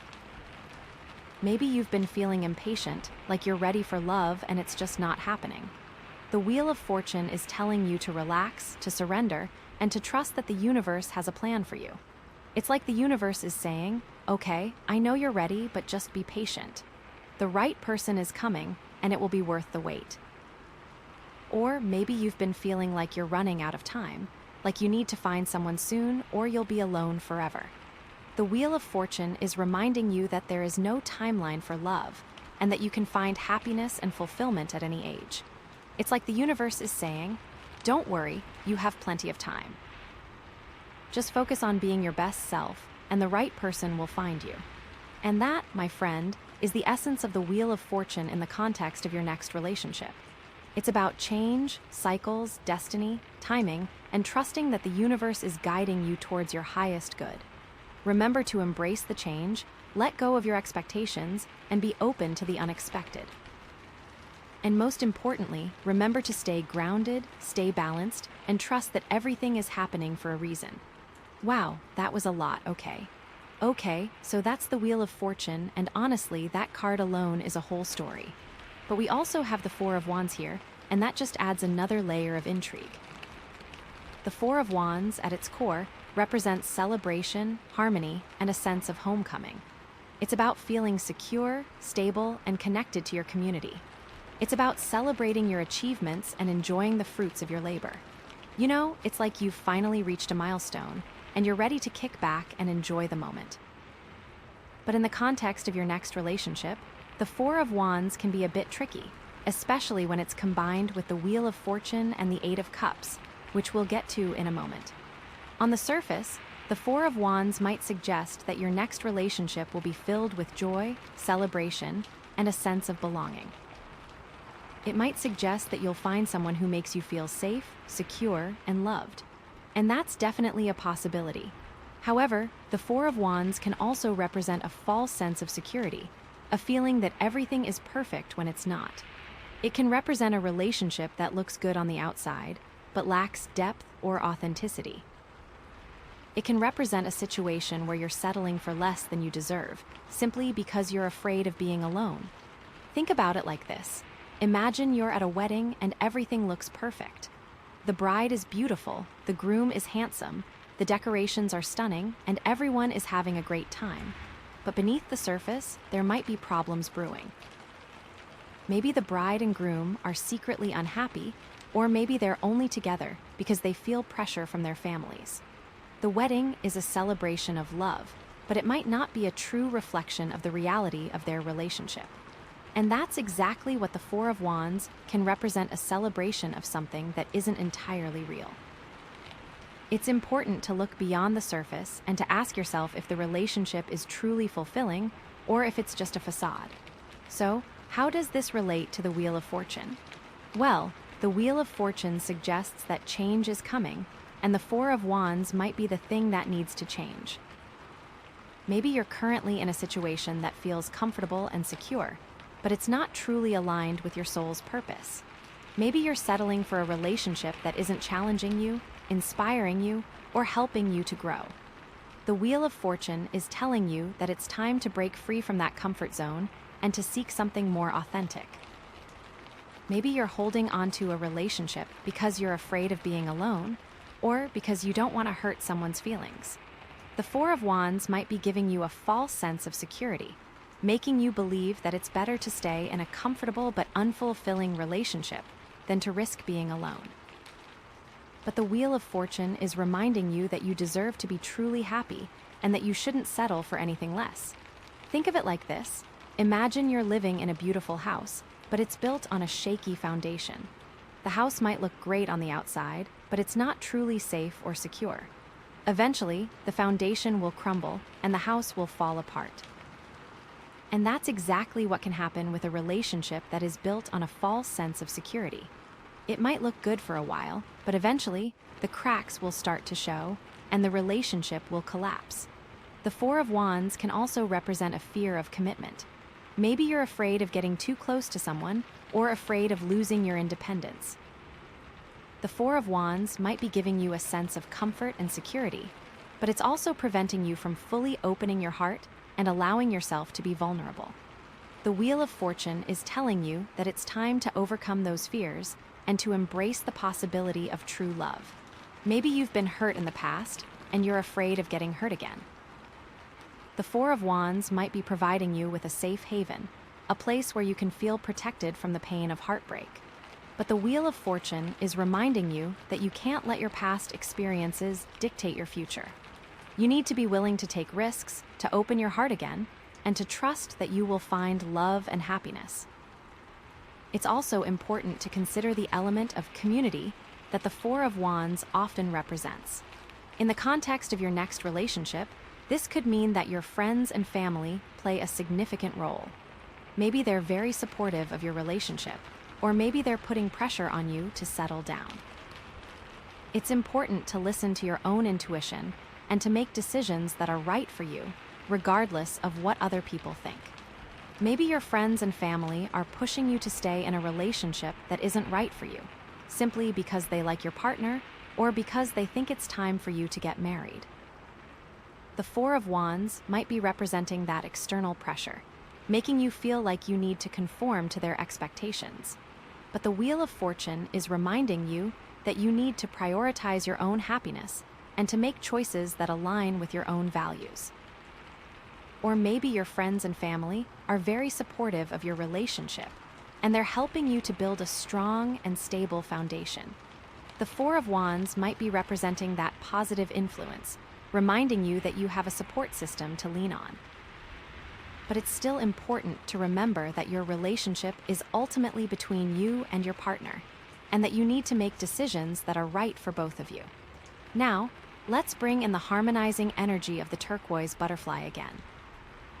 The Four of Wands can represent a desire for harmony and stability, but it's important to make sure that that desire isn't coming at the expense of your own authenticity. The turquoise butterfly is reminding you to seek a balance between your need for security and your need for personal growth. It's about finding a relationship that is both comfortable and challenging, a relationship that allows you to feel safe and loved while also encouraging you to become the best version of yourself. Maybe you're in a relationship that feels comfortable and familiar, but it's not truly stimulating or inspiring.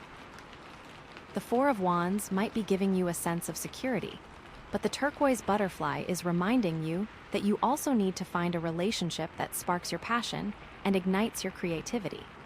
It's about finding a partner who challenges you to grow, who inspires you to dream bigger, and who helps you to become the best version of yourself. Or maybe you're in a relationship that is constantly challenging and chaotic, but it lacks the stability and security that you need to feel truly happy. The Four of Wands might be reminding you that you also need to find a relationship that provides you with a sense of peace, comfort, and belonging. It's about finding a partner who can be your rock, who can provide you with a safe haven, and who can help you to navigate the ups and downs of life. The turquoise butterfly is also reminding you to communicate openly and honestly with your partner about your needs and desires. The Four of Wands can represent a tendency to avoid conflict or to suppress your feelings in order to maintain harmony. But true harmony comes from open communication, from being willing to share your thoughts and feelings with your partner, even when it's difficult. Maybe you're afraid of hurting your partner's feelings or afraid of starting an argument. The Four of Wands might be encouraging you to avoid conflict in order to maintain a sense of peace. But the turquoise butterfly is reminding you that it's important to express your needs and desires, even if it means having a difficult conversation. It's about finding a way to communicate with your partner in a way that is both honest and respectful. And that, my friend, is the essence of the Four of Wands in the context of your next relationship. It's about celebration, harmony, and a sense of homecoming. But it's also about looking beyond the surface and ensuring that the relationship is truly fulfilling and authentic. Remember to seek a balance between your need for security and your need for personal growth, and to communicate openly and honestly with your partner about your needs and desires. Okay, wow, we're really getting somewhere now. Okay, so we've got the Wheel of Fortune shaking things up, the Four of Wands potentially offering a false sense of security or stability. And then we have the Eight of Cups. Oh boy, this is where things get really interesting, okay. The Eight of Cups is all about walking away, leaving behind what no longer serves you, and embarking on a journey of self-discovery. It's about recognizing that something is missing in your life and having the courage to go in search of it. It's about prioritizing your own well-being and trusting that you will find what you're looking for. In the context of your next relationship, the Eight of Cups can signify a need to leave behind a situation that is no longer fulfilling, even if it looks good on the surface. It can signify a need to prioritize your own happiness and to go in search of a relationship that truly aligns with your soul's purpose. It's about recognizing that you deserve to be happy and having the courage to make a change. Think about it like this. Imagine you're climbing a mountain and you've reached a certain point where you can see the summit. But as you continue to climb, you realize that the path is becoming increasingly difficult and that you're not enjoying the journey anymore. You start to feel exhausted, discouraged, and like you're just going through the motions. The Eight of Cups is telling you that it's okay to turn around, to descend the mountain, and to find a new path that is more aligned with your values and your desires. And that's exactly what you might need to do in your love life, be willing to walk away from a situation that is no longer serving you, even if it means starting over. It can be scary, of course, but it's important to remember that you deserve to be happy and that you shouldn't settle for anything less. So, how does this relate to the Wheel of Fortune and the Four of Wands? Well, the Wheel of Fortune is suggesting that change is coming, and the Four of Wands might be representing a situation that feels comfortable, but isn't truly fulfilling. The Eight of Cups is telling you that it's time to embrace that change, to walk away from the Four of Wands if it's not right for you, and to embark on a journey of self-discovery to find what you're truly looking for. Maybe you're in a relationship that looks good on the outside, like a perfect Four of Wands celebration, but you feel a deep sense of dissatisfaction. You might feel like something is missing, like you're not truly connected to your partner, or like you're not living your authentic self. The Eight of Cups is telling you that it's time to listen to that inner voice, to acknowledge your feelings of dissatisfaction, and to have the courage to walk away. Maybe you're afraid of hurting your partner or afraid of being alone. The Eight of Cups is reminding you that you can't sacrifice your own happiness for the sake of someone else's feelings. You deserve to be in a relationship that is fulfilling and authentic, and you shouldn't settle for anything less. It's also reminding you that you are strong and capable, and that you can handle being alone while you search for what you truly desire. Think of it like this. Imagine you're wearing a pair of shoes that are too small. The shoes might look nice, and you might have worn them for a long time, but they're causing you pain and discomfort. The Eight of Cups is telling you that it's time to take off those shoes and to find a pair that fits you better. It's also important to remember that the Eight of Cups isn't just about walking away from a relationship. It can also be about walking away from old patterns, old beliefs, and old ways of thinking about love. It can be about releasing the baggage from your past and creating space for something new and beautiful to come into your life. Maybe you've been carrying around a lot of emotional baggage from past relationships, like resentment, anger, or fear. The Eight of Cups is telling you that it's time to let go of that baggage and to forgive yourself and your ex-partners. It's about releasing the pain and creating space for a new, healthier relationship to blossom. Maybe you have limiting beliefs about love, like, I'm not good enough, or I'll never find someone who truly loves me. The Eight of Cups is challenging you to question those beliefs and to replace them with more positive and empowering ones. It's about recognizing your worth, believing that you deserve to be loved, and opening yourself up to the possibility of finding true happiness. Now, let's connect this back to the harmonizing energy of the turquoise butterfly. Walking away from a situation can be difficult and painful, but the turquoise butterfly reminds us that it's also an opportunity for growth and healing. It's about finding the balance between your need for connection and your need for personal fulfillment. It's about trusting that even though you're walking away from something, you're also walking towards something better. Maybe you're afraid that if you walk away from your current relationship, you'll never find someone else. The Eight of Cups is challenging you to trust that the universe has a plan for you, and that you will find a relationship that is even more fulfilling and authentic. The turquoise butterfly is reminding you to stay open to possibilities, to believe in yourself, and to trust that you are worthy of love. Maybe you're feeling guilty about wanting to leave your partner or afraid of hurting their feelings. The Eight of Cups is reminding you that you can't sacrifice your own happiness for the sake of someone else's feelings. It's also reminding you that true love is about wanting what's best for your partner, even if that means letting them go. The turquoise butterfly is encouraging you to communicate with your partner openly and honestly, to express your needs and desires, and to find a way to part ways with love and respect. The Eight of Cups is also a card of introspection and self-reflection. It's about taking the time to understand your own needs, desires, and values. It's about getting clear on what you're looking for in a relationship and what you're willing to offer. It's about becoming the best version of yourself so that you can attract a partner who is truly aligned with your soul. Maybe you've been so focused on finding a relationship that you've neglected your own personal growth.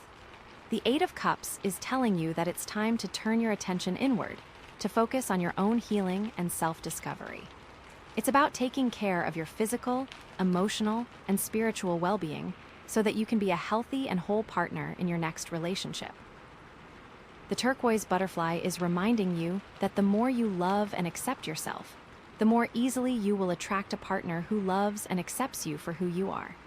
And that, my friend, is the essence of the Eight of Cups in the context of your next relationship. It's about walking away from what no longer serves you, prioritizing your own happiness, and embarking on a journey of self-discovery to find what you're truly looking for. Remember to trust your intuition, to have the courage to make a change, and to believe that you deserve to be in a relationship that is fulfilling and authentic. Wow, okay. So we've got the Wheel of Fortune, the Four of Wands, and the Eight of Cups. That's a powerful combination. Okay, so pulling it all together. It looks like you're on the cusp of some major changes in your love life. The Wheel of Fortune is setting the stage for a new chapter, but it's important to be discerning about what you're celebrating. Four of Wands. Is it real or is it a facade? And if it's not truly fulfilling, the Eight of Cups is urging you to walk away and seek something deeper, something more aligned with your authentic self. The harmonizing energy of the turquoise butterfly is there to guide you, helping you to find balance and understanding as you navigate these changes and build bridges towards a more fulfilling partnership. This could mean leaving a comfortable but ultimately unfulfilling relationship, or it could mean changing your approach to dating and relationships altogether. Maybe you need to break free from old patterns, release limiting beliefs, and get clear on what you truly desire in a partner. Whatever it is, the cards are encouraging you to prioritize your own well-being, to trust your intuition, and to have the courage to create a love life that is both joyful and authentic. Remember, the Wheel of Fortune is about embracing change, the Four of Wands is about celebrating what's real, and the Eight of Cups is about having the courage to walk away from what's not. The turquoise butterfly is there to help you find harmony and balance as you navigate this journey. I'm really excited to see what unfolds for you, and I think this is a really, really powerful message and really needed for you. So, next we're going to pull some clarifying cards to kind of get even deeper into what this all means for you, specifically. Okay, so next we're going to pull some clarifying cards to kind of get even deeper into what this all means for you, specifically. And oh my gosh, you guys, we have Judgment. Okay, this is like huge. Okay, at its core, Judgment is all about awakening, about a call to action. It's about major life decisions, like seriously major, and it's about that ultimate transformation, that rebirth, you know? It's like the universe is like blasting a trumpet and saying, "Wake up. It's time to make some serious choices." And it's not just about like little everyday choices. It's about those life-altering decisions that completely change the course of your life. Think of it as like a spiritual alarm clock that's going off, saying, "Hey, time to get your act together and live your best life." You know. In the context of your next relationship, Judgment is like screaming that it's time for a serious evaluation of where you're at, what you truly want, and what you need to leave behind. It's about that moment of truth where you have to face yourself, your past, and your future, and decide what kind of relationship you really want. Are you going to keep repeating old patterns, or are you going to rise up and create something new and amazing? And it's not always easy, you know? Judgment can bring up a lot of stuff from the past, things you thought you dealt with, things you've been avoiding, but it's all coming to the surface now so you can finally heal and move on. It's like the universe is saying, "Okay, time's up." Let's deal with this once and for all. Think about it like this. Imagine you're standing at a crossroads, and there are all these different paths in front of you. Each path represents a different possibility for your love life, but you can only choose one. Judgment is that moment where you have to stop, take a deep breath, and really look at each path to decide which one is truly right for you. It's about trusting your intuition, listening to your heart, and making a decision that aligns with your highest good. And, you know, it can be scary, but it's also incredibly empowering. It's like you're taking control of your destiny and saying, "Okay, universe, I'm ready. Show me what you've got." So, how does this connect with the cards we already have? Well, let's start with the Wheel of Fortune. Okay, so the Wheel of Fortune is all about change and cycles, right? And Judgment is like the ultimate turning point in that cycle. The Wheel of Fortune sets the stage for change, but Judgment is the moment where you actually have to make a conscious decision about which way you want that wheel to turn. It's like the Wheel of Fortune is spinning, and you're standing there watching it, and then Judgment comes along and says, "Okay, the wheel is turning, but where do you want it to land?" It's your choice. This could mean that a fated encounter is coming, just like the Wheel of Fortune suggested, but Judgment is urging you to be really, really clear about what you want from that encounter. Don't just let the wheel spin randomly. Take control and steer it in the direction you want it to go. Maybe you've been feeling like you're just being swept along by fate, like you don't have any control over your love life. Judgment is here to remind you that you absolutely do have control. You have the power to make choices that will shape your destiny and create the kind of relationship you truly desire. Think of it like this. Imagine the Wheel of Fortune is a game show, and you're the contestant. The wheel is spinning, and you're waiting to see what prize you'll win. Judgment is the moment where you get to choose whether to accept the prize or spin again for something better. It's about knowing your worth, believing that you deserve the best, and not settling for anything less. And it's also about recognizing that sometimes the best prizes come with a little bit of risk. You might have to step outside of your comfort zone, take a leap of faith, and trust that the universe will support you. But if you don't take that risk, you might miss out on something truly amazing. It's also important to consider the idea of reckoning that comes with judgment. This card often represents a time of karma, where you reap what you sow.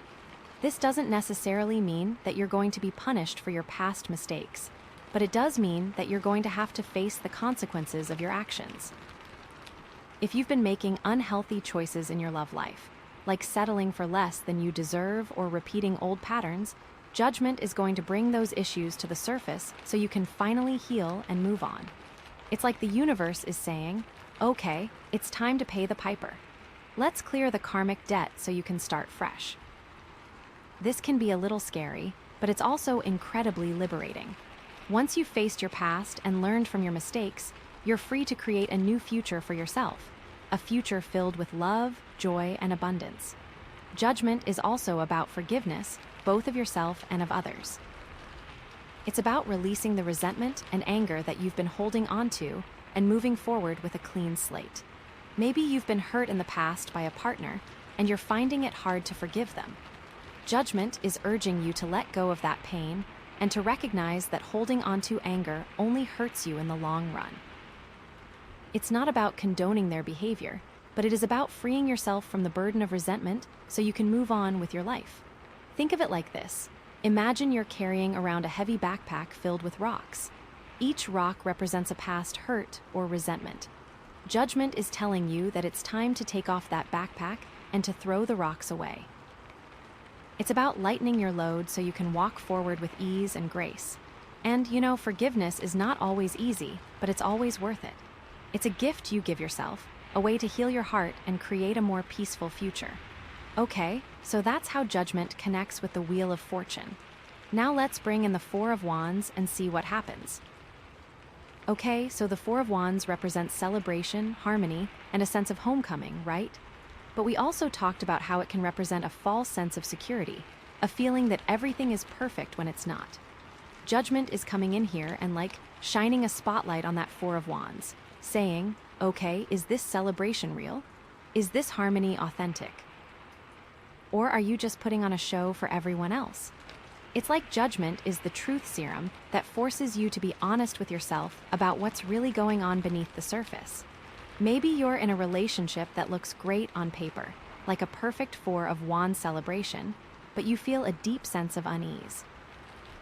You might be surrounded by friends and family who adore your partner, but you know in your heart that something is missing. Judgment is telling you that it's time to stop pretending and to acknowledge your true feelings. It's about having the courage to admit that something isn't working, even if it means disappointing others. Think of it like this. Imagine you're at a party and everyone is having a great time, but you're standing in the corner, feeling completely disconnected and alone.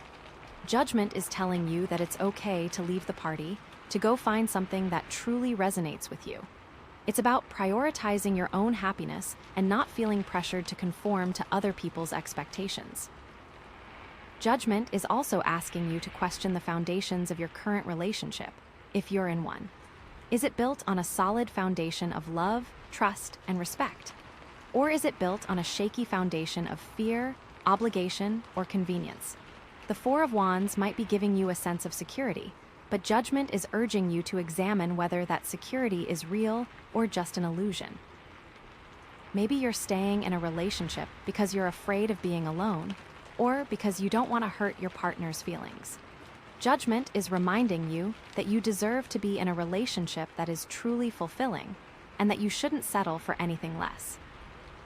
It's about recognizing that sometimes the most courageous thing you can do is to walk away from a situation that is no longer serving you. Think of it like this. Imagine you're building a house, but you're using cheap materials and cutting corners. The house might look good at first, but it won't last. Judgment is telling you that it's time to tear down that shaky house and build a new one, using solid materials and a strong foundation. Judgment can also bring up issues of codependency and unhealthy attachment patterns. Maybe you're so focused on making your partner happy that you've lost sight of your own needs and desires. The Four of Wands might be representing that codependent relationship, where you're sacrificing your own happiness for the sake of someone else's. Judgment is telling you that it's time to break free from that pattern and to prioritize your own well-being. It's about recognizing that you are worthy of love and happiness, and that you don't need to sacrifice yourself to earn it. Think of it like this. Imagine you're a tree, and your roots are tangled around another tree. The other tree might be giving you support, but it's also preventing you from growing and reaching your full potential. Judgment is telling you that it's time to untangle your roots and to stand on your own 2 feet.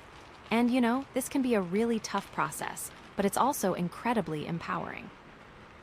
Once you've broken free from codependency, you're free to create a relationship that is based on mutual respect, love, and support, not on neediness and sacrifice.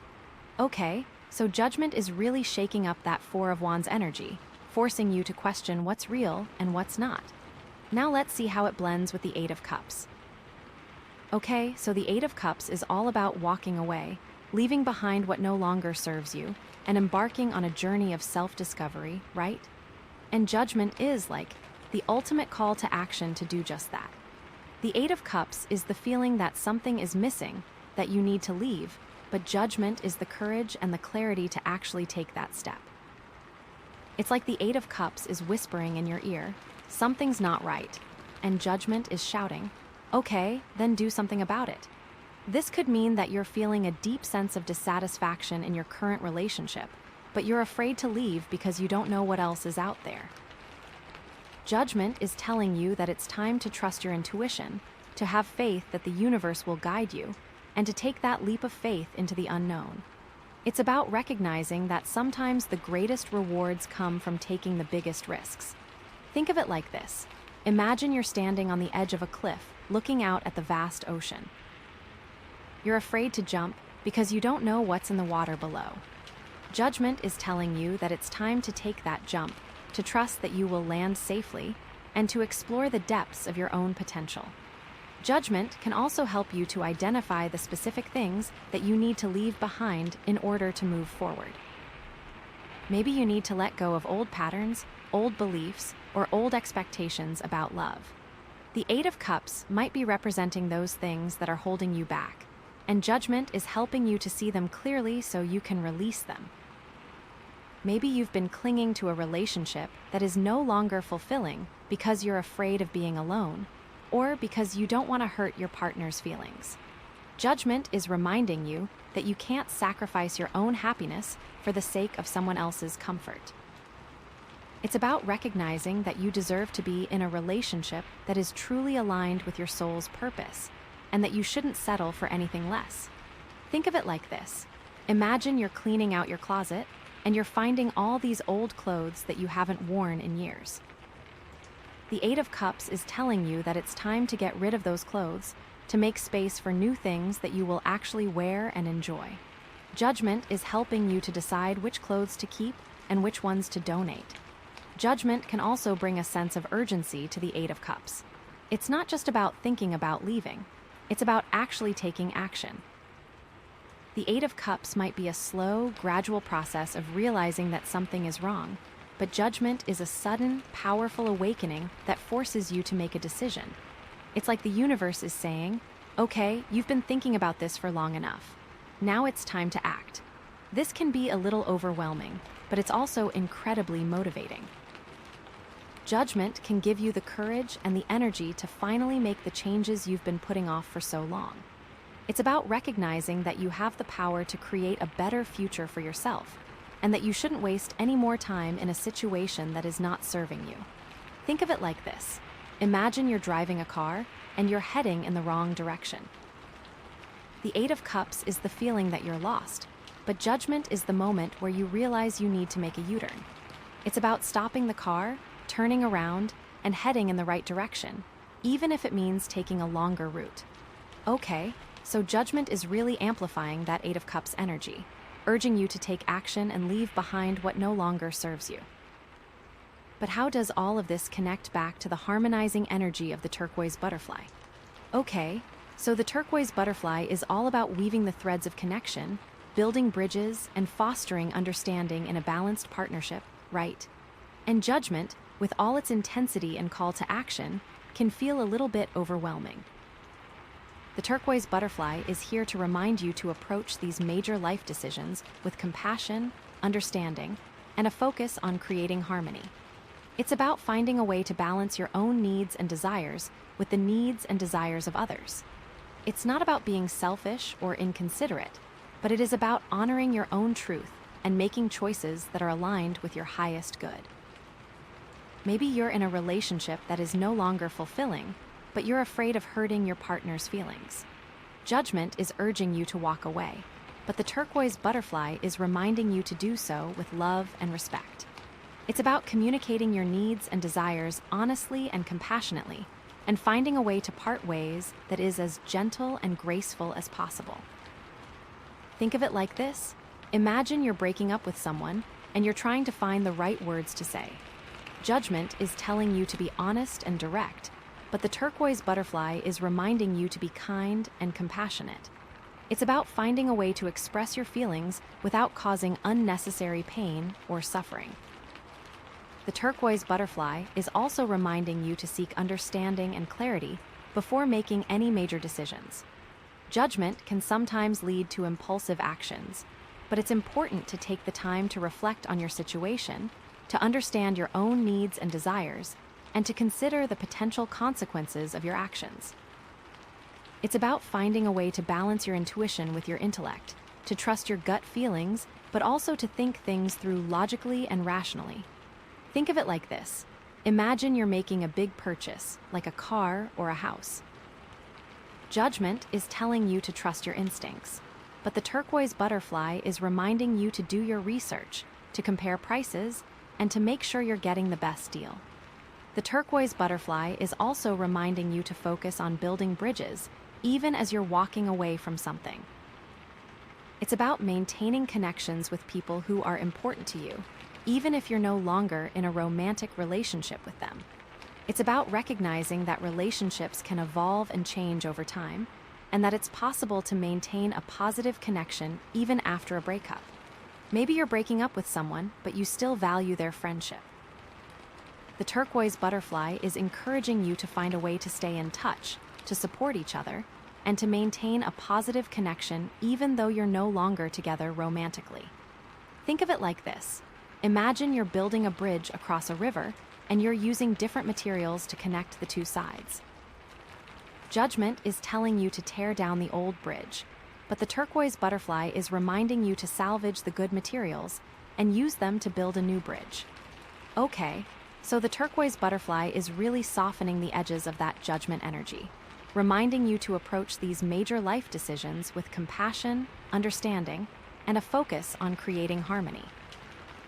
So, what does all of this mean for you, practically speaking? Well, judgment is asking you some really important questions. It's asking you, what are you being called to awaken to in your love life?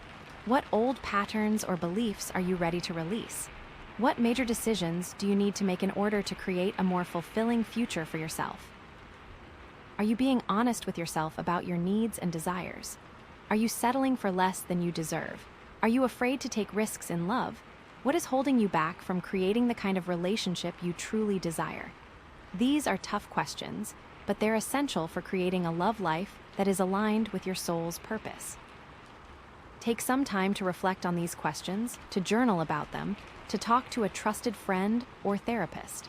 The more clarity you have, the easier it will be to make the right decisions for yourself. And what are some potential challenges you might face as you navigate this judgment energy? Well, one of the biggest challenges is fear. It's scary to make big changes, to walk away from what's familiar, to step into the unknown. You might be afraid of being alone, afraid of hurting someone's feelings, afraid of failing. But remember, fear is just a feeling, and it doesn't have to control you. Acknowledge your fear, but don't let it stop you from taking action. Trust that the universe will support you, and have faith in your own ability to create a better future for yourself. Another challenge is resistance from others. Your friends and family might not understand your decisions, and they might try to talk you out of them. They might be afraid for you, or they might simply be uncomfortable with change. But remember, you are the one who has to live your life, and you have to make choices that are right for you, regardless of what other people think. Surround yourself with people who support you, who believe in you, and who encourage you to follow your heart. And finally, be patient with yourself. Transformation takes time, and it's not always a linear process. You might have setbacks along the way, but don't get discouraged. Keep moving forward, keep learning, keep growing, and trust that you will eventually create the love life you've always dreamed of. The universe is on your side, and you are worthy of love and happiness. Okay, so Judgment is a powerful card, but it's also a hopeful card. It's a reminder that you have the power to create a better future for yourself, and that you deserve to be in a relationship that is truly fulfilling. Embrace the change, trust your intuition, and have the courage to make the decisions that are right for you. The turquoise butterfly is there to guide you, helping you to find balance, understanding, and harmony along the way. I'm so excited to see what unfolds for you next. This is such a transformative time, and I know you're going to create something amazing. So, that was Judgment. And wow, that really adds a whole other layer to everything, doesn't it? So we've got the Wheel of Fortune bringing in the change, then the Four of Wands with potentially a false sense of security, the Eight of Cups telling you to walk away, and now Judgment is telling you to, wake up and make a choice, a serious choice. I am so excited to pull the next cards and see what your ultimate outcome is. What do you need to do or look out for to really make this new relationship amazing? So let's pull a card for that now. Okay, so let's see what your ultimate outcome is. What do you need to do or look out for to really make this new relationship amazing? So let's pull a card for that now. Okay, and we have the Seven of Swords. Oh, wow, okay, this is interesting to say the least, you know. The Seven of Swords at its core is a card about, strategy, cunning, and sometimes, well, let's be honest, a little bit of sneakiness. It can represent getting away with something, maybe not in the most ethical way, or it can be about being clever and resourceful when you're in a tricky situation, you know. It's that energy of I'm gonna get what I want, even if I have to bend the rules a little. But before we jump to conclusions, it's not necessarily a bad card. It really depends on the context, right? Sometimes you have to be a little bit strategic, a little bit cunning to get what you need, especially if you're dealing with, difficult people or challenging situations. It's about knowing when to be assertive, when to be diplomatic, and when to, maybe just quietly slip away with what you need. In the context of your next relationship, the Seven of Swords could be telling you to be a little bit cautious, a little bit discerning. Don't just jump in head first and trust everyone you meet. Be aware that not everyone is going to be honest with you, and that some people might have ulterior motives, It's keep your eyes open, trust your intuition, and don't be afraid to ask questions. Think about it like this. Imagine you're, trying to negotiate a deal, right? You wouldn't just accept the first offer that's on the table. You do your research, you'd know your worth, and you'd be prepared to walk away if the deal wasn't right for you, The Seven of Swords is kind of like that, but in the context of relationships. It's about knowing what you want, knowing your worth, and being prepared to be a little bit strategic to get it. But here's the thing, it's really important to be mindful of the shadow side of this card, which is, deception and dishonesty, right? You don't want to be the person who's, manipulating others or being sneaky just for the sake of it. That's not what this is about.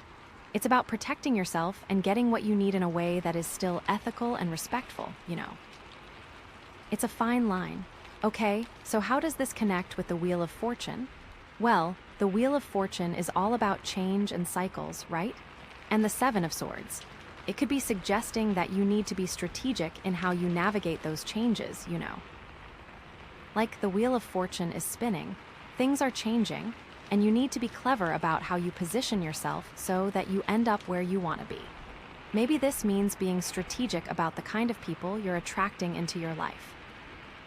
The Wheel of Fortune could bring all sorts of new people your way, but the Seven of Swords is telling you to be selective, to choose wisely, and to not just settle for the first person who comes along, It's about being intentional about who you let into your inner circle. Or maybe it means being strategic about how you present yourself to potential partners. Like, you don't have to reveal everything about yourself on the first date.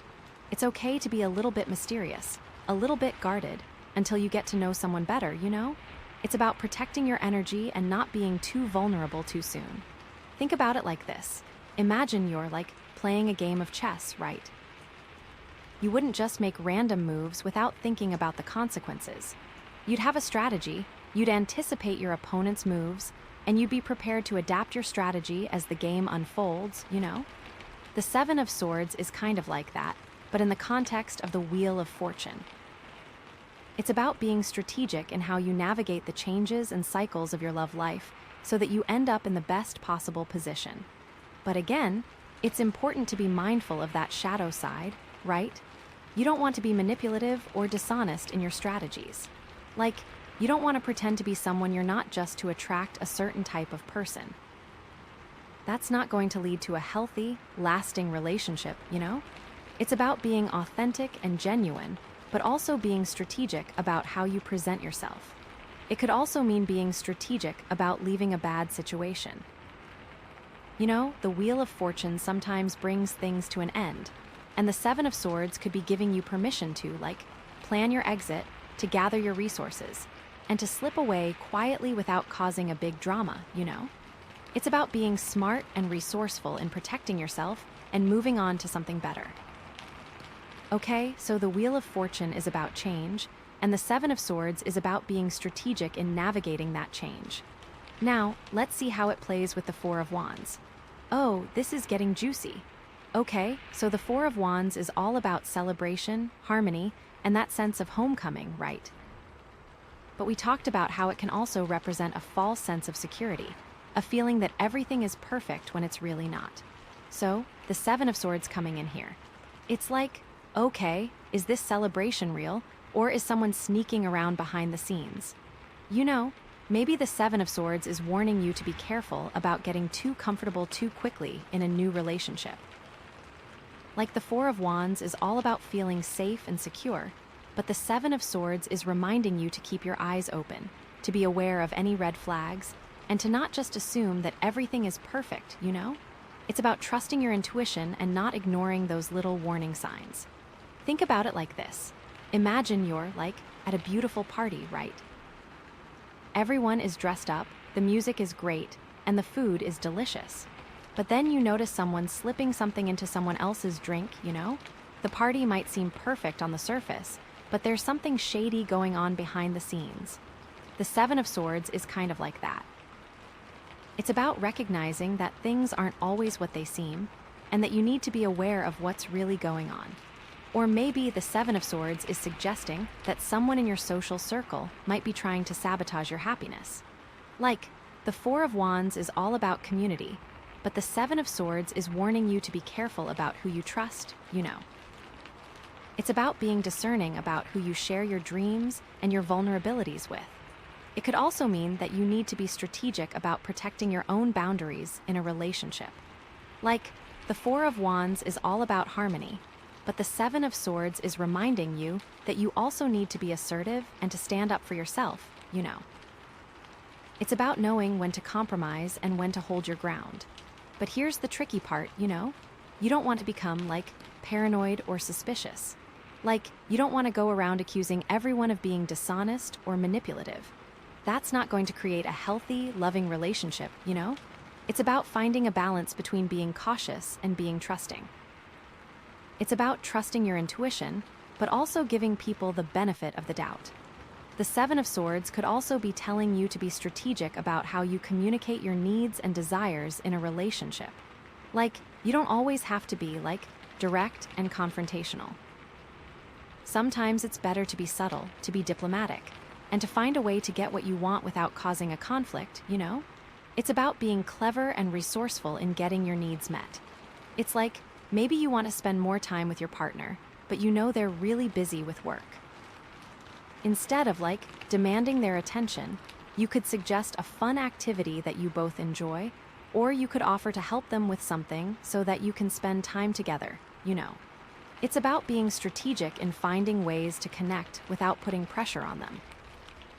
Okay, so the Four of Wands is about celebration and harmony, but the Seven of Swords is reminding you to be cautious and strategic, to be aware of any hidden agendas or potential red flags.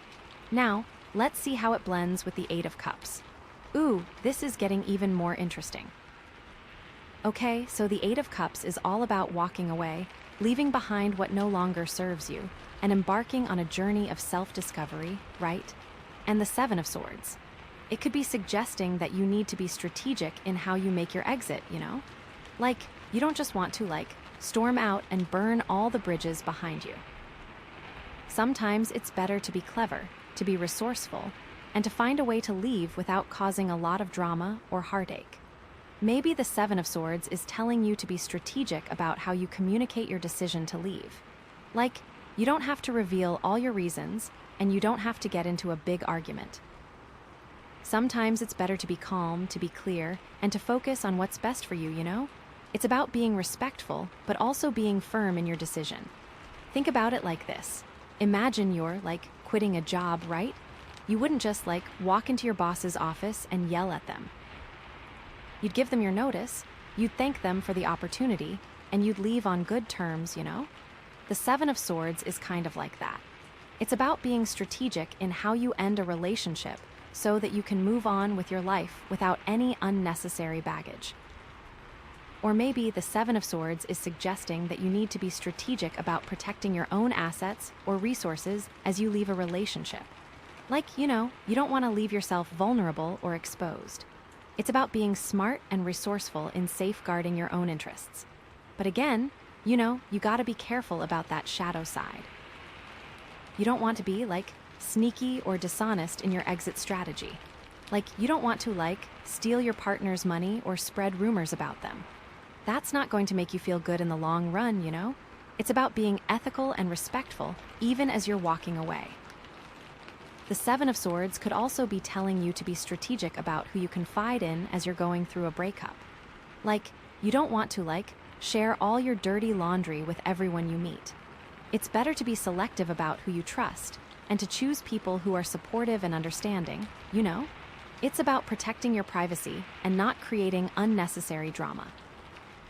It's maybe you have a friend who always takes sides or who loves to gossip.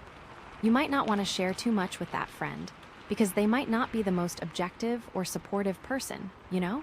It's about choosing your confidants wisely. The Seven of Swords can also be about being sneaky to get yourself out of a situation that you don't feel you can leave any other way, but you have to consider the karmic implications of that. Are you really comfortable with that? Okay, so the Eight of Cups is about walking away, and the Seven of Swords is about being strategic in how you make your exit. Now, let's see how it plays with Judgment. Oh my gosh, this is the climax of the story. Okay, so Judgment is all about awakening, a call to action, and making major life decisions, right? It's about that ultimate transformation and rebirth. And the Seven of Swords. It could be suggesting that you need to be strategic in how you respond to that call to action, you know. Judgment is telling you to wake up and make a change, but the Seven of Swords is reminding you to be smart, to be resourceful, and to not just rush into things without thinking, you know. It's about being intentional in your actions and not just reacting impulsively. Maybe Judgment is revealing some uncomfortable truths about yourself or your relationships, and the Seven of Swords is telling you to be strategic about how you deal with those truths. You don't have to, confess everything to everyone all at once. Sometimes it's better to be gradual, to be selective, and to share things at your own pace, you know. It's about protecting yourself and not being too vulnerable too soon. Think about it like this. Imagine you're, going through therapy, right? You wouldn't just, spill all your deepest secrets in the first session. You'd build trust with your therapist, you'd share things gradually, and you'd work through your issues at your own pace, you know? The Seven of Swords is kind of like that. It's about being strategic in how you process your emotions and how you share them with others. Or maybe Judgment is calling you to make a big change in your life, like leaving a job or ending a relationship. And the Seven of Swords is suggesting that you need to be strategic about how you plan that change. You don't want to just quit your job without having another one lined up, or end a relationship without having a plan for where you're going to live, you know. It's about being responsible and resourceful in making those big life decisions. But again, be careful about being too sneaky or manipulative. Judgment is about honesty and authenticity, and the Seven of Swords can sometimes be about deception. You want to make sure that you're being true to yourself and to others, even as you're being strategic. The Seven of Swords could also be telling you to be strategic about how you communicate your awakening to others. Like, not everyone is going to understand your journey, and some people might even try to discourage you. You need to be selective about who you share your insights with, and you need to be prepared to defend your choices, you know? It's about being confident in your own truth and not letting others bring you down. It's like maybe you're realizing that you want to pursue a different career path, but your parents are really pressuring you to stay in your current job. You might not want to, get into a big argument with them. It's about communicating your needs and desires honestly and compassionately, and finding a way to part ways with love and respect. Think of it like this. Imagine you're building a bridge across a river, and you're using different materials to connect the two sides. Judgment is telling you to tear down the old bridge, but the turquoise butterfly is reminding you to salvage the good materials and use them to build a new bridge. Okay, so judgment is about awakening and making major life decisions, and the Seven of Swords is about being strategic in how you respond to that call to action. Now, let's see how all of this connects back to the harmonizing energy of the turquoise butterfly. Phew. Okay, so the turquoise butterfly is all about weaving the threads of connection, building bridges, and fostering understanding in a balanced partnership, right? And the Seven of Swords, with its focus on strategy and cunning, can sometimes feel a little bit disconnected, you know. The turquoise butterfly is here to remind you that even as you're being strategic, it's important to maintain a sense of connection, to build bridges, and to foster understanding. Maybe the Seven of Swords is telling you to be strategic about how you build connections with others. You don't have to be, totally open and vulnerable with everyone you meet. It's okay to be selective, to be discerning, and to take your time getting to know people, you know? It's about building trust gradually and not rushing into things. But at the same time, the turquoise butterfly is reminding you that you also need to be genuine and authentic in your interactions. You can't just be, playing a game or manipulating people to get what you want. You need to be real, you need to be honest, and you need to connect with people on a deeper level, you know? It's about finding a balance between being strategic and being authentic. The turquoise butterfly can also help you to be more understanding of others, even when you disagree with them. The Seven of Swords can sometimes make you feel like you're in competition with others, like you need to outsmart them or get ahead of them. But the turquoise butterfly is reminding you that we're all in this together, and that we can achieve more by working together than by working against each other, you know. It's about finding common ground and building bridges, even with people who are different from you. It's like maybe you're in a disagreement with your partner, and you're both being really stubborn and unwilling to compromise. The turquoise butterfly is reminding you to try to see things from your partner's perspective, to understand their needs and desires, and to find a solution that works for both of you, you know. It's about being compassionate and understanding, even in the midst of a conflict. So, what does all of this mean for you, practically speaking? Well, the Seven of Swords is telling you to be strategic, resourceful, and discerning in your love life. Be aware of potential red flags, protect your boundaries, and don't be afraid to walk away from what no longer serves you. But also, remember to be ethical, to be honest, and to maintain a sense of connection with others. The turquoise butterfly is there to guide you, helping you to find balance, understanding, and harmony along the way. It's also saying you need to be more strategic than maybe you've been in the past. This could mean you need to get real about what you're looking for and stop settling. Are you really putting yourself out there in ways that attract the kind of partner you actually want? Or are you just kind of going through the motions? The Seven of Swords says, get a plan, be intentional, and don't be afraid to be a little bit unconventional in your approach. Think outside the box, but always keep that turquoise butterfly energy in mind. Don't sacrifice your integrity for the sake of getting what you want. Because ultimately, that's not going to lead to a lasting, fulfilling relationship. Wow, okay, that was a lot. The Seven of Swords is really adding a layer of complexity here. It's not just about change and walking away, it's about how you do it. It's about being strategic, being smart, and being aware of the potential pitfalls. But it's also about staying true to yourself and maintaining a sense of connection with others. This is really about being intentional and clear. So, what's the ultimate outcome here? I am dying to know. Let's pull one final card to see where all of this is leading you. Okay, oh my gosh. So the last card to kind of round everything out and see where this is all leading is the Ten of Pentacles. Woo! Okay, the Ten of Pentacles is here, and this is really about abundance, security, legacy, and long-term stability, It's the card of having it all, or at least having a really strong foundation for building a lasting and secure future. Think like family, community, traditions, all that good stuff, right? In the context of relationships, the Ten of Pentacles can mean finding a partner with whom you can build a really solid life together. Someone who shares your values and your vision for the future, and also being able to enjoy material comfort, but also being able to feel safe. It's about creating a legacy of love and stability that will last for generations. But how does this all connect to what we've already seen? So, with the Seven of Swords being the last clarifying card, the Ten of Pentacles is definitely the end goal.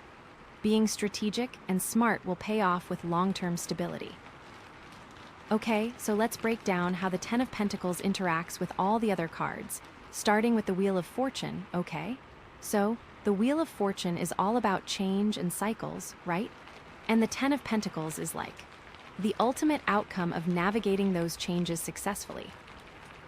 It's like all those ups and downs, all those twists and turns, they're all leading you towards this place of abundance and security, but you have to play your cards right, in a Seven of Swords manner. It's about understanding that change is inevitable, but you can use it to your advantage to create a more stable and fulfilling future. Maybe the Wheel of Fortune is bringing some unexpected opportunities your way, right? The Ten of Pentacles is telling you to be strategic about which opportunities you pursue, to choose the ones that align with your long-term goals and values. And don't just chase after shiny objects that are going to disappear as fast as they came. Think long-term here. It's like you're on a game show, and the Wheel of Fortune is spinning with a million different prizes. The Ten of Pentacles is telling you to hold out for the grand prize, the one that's going to give you lasting security and happiness. It's not about instant gratification. It's also about recognizing that sometimes you have to take risks to achieve long-term stability. The Wheel of Fortune might throw some curveballs your way, some challenges that seem really scary. But the Ten of Pentacles is saying that if you face those challenges with courage and resilience, you'll come out stronger on the other side, even more prepared to build that lasting foundation. I'm thinking maybe you have to leave a comfortable job to pursue a dream that feels risky, but ultimately more aligned with your purpose. The Ten of Pentacles says that risk could pay off big time in the long run. So, it's about making smart choices and not being afraid to step outside your comfort zone. It also could mean something as simple as investing in yourself, like taking a class or working with a coach. It means you're building your skill set in a way that secures your future. Okay, so the Wheel of Fortune is about change, and the Ten of Pentacles is about how to use that change to build a secure future. Now, how does the Ten of Pentacles connect with the Four of Wands, right? Because the Four of Wands is all about celebration, harmony, and a sense of homecoming, but it can also represent a false sense of security, a feeling that everything is perfect when it's not. The Ten of Pentacles here is the real deal, the authentic version of that security. It's about building a foundation that's not just based on appearances, but on genuine connection and shared values. It's about making sure that the celebration is actually real, that the harmony is actually authentic, and that the sense of homecoming is actually lasting. Maybe you're in a relationship that looks great on the surface, right? The Four of Wands is all about those picture-perfect moments. But the Ten of Pentacles is urging you to look deeper, to see if there's real substance there, if you and your partner share the same vision for the future, if you're both committed to building something that will last, even when times get tough. It's not just about the party. It's about what happens after the party is over. Are you ready to do the work? It's also about creating a home that is truly a sanctuary, a place where you feel safe, supported, and loved. The Four of Wands might represent a beautiful house, but the Ten of Pentacles is about making that house a home, filling it with memories, traditions, and a sense of belonging that will last for generations. It's about creating a space where your family can thrive and where you can build lasting connections with your community. It's like maybe you're thinking about buying a house with your partner, right? The Four of Wands is all about the excitement of finding the perfect place. But the Ten of Pentacles is reminding you to think about the long-term implications, to consider things like the neighborhood, the schools, and the potential for growth and appreciation. It's about making a smart investment in your future.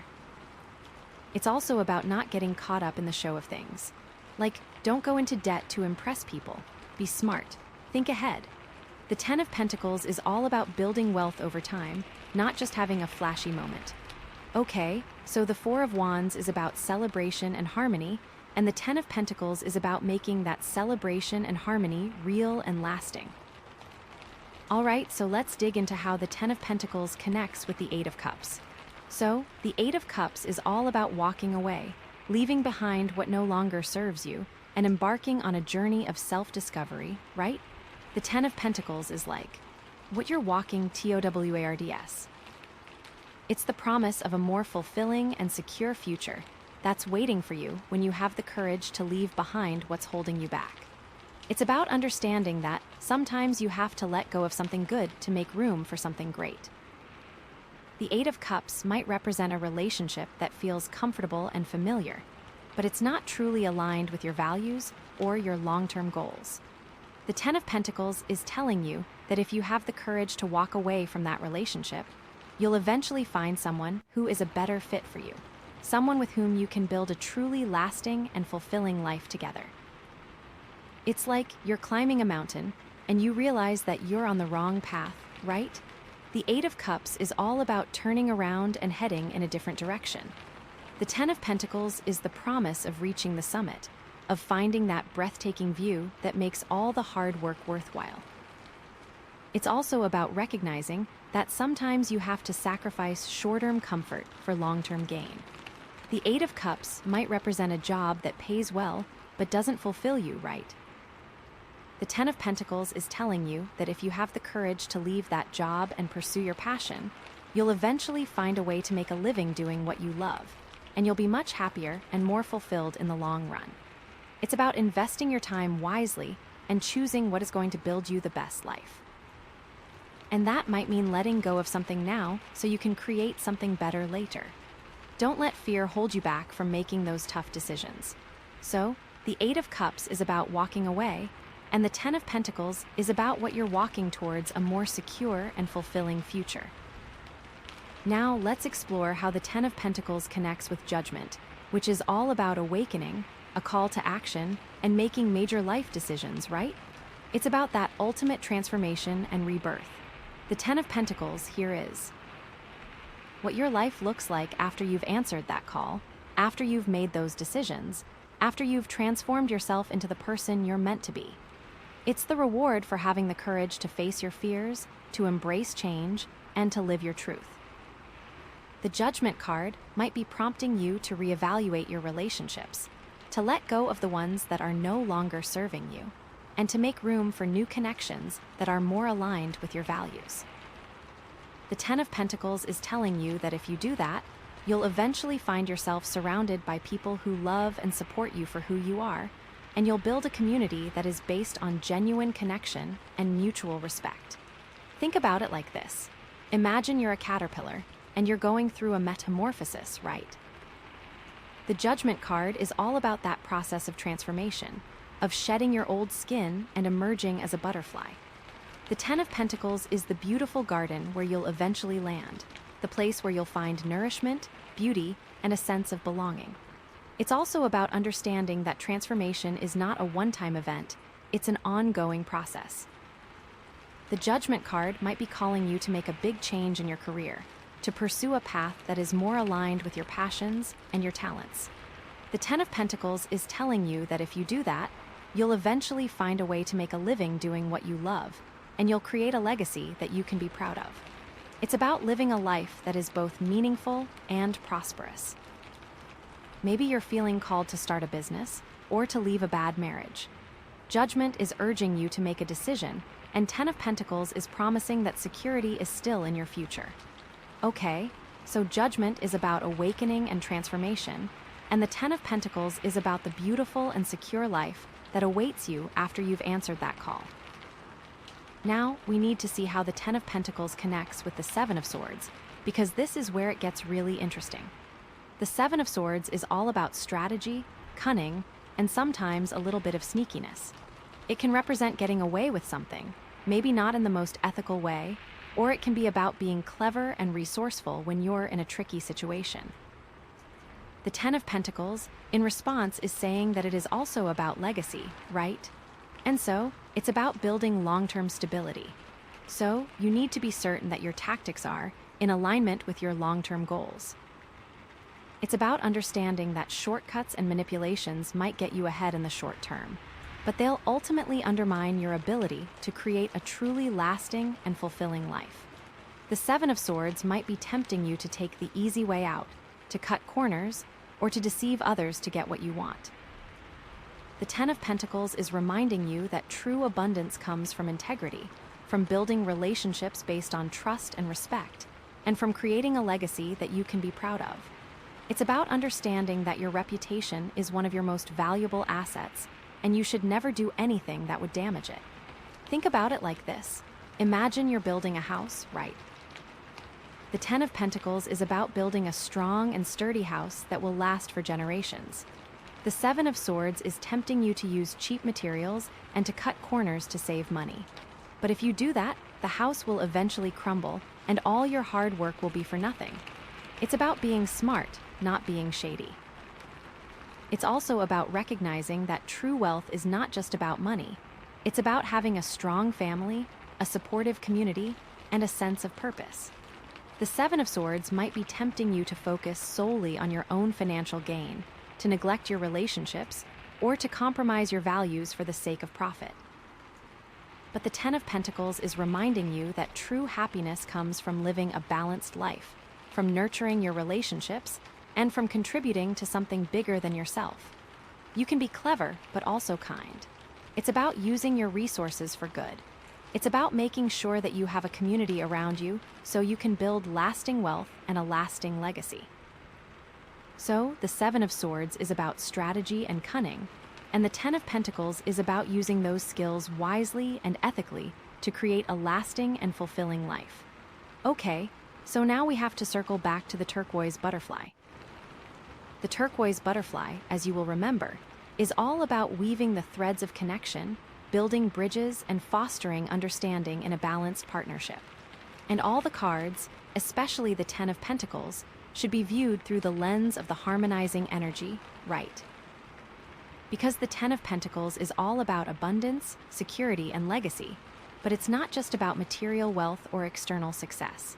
It's also about creating a life that is rich in connection, meaning, and purpose. It's about understanding that true abundance comes from living in harmony with yourself, with others, and with the world around you. It's about building bridges, not walls. The turquoise butterfly is reminding you to approach your relationships with compassion, empathy, and a willingness to understand the other person's point of view. It's about creating a space where you can both be yourselves, where you can both feel safe, supported, and loved. It's not about trying to change the other person. It's about accepting them for who they are, flaws and all, and working together to build a stronger and more fulfilling connection. It's about knowing when to push for what you want, but also knowing when to compromise. It's also about understanding that true security comes from within, not from external sources. The turquoise butterfly is reminding you to cultivate a sense of inner peace and resilience, to trust in your own ability to handle whatever challenges life throws your way, and to find joy and gratitude in the present moment, even when things are difficult. It's not about chasing after external validation or material possessions. It's about finding contentment in who you are, in what you have, and in the connections you share with others. It's about having balance in your world. And being able to maintain that balance, that harmony, will lead you to the Ten of Pentacles, will lead you to lasting security. Okay, so that's all the individual card connections laid out. Let's synthesize all of this and talk about some potential challenges. What does all of this mean for you in the real world? What should you be aware of? You're on a journey of transformation, Wheel of Fortune, Judgment, and you're being called to make some major decisions, Judgment. You need to be strategic and discerning, Seven of Swords, to walk away from what no longer serves you, Eight of Cups, and to build a life that is both abundant and secure, Ten of Pentacles, all while maintaining a sense of connection and harmony, Turquoise Butterfly. What could possibly go wrong? Well, one of the biggest challenges is getting caught up in the pursuit of material wealth and neglecting your relationships or your values. The Ten of Pentacles can sometimes be interpreted as a purely materialistic card, but it's important to remember that true abundance is about more than just money. It's about having a strong family, a supportive community, and a sense of purpose. If you focus solely on your own financial gain, you might end up sacrificing those other things, and you'll ultimately feel empty and unfulfilled. Another challenge is getting too caught up in the past or in tradition and being resistant to change. The Wheel of Fortune is all about embracing change, but it can be tempting to cling to what's familiar and comfortable, even if it's no longer serving you. You need to be willing to let go of old patterns, old beliefs, and old relationships that are holding you back, and to embrace new opportunities that are aligned with your values and your goals. It's about finding a balance. Also, you have to watch out for being too strategic. Sometimes, you have to be able to let go of control and trust in the process, even when you don't know exactly where you're going. Remember to listen to your intuition. And finally, it's about finding the courage to live your truth, even when it's difficult or unpopular. The Judgment card is calling you to be authentic and honest, but it can be scary to step outside of your comfort zone and to express your true self, especially if it's different from what others expect of you. You need to be willing to stand up for what you believe in, to follow your own path, and to create a life that is aligned with your values, even if it means facing criticism or rejection. Trust your intuition, listen to your heart, and know that you are capable of creating a life that is both meaningful and fulfilling. Okay, so ultimately, the message is this. It's about being intentional and clear, being honest with yourself and others. You have to find ways to merge this need for strategy with the need to find harmony and build connection, and to make sure that you're always working towards the best future that you can. This is really just the beginning, and it all comes down to choices, decisions, and trust in the process. What does that mean? Well, okay, so where is this all leading you? What's your potential in this new relationship? So let's pull a card for that now, okay? Drum roll, please. And we have the Star. Oh my gosh. Okay, so this is beautiful. This is just so beautiful. After all that, intense energy and strategy, we've now come to find the Star. At its core, the Star is all about hope, inspiration, faith, and healing. It's like that glimmer of light in the darkness, that feeling that everything is going to be okay, even when things seem really tough, you know? It's about reconnecting with your spirituality, tapping into your intuition, and believing in the power of the universe to guide you towards your highest good.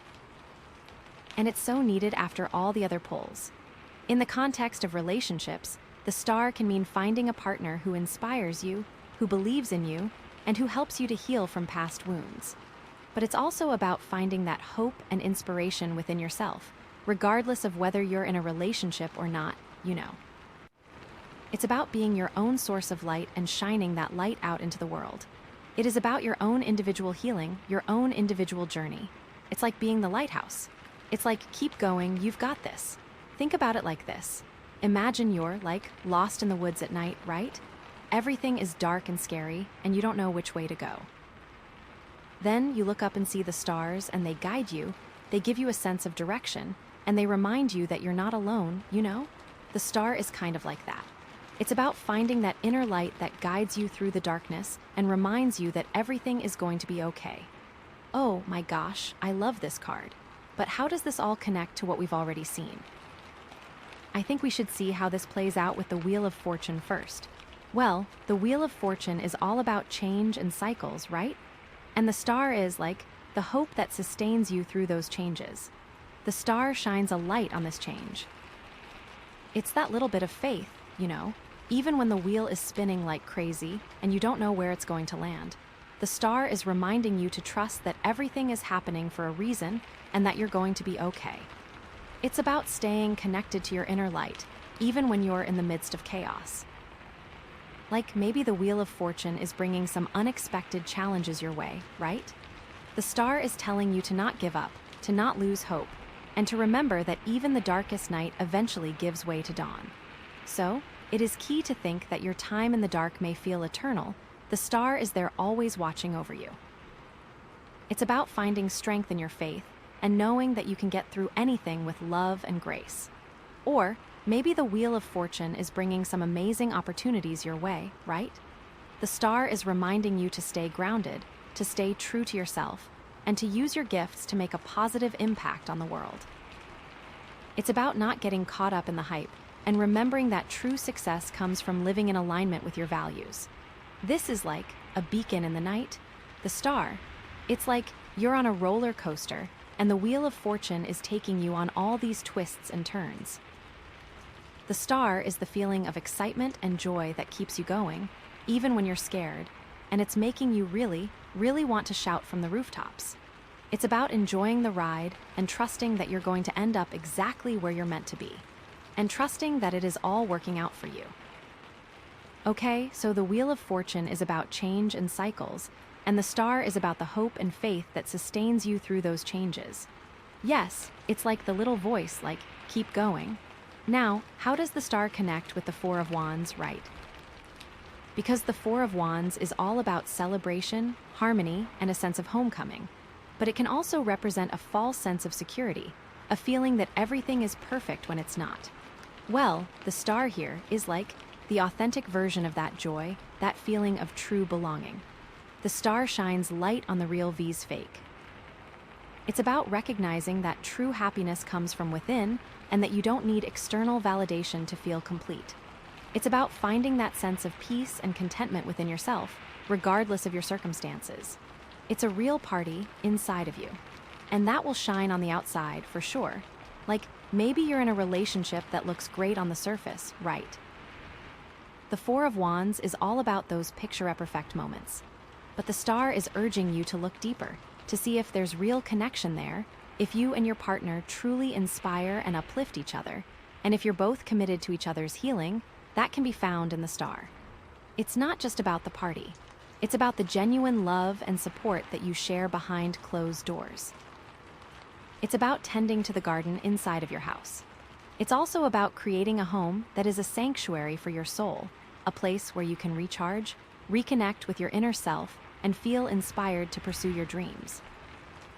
The Four of Wands might represent a beautiful house, but the star is about making that house a home for your spirit, filling it with things that bring you joy, surrounding yourself with people who uplift you, and creating a space where you can truly be yourself. The star is there to tell you this is where you are supposed to be, or where you are going to be. The star is like you're decorating your dream house, and the Four of Wands is you inviting people over to show it off, which is fine, too. The star is reminding you to make sure that you are decorating your dream house with things that you love, things that inspire you, and not just with things that are going to impress your friends. What is in the house is more for you. Think about it like this. Imagine you're creating a vision board for your life, right? The Four of Wands is all about the big, exciting goals that you want to achieve. But the star is reminding you to also include things that nourish your soul, that bring you peace, and that connect you with your higher self, like your personal dreams. It's about creating a vision for your life that is both ambitious and fulfilling.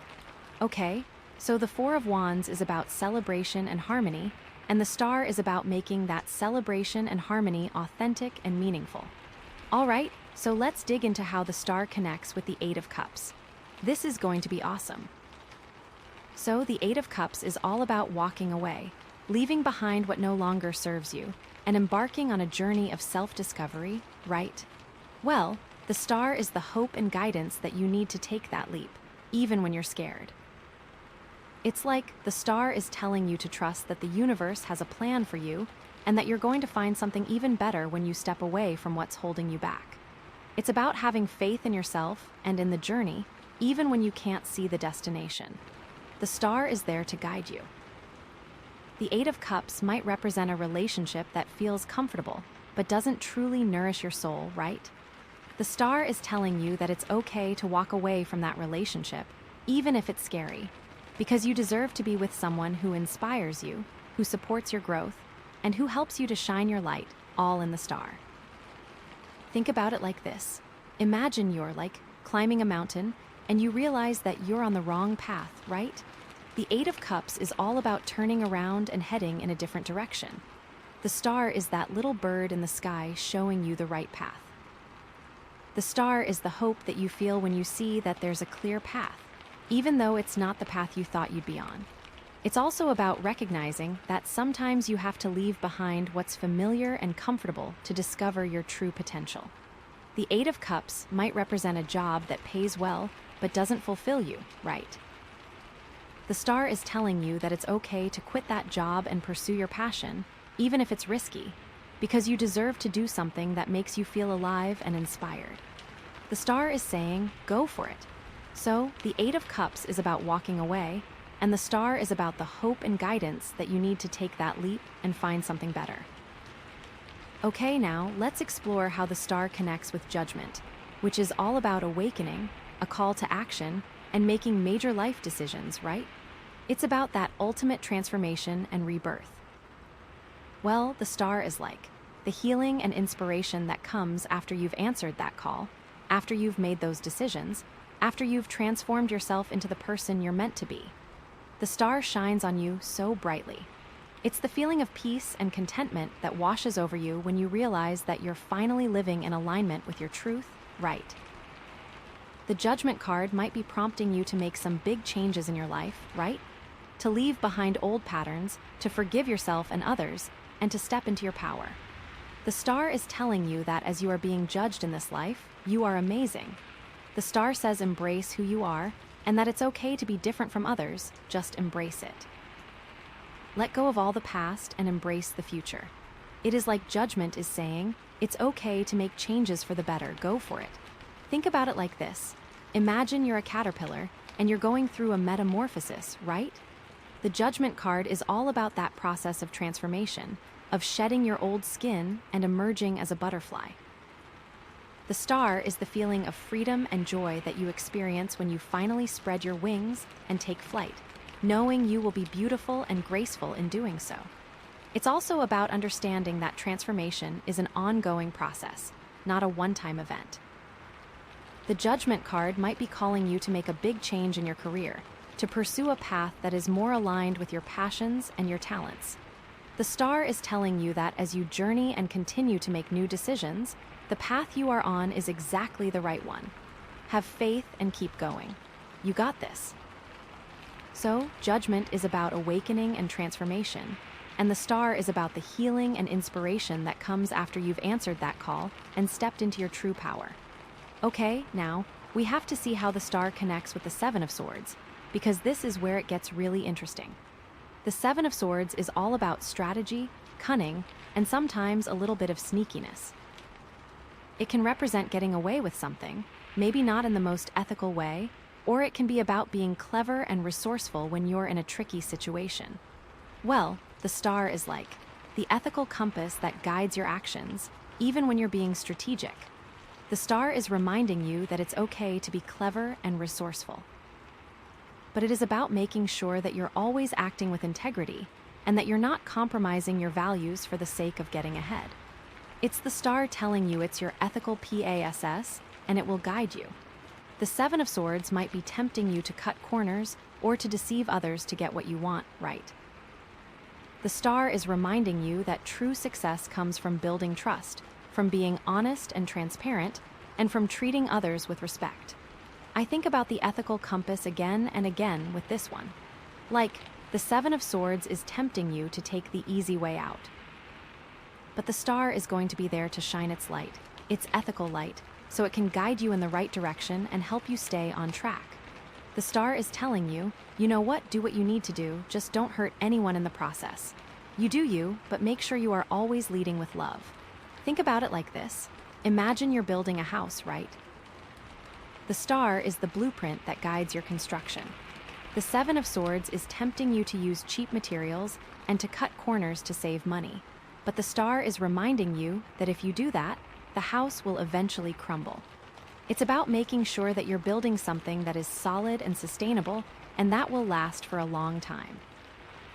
It's also about recognizing that true strength comes from within, not from external power or control.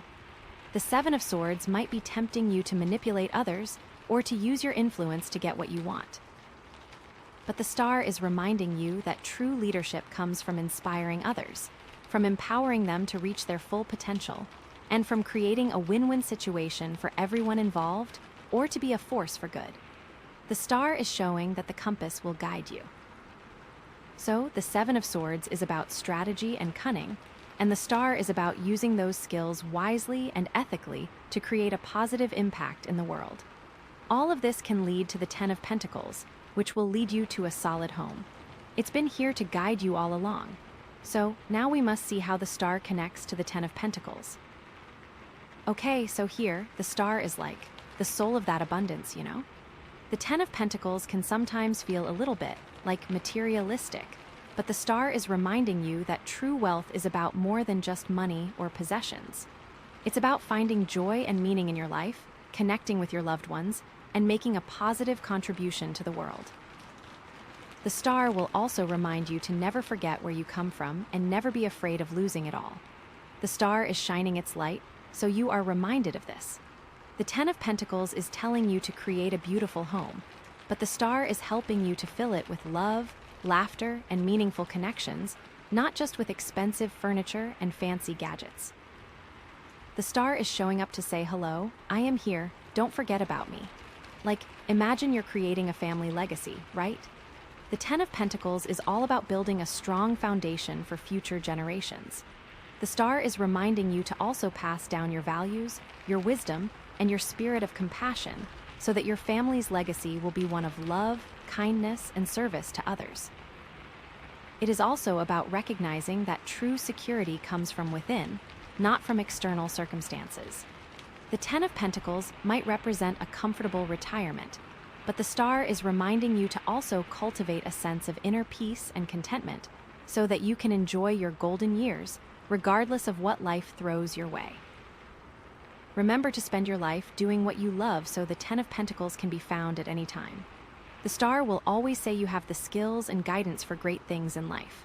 So, the Ten of Pentacles is about abundance and security, and the star is about finding the soul of that abundance, the joy, meaning, and connection that makes it all worthwhile.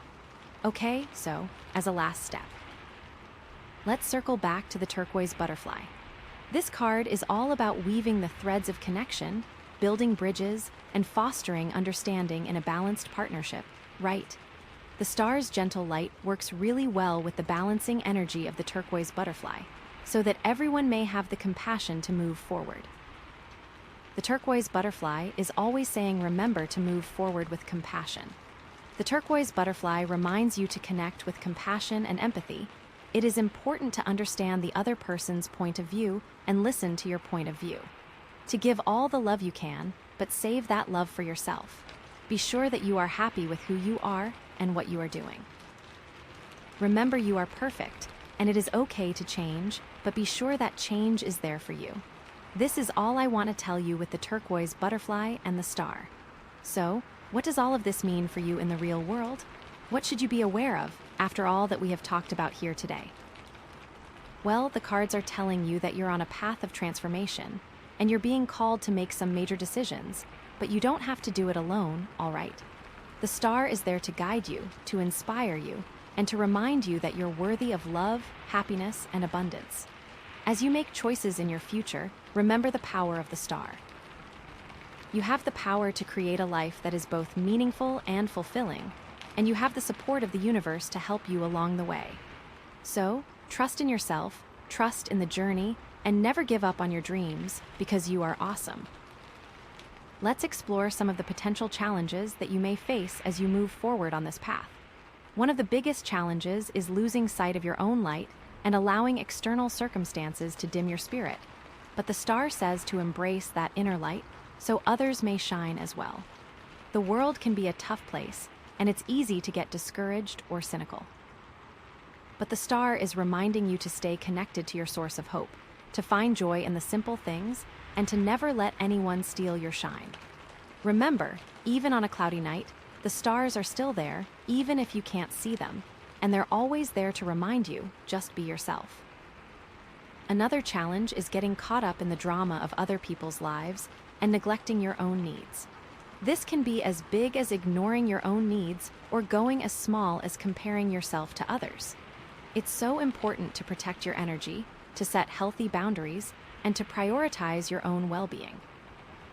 You can't pour from an empty cup, so make sure you're taking care of yourself, body, mind, and spirit. The star is saying, you can still love your neighbor, but make sure you're loving yourself first, you know? And finally, one of the biggest challenges that you may face is doubting yourself and your ability to create the life that you desire. You may encounter obstacles or setbacks along the way, and it's easy to get discouraged and to start questioning your own worth. The star is there to say be positive. The star's light is glowing on you, so remember you are here and you are strong. You can do it, you're capable of achieving anything that you set your mind to, and you deserve to live a life that is filled with joy, love, and abundance. Remember to trust in yourself and to stay connected to your inner light, and you'll be able to overcome any challenge that comes your way. Okay, so ultimately, the message here is about hope, faith, and inspiration. It's about believing in yourself, trusting in the universe, and never giving up on your dreams. You have the power to create a life that is both meaningful and fulfilling, and the star is there to guide you every step of the way. So, the most important thing for you is to find something to be inspired by, and I am so excited to see what awaits you. This is really just the beginning, and it all comes down to the light. And as you continue on the path of transformation you have already started, do not forget to look for the star and always listen to the turquoise butterfly. Oh my gosh, I am just so excited for what is coming for you. This is so awesome. Is there anything else the cards want to say for this reading? Well, let's find out. Okay, wow. So after all of that change and walking away and strategy, the final card, the card that tells us where all of this is leading, is the Three of Cups. Oh, I love this. This is like such a beautiful and joyful card, and I think it's the perfect way to end this reading. At its core, the Three of Cups is all about celebration, friendship, and community. It's about coming together with the people you love and sharing joy and laughter. It's about feeling connected, supported, and appreciated. And honestly, after all the intensity of the other cards, this is like a big sigh of relief, you know? It's like, okay, you've done the hard work, now it's time to celebrate. In the context of your next relationship, the Three of Cups can mean finding a partner who brings you joy, who makes you laugh, and who integrates seamlessly into your life. But it's also about building a strong support system around you, a group of friends and loved ones who are there for you through thick and thin. It's about creating a life that is filled with connection, celebration, and shared experiences. So, it is very key to remember this card. This is such a great card. Think about it like this. Imagine you're like at a party, right? But it's not just any party. It's a party where you feel completely comfortable, completely accepted, and completely loved. It's a party where you can be yourself, where you can let your hair down, and where you can dance like nobody's watching, you know? The Three of Cups is kind of like that. It's about finding that feeling of joy and connection in your everyday life. It's like, let's celebrate the good things, even if they're little. But how does this all connect to what we've already seen? Well, let's start with the Wheel of Fortune, right? Okay, so the Wheel of Fortune is all about change and cycles, and the Three of Cups is like the joyful outcome of navigating those changes successfully. It's like you've ridden the ups and downs of the wheel, you've weathered the storms, and now you've arrived at a place of celebration and connection. It's about understanding that change is inevitable, but it can also lead to new and wonderful experiences, new friendships, and new opportunities for joy. Like, maybe the Wheel of Fortune is bringing some unexpected changes into your love life, right? The Three of Cups is telling you to embrace those changes with an open heart, to be willing to meet new people, to try new things, and to trust that the universe is guiding you towards something amazing. Make sure that you make time to make friends, maybe take new classes, or hang out with the people that you love. It's about saying yes to new adventures and trusting that they'll lead you to new connections. It's about being open to the possibility that your next great love could come from a completely unexpected place. Or maybe the Wheel of Fortune is bringing some challenges your way, right? The Three of Cups is reminding you to lean on your friends, to seek support from your community, and to remember that you're not alone. It's about finding strength in your connections and knowing that you can get through anything with the love and support of the people who care about you. It's about reminding yourself that you're strong, you're capable, and you're worthy of love, and you're worthy of connection. It's like you're on a boat in a storm, and the Wheel of Fortune is rocking you back and forth. The Three of Cups is your friends, your family, your community, all holding onto you and helping you to stay afloat, It's about the power of human connection and knowing that you're never truly alone. Okay, so the Wheel of Fortune is about change, and the Three of Cups is about the joy and connection that comes from navigating those changes successfully. Now, how does the Three of Cups connect with the Four of Wands, right? Because the Four of Wands is all about celebration, harmony, and a sense of homecoming. But it can also represent a false sense of security, a feeling that everything is perfect when it's not. Well, the Three of Cups here is like the authentic version of that celebration, that feeling of true belonging, It's about recognizing that true happiness comes from genuine connection, from sharing your life with people who truly love and support you, not just from putting on a show for the outside world. It's about building relationships that are based on honesty, authenticity, and mutual respect. Like, maybe you're in a relationship that looks great on the surface, right? The Four of Wands is all about those picture-perfect moments. But the Three of Cups is urging you to look deeper, to see if there's real connection there, if you and your partner truly enjoy each other's company, if you share the same values, and if you're both committed to building a life together that is filled with joy and laughter. It's not just about the party. It's about the day-to-day moments, the little things that you share, the inside jokes, the shared memories, It's about creating a life that is truly fulfilling, not just one that looks good on Instagram. Also, you have to nurture the relationships that you already have. Call your friends, hang out with your family, take the time to celebrate with the people that you love. Or it is also about making sure you are in the right situations. This card is not just romantic. Remember, the Three of Cups is about all of your connections in life, including work. Or you have your job, the Four of Wands, and you need to be sure that you are okay with this, or if you want to leave that job and follow the Three of Cups. It's also about creating a home that is a gathering place for your friends and family, a place where people feel welcome, comfortable, and loved. The Four of Wands might represent a beautiful house, but the Three of Cups is about making that house a home, filling it with warmth, laughter, and a sense of community.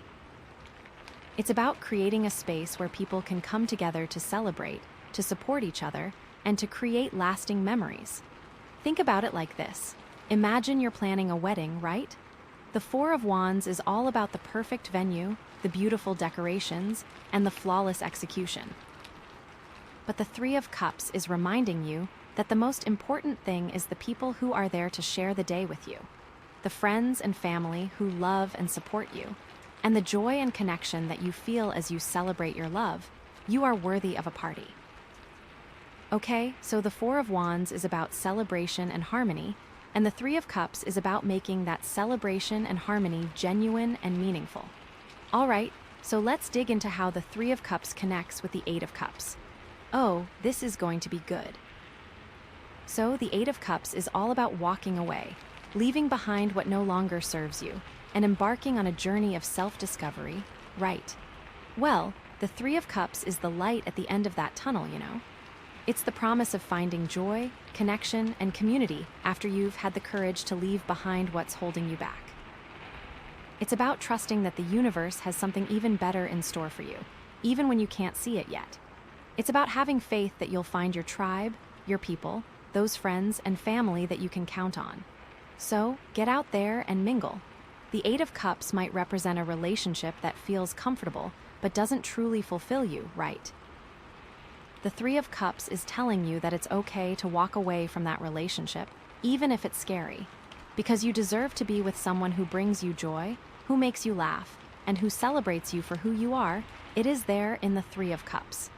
It's like you're leaving the party of the Eight of Cups. It's also about making space in your life for new connections, new friendships, and new experiences. The Eight of Cups might represent a job that pays well, but doesn't allow you to connect with others, right? The Three of Cups is telling you that it's okay to quit that job and pursue something that allows you to collaborate, to celebrate, and to build meaningful relationships with the people around you. I think that that's so important to remember for yourself. It can even apply to what you do every day, like, it could mean that you're spending too much time on social media and not enough time connecting with people in real life. And the Three of Cups is saying, like, put down your phone and go hang out with your friends. Okay, so the Eight of Cups is about walking away, and the Three of Cups is about the joy and connection that you'll find when you have the courage to do so. Now, let's explore how the Three of Cups connects with Judgment, which is all about awakening, a call to action, and making major life decisions, right? It's about that ultimate transformation and rebirth. Well, the Three of Cups is the celebration that comes after you've answered that call, after you've made those decisions, after you've transformed yourself into the person you're meant to be. The Three of Cups is all about that, because you can say, hey, this is my rebirth, and you are on your way. It's the feeling of freedom and joy that washes over you when you realize that you're finally living in alignment with your truth, and that you're surrounded by people who love and support you for who you are. And you say, this is it, this is me, and all the people around are like, hey, this is you. Judgment is all about changes. The Three of Cups is for you, right? Take it. The Judgment card might be prompting you to make some big changes in your life, right? To leave behind old patterns, to forgive yourself and others, and to step into your power. The Three of Cups is telling you that as you do that, you'll find yourself surrounded by people who uplift you, who celebrate your successes, and who are there for you through thick and thin, you know. They will all say, yes, great job, to do that, you can do it. Think about it like this. Imagine you're a caterpillar and you're going through a metamorphosis, right? The Judgment card is all about that process of transformation, of shedding your old skin and emerging as a butterfly. The Three of Cups is the feeling of joy and connection that you experience when you finally take flight and soar through the air, surrounded by other butterflies who are celebrating your transformation.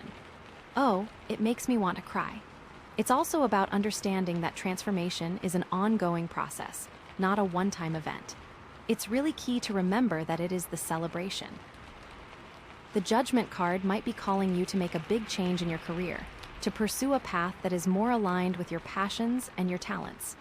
The Three of Cups is telling you that as you do that, you'll find yourself surrounded by colleagues who inspire you, who challenge you, and who celebrate your accomplishments. Hey, the transformation is the party. The judgment of the change is like, a party is going on, you need to be sure where you want to be. The people in the Three of Cups will know. So, Judgment is about awakening and transformation, and the Three of Cups is about the joy and celebration that comes after you've answered that call and stepped into your true power. Okay, now we have to see how the Three of Cups connects with the Seven of Swords, because this is where it gets really, really interesting. The Seven of Swords is all about strategy, cunning, and sometimes a little bit of sneakiness. It can represent getting away with something, maybe not in the most ethical way, or it can be about being clever and resourceful when you're in a tricky situation. Well, the Three of Cups is reminding you that even as you're being strategic, it's important to maintain your integrity and to treat others with respect, you know? It's saying don't forget your morals along the way. It's also reminding you that true success comes from collaboration, from building strong relationships, and from creating a win-win situation for everyone involved. It's key to not be so selfish. The Seven of Swords might be tempting you to cut corners or to deceive others to get what you want, right? The Three of Cups is reminding you that those actions will ultimately damage your relationships and undermine your ability to create a lasting sense of community. I think that is something that you can keep in mind. You are so lucky. Imagine you're building a house, right? The Seven of Swords is tempting you to use cheap materials or to cut corners to save money. But the Three of Cups is reminding you that if you do that, the house will eventually crumble, and you'll have no one to celebrate with. It's about building something that is solid and sustainable, and it's also about building something that is beautiful and welcoming, a place where you can gather with your friends and family and share joy and laughter. The Three of Cups and the Seven of Swords are all a balance in this. It's also about recognizing that true happiness comes from giving back, from contributing to your community, and from making a positive impact in the world. The Seven of Swords might be tempting you to focus solely on your own needs and desires, but the Three of Cups is reminding you that you'll find greater fulfillment by helping others, by sharing your gifts, and by making the world a better place, and you can share that happiness with other people.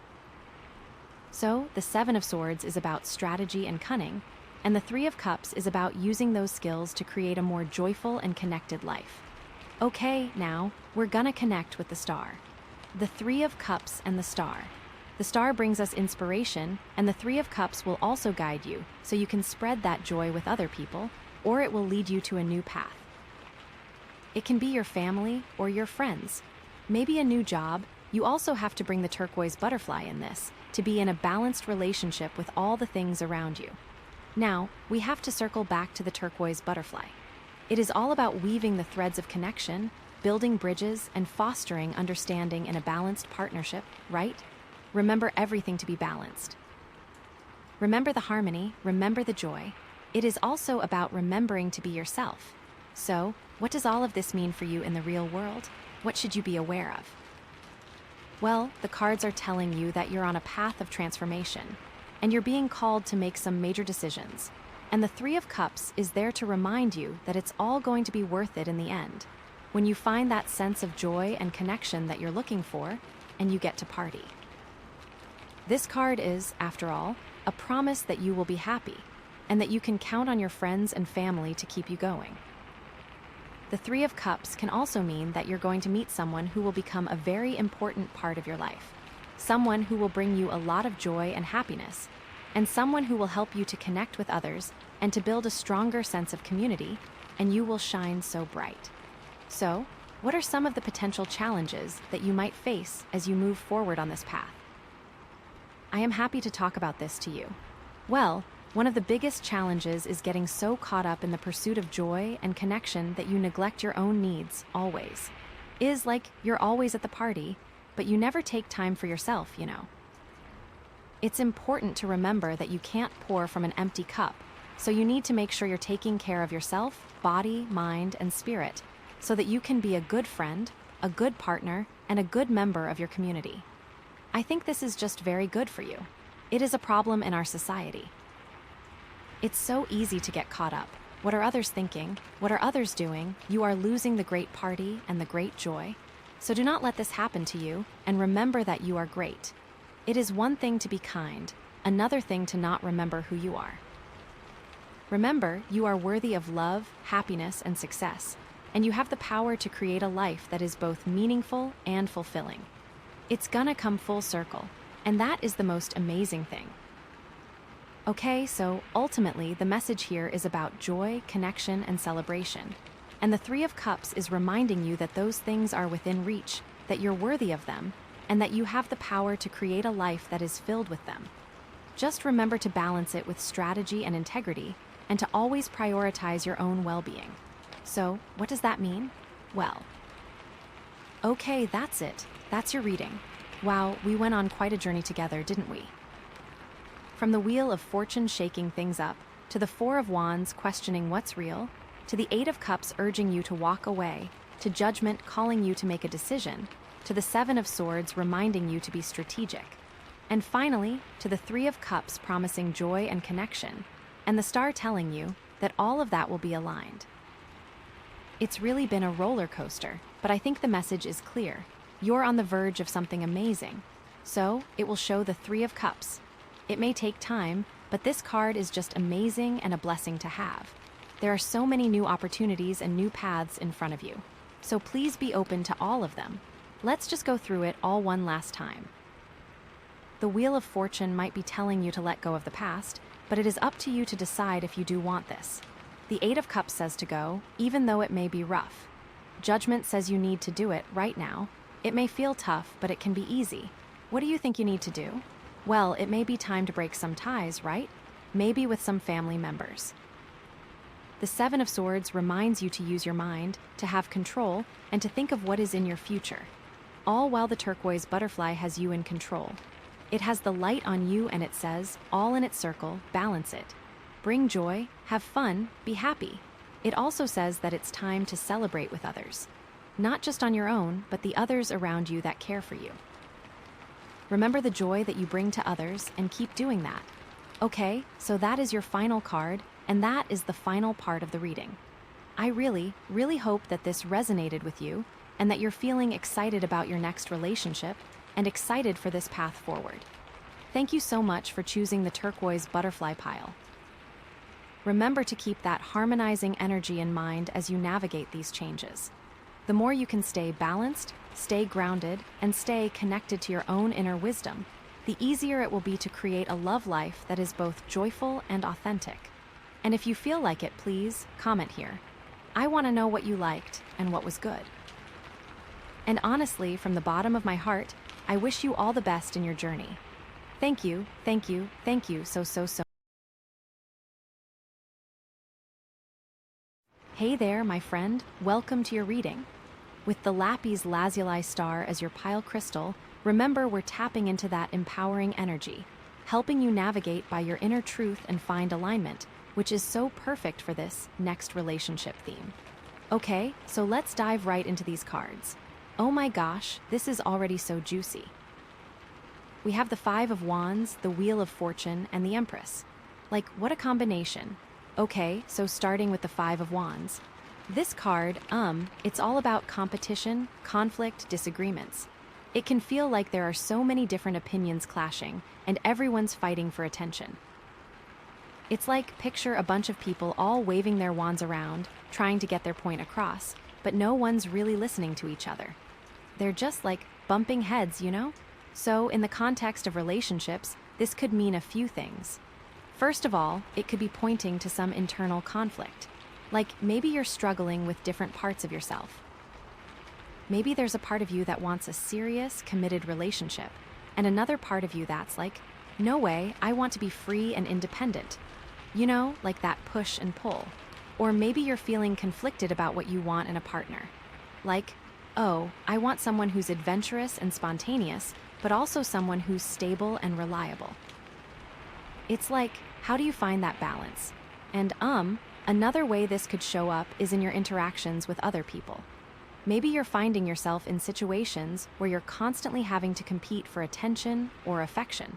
Like, maybe you're dating someone who's also seeing other people, and you feel like you have to prove yourself to them. Or maybe you're in a friend group where everyone's always trying to one-up each other, and it's just, like, exhausting. It's like, can we just all get along? It could also mean that there are external forces creating conflict in your love life.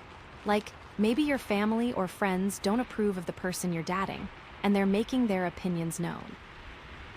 Or maybe there are just a lot of obstacles in the way of you being together. Like, maybe you live in different cities, or you have really demanding jobs, and it's hard to find time for each other. So yeah, the Five of Wands is definitely bringing some chaotic energy to the table. But like, don't worry, it's not all bad news. It's actually a really important card because it's showing you where you need to assert yourself and where you need to stand up for what you want. It's about finding your voice in the midst of all the noise and chaos. You know, it's about learning how to navigate those conflicts and come out stronger on the other side. It's about finding healthy ways to compete and collaborate. And this card is also reminding you that you're not alone in this. Everyone experiences conflict and competition in their relationships at some point. It's just a part of the human experience. So, don't beat yourself up if you're going through a tough time right now. Just remember to stay true to yourself and keep communicating your needs. Okay, so that's the Five of Wands. Now let's move on to the Wheel of Fortune. Ooh, this is where things get really interesting. So, the Wheel of Fortune is all about cycles, destiny, and change. It's like, what goes up must come down, and what goes down must come up. It's a reminder that life is constantly changing, and nothing stays the same forever. So, in the context of your next relationship, this card is saying that things are about to shift. Like, maybe you've been stuck in a rut for a while, feeling like nothing's ever going to change. But the Wheel of Fortune is here to tell you that a change is coming, and it could be a really big one. This could mean that you're about to meet someone new who's going to completely change your life. Or it could mean that you're about to experience a major shift in your perspective that's going to open you up to new possibilities. Or it could mean that you're about to overcome a long-standing challenge that's been holding you back from finding love. The Wheel of Fortune is also a reminder that you have a role to play in your own destiny. Like, you're not just a passive passenger on this ride. You have the power to influence the direction of your life. You have the power to make choices that will lead you closer to your goals. You have the power to create your own luck. And, this card is also about recognizing the cycles in your life. Like, maybe you've noticed that you tend to attract the same type of person over and over again. Or maybe you keep repeating the same patterns in your relationships. The Wheel of Fortune is encouraging you to break those patterns and create something new. It's like, think about what you've learned from your past relationships. What worked? What didn't work? What do you want to do differently this time around? What are you ready to let go of? What are you ready to embrace? These are all important questions to ask yourself as you prepare for this next chapter. And I think it's really interesting that the Wheel of Fortune is coming up right after the Five of Wands. Because it's like, maybe all that conflict and competition you've been experiencing is actually serving a purpose. Maybe it's helping you to clarify what you want and what you don't want. Maybe it's pushing you to grow and evolve into a better version of yourself. You know, it's like, sometimes we need those challenges to shake us out of our comfort zones and force us to make changes. Sometimes we need to hit rock bottom before we can start climbing back up. The Wheel of Fortune is a reminder that even the most difficult experiences can ultimately lead us to a better place. And this card is also about trusting the universe. Like, even when things seem chaotic and unpredictable, there's still a larger plan at play. There's still a force guiding you towards your destiny. You just have to have faith and trust that everything is happening for a reason. So, yeah, the Wheel of Fortune is bringing some major change energy to this reading. But it's also bringing a lot of hope and excitement. It's like anything is possible. You just have to be open to the possibilities and willing to take a chance. Okay, so we've got the Five of Wands, we've got the Wheel of Fortune, and now, drum roll please, we have the Empress. Oh my gosh, this is like the ultimate card for love and abundance. The Empress is all about nurturing, creativity, and fertility. She's like the mother of the tarot deck. She's all about creating a beautiful, harmonious, and loving environment. So, in the context of your next relationship, this card is saying that you have the potential to create something truly amazing. Like, you have the power to attract a partner who's going to love you unconditionally, support your dreams, and help you to grow into the best version of yourself. The Empress is also about self-love and self-care. Like, before you can attract a healthy relationship, you need to love yourself first. You need to take care of your own needs and prioritize your own well-being. You need to treat yourself with the same kindness and compassion that you would offer to a loved one. And, this card is also about connecting with your feminine energy. Like, whether you're male or female, everyone has both masculine and feminine energy within them. The Empress is encouraging you to embrace your feminine side, which is all about intuition, creativity, and nurturing. It's like, think about what makes you feel good. What makes you feel alive? What makes you feel connected to your body and your emotions? These are all clues to help you connect with your feminine energy. The Empress is also about abundance in all areas of your life. Like, it's not just about romantic love. It's also about financial abundance, creative abundance, and spiritual abundance. It's about recognizing that you deserve to have everything you desire. And, I think it's really beautiful that the Empress is coming up as the final card in this reading. Because it's like, all that conflict and change you've been experiencing is ultimately leading you to this place of love and abundance. It's like you had to go through those challenges in order to clear the way for this beautiful relationship to come into your life. You know, it's like, think about all the lessons you've learned from your past relationships. Think about all the ways you've grown and evolved as a person. Think about all the things you're grateful for. These are all things that are going to help you attract a healthy and fulfilling relationship. And the Empress is also a reminder to be patient. Like, these things don't happen overnight. It takes time to build a strong and lasting relationship. It takes time to cultivate self-love and abundance.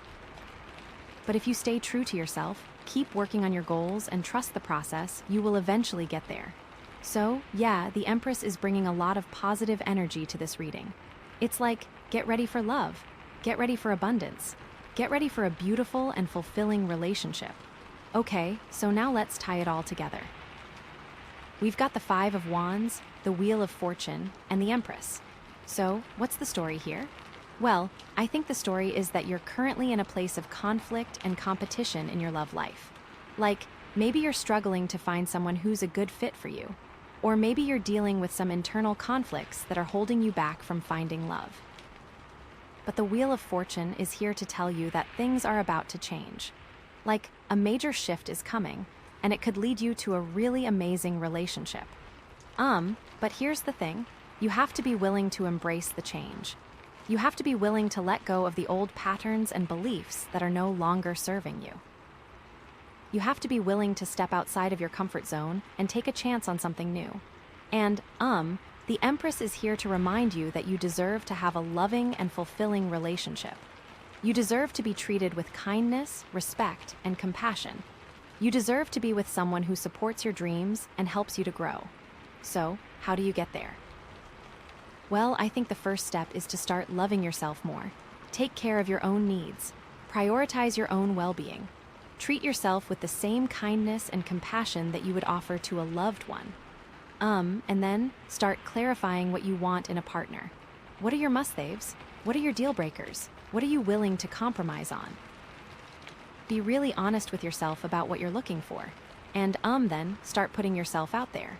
Join some clubs or groups that interest you. Attend some social events. Try online dating. Just be open to meeting new people and seeing where things go. And most importantly, trust the process. Trust that the universe is guiding you towards your destiny. Trust that you will eventually find the love you're looking for. And I think it's also important to remember that relationships are not always easy. There will be challenges along the way. There will be disagreements. There will be times when you want to give up. But if you're with the right person, those challenges will ultimately make your relationship stronger. So yeah, this is a really exciting reading. I think you're on the verge of something really special. Just remember to stay true to yourself, embrace the change, and trust the process. You've got this. Okay, so let's dig a little deeper into each of these cards and explore some more specific scenarios. Starting with the Five of Wands, let's talk about career. Sometimes, the conflict and competition that this card represents can show up in your professional life. Maybe you're feeling like you have to constantly fight for recognition or promotions. Maybe you're working in a toxic environment where everyone's trying to undermine each other. If this resonates with you, the Five of Wands is encouraging you to stand up for yourself and assert your needs. Don't be afraid to speak your mind and challenge the status quo. Don't let other people walk all over you. And, it's also important to remember that competition can be healthy. It can push you to improve your skills and achieve your goals. But it's important to compete in a way that's ethical and respectful. Don't try to sabotage your colleagues or spread rumors about them. Just focus on doing your best work and let your talents speak for themselves. And if you're feeling really overwhelmed by the conflict in your workplace, it might be time to start looking for a new job. There are plenty of companies out there that value collaboration and teamwork. You deserve to work in an environment where you feel supported and appreciated. Okay, so that's the Five of Wands in the context of career. Now, let's talk about the Wheel of Fortune. This card can also represent changes in your career path. Maybe you're feeling like you're ready for a new challenge. Maybe you're considering a career change. Maybe you're even thinking about starting your own business. If this resonates with you, the Wheel of Fortune is encouraging you to take a leap of faith and pursue your dreams. Don't be afraid to take risks and step outside of your comfort zone. You never know what opportunities might be waiting for you on the other side. And, it's also important to be prepared for the unexpected. The Wheel of Fortune is all about change, and sometimes those changes can be unpredictable. Be ready to adapt to new situations and learn new skills. And if you're feeling stuck in a rut, the Wheel of Fortune is a reminder that things won't stay the same forever. Change is inevitable. Just be patient and trust that things will eventually turn around for you. Okay, so that's the Wheel of Fortune in the context of career. Now, let's talk about the Empress. This card can represent abundance and success in your career. Maybe you're about to receive a promotion or a raise. Maybe you're about to land a big client or project. Maybe you're about to achieve a long-term goal. If this resonates with you, the Empress is encouraging you to celebrate your accomplishments and enjoy the fruits of your labor. You've worked hard to get where you are, so don't be afraid to pat yourself on the back. And, it's also important to use your success to help others. The Empress is all about nurturing and giving back. Consider mentoring a younger colleague or volunteering your time to a worthy cause. And if you're not currently experiencing abundance in your career, the Empress is a reminder that you have the potential to create it. Believe in yourself, focus on your goals, and take action. You can achieve anything you set your mind to. Okay, so that's the Empress in the context of career. Now, let's move on to personal growth. Starting with the Five of Wands, this card can represent internal conflicts that are holding you back from reaching your full potential. Maybe you're struggling with self-doubt or limiting beliefs. Maybe you're constantly comparing yourself to others. Maybe you're sabotaging your own success. If this resonates with you, the Five of Wands is encouraging you to challenge those negative thoughts and beliefs. Don't let them control your life. Stand up for yourself and believe in your own worth. And, it's also important to identify the root cause of those conflicts. Where are they coming from? What are they based on? Once you understand the source of your internal struggles, you can start to heal them. And if you're having trouble overcoming those conflicts on your own, consider seeking professional help. A therapist or counselor can provide you with the support and guidance you need to heal and grow. Okay, so that's the Five of Wands in the context of personal growth. Now, let's talk about the Wheel of Fortune. This card can represent major shifts in your personal development. Maybe you're about to experience a spiritual awakening. Maybe you're about to discover a new talent or passion. Maybe you're about to overcome a long-standing fear or insecurity. If this resonates with you, the Wheel of Fortune is encouraging you to be open to new experiences and possibilities. Don't be afraid to step outside of your comfort zone and try new things. You never know what you might discover about yourself. And, it's also important to trust the timing of your life. The Wheel of Fortune is a reminder that everything happens for a reason, even if you don't understand it at the time. Be patient and trust that you're on the right path. And if you're feeling lost or confused, the Wheel of Fortune is a reminder that you have the power to change your direction. You can always choose to make different choices and create a different future for yourself. Okay, so that's the Wheel of Fortune in the context of personal growth. Now, let's talk about the Empress. This card can represent self-love, self-care, and personal fulfillment. Maybe you're finally learning to accept and appreciate yourself for who you are. Maybe you're cultivating a healthy and balanced lifestyle. Maybe you're pursuing your passions and living a life that's authentic to you. If this resonates with you, the Empress is encouraging you to continue nurturing your own well-being. Prioritize your own needs, set healthy boundaries, and surround yourself with people who support and uplift you. And, it's also important to celebrate your progress and acknowledge your accomplishments. You've come a long way, so don't forget to pat yourself on the back. And if you're not currently feeling fulfilled in your personal life, the Empress is a reminder that you have the power to create that fulfillment. Start by identifying your values and passions. What's important to you? What makes you feel alive?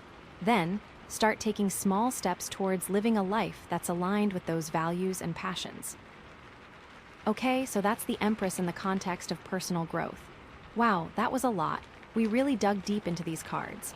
I hope this reading has given you some clarity and guidance as you navigate your next relationship. Remember to stay true to yourself, embrace the change, and trust the process. You've got this. And remember that this is just one interpretation of these cards. Your own intuition and experiences will add even more meaning to this reading. So, trust your gut and follow your heart. And now, are you ready to see what the next card has to say? Because, oh my gosh, I'm so excited to keep diving into this with you. It feels like we're just getting started. Like, there's so much more to uncover here. I can't wait to see what other insights the tarot has in store for us. Okay, so, where were we? Oh my gosh, yes, you are so ready to see what the next card has to say. I know, right? It's like we're on this amazing journey of discovery together, and like, I'm so excited for you. Okay, so let's just dive right in. Are you ready? Okay. Drum roll, and the next card is the Hermit. Whoa. Okay, this is like a total shift in energy from the Empress, isn't it? I mean, we went from all this outward expression of love and abundance to the Hermit. Okay, so don't freak out. It's not a bad thing, I promise. It's actually really, really powerful, especially after everything we've just talked about. So, the Hermit, first of all, it's all about solitude, introspection, and like finding your own inner wisdom. It's about taking a step back from the chaos of the world and going within to find your own truth, you know? Like, he's up there on the mountain, all by himself with his little lantern. He doesn't need anyone else to show him the way. He's got his own light. And that's what this is about for you right now. So, let's really break this down. What does the Hermit even mean in the context of your next relationship, especially building on everything else we've seen? Well, I think it means that you need to take some time for yourself before you jump into anything new. Like, you need to really get clear on what you want, what you need, and what you're willing to compromise on. This isn't about isolating yourself forever, but like creating the space to truly hear yourself. This is like a time for deep reflection, you know? Like really asking yourself the tough questions. What have you learned from past relationships? What patterns do you keep repeating? What are you truly looking for in a partner? What are your non-negotiables? And like, what are you bringing to the table? It's not just about what you want from someone else, but also what you have to offer. Are you being the kind of partner you want to attract? It's so important to be honest with yourself here. No BS, you know. The Hermit is also about connecting with your intuition, like that inner voice that always knows what's best for you, even when you don't want to hear it. It's about quieting the noise of the outside world so you can actually hear what your heart is telling you. And how do you even do that? Well, there are so many ways. Meditation, journaling, spending time in nature, creative expression. Anything that helps you connect with your inner self. What do you usually do to connect with yourself? And, you know, I think this is really interesting because we just saw the Empress, which is all about outward abundance and love. But the Hermit is a reminder that you can't really have a healthy relationship with someone else until you have a healthy relationship with yourself. Like, you can't pour from an empty cup, right? So this is about filling up your own cup first. And honestly, it's kind of empowering, isn't it? Like, you don't need anyone else to complete you. You are already whole and complete on your own. The Hermit is also a card of guidance, but it's not about seeking guidance from others. It's about finding that guidance within yourself. You already have all the answers you need inside of you. You just need to take the time to listen. It's like, you know, when you ask everyone for advice and then you just get more confused? The Hermit is about cutting through all that noise and trusting your own inner compass. This could also look like you setting firm boundaries. You can love your friends and family, but you need to set boundaries for yourself to be able to follow your heart. So, practically speaking, what does this look like? Well, maybe it means taking a break from dating for a while. Like, deleting those dating apps and focusing on yourself. Or maybe it means saying no to social events so you can have some alone time. Or maybe it means finally starting that hobby you've always wanted to try. What does your intuition tell you to focus on right now? It could also mean reevaluating your friendships. Are you surrounding yourself with people who support you and uplift you? Or are you hanging out with people who drain your energy and make you feel bad about yourself? The Hermit can sometimes indicate a need to distance yourself from toxic relationships, even if they're not romantic. And it's okay to be alone. Like, seriously, our society puts so much pressure on us to be in relationships, but there's nothing wrong with being single. In fact, it can be a really amazing opportunity for growth and self-discovery. Like, you can finally focus on your own goals and dreams without having to worry about anyone else. This is your time. How do you want to spend it? Now, I know what you might be thinking, but I want a relationship. I don't want to be alone forever. And I get that. But trust me, this time of solitude will actually help you attract a healthier and more fulfilling relationship in the long run. Because when you're clear on who you are and what you want, you're much more likely to attract someone who's a good fit for you. Think about it this way. If you don't know what you want, you're basically just throwing darts at a dartboard, hopping to hit something. But when you know exactly what you're aiming for, you're much more likely to hit the bullseye. The Hermit is also a reminder that you don't need to settle for anything less than you deserve. Like, you don't have to compromise on your core values or your needs just to be with someone. You deserve someone who loves you for who you are, flaws and all.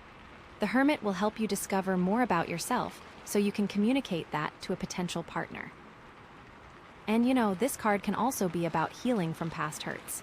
Maybe you've been carrying around some baggage from previous relationships. The Hermit is an invitation to release that baggage and move on. Forgive yourself, forgive others, and let go of the past. You deserve to start fresh. This might look like going to therapy, doing shadow work, journaling, energy work, or meditating. I also feel like you can do some deep cleaning in your home and release some items that remind you of past relationships. Really clear out that old energy. You know what I mean? The Hermit is also about finding your own inner light, that spark of divinity that exists within each of us. It's about connecting with your higher self and recognizing your own inherent worth. You are a unique and valuable being, and you have so much to offer the world. This time of solitude will help you remember that. So, yeah, the Hermit is a really powerful card about going within, finding your own truth, and connecting with your inner wisdom. It's about taking a step back from the chaos of the world and focusing on your own personal growth. And it's about preparing yourself for a healthier and more fulfilling relationship in the future.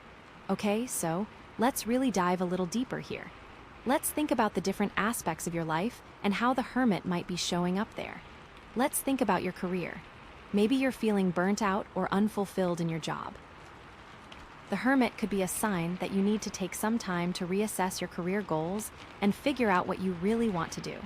It could mean taking a sabbatical or a vacation to recharge. Or it could mean exploring different career paths or starting your own business. Have you thought about what you would like to do if money was no object? What are your passions? The Hermit can bring the answers to you. The Hermit can also be a sign that you need to set better boundaries at work.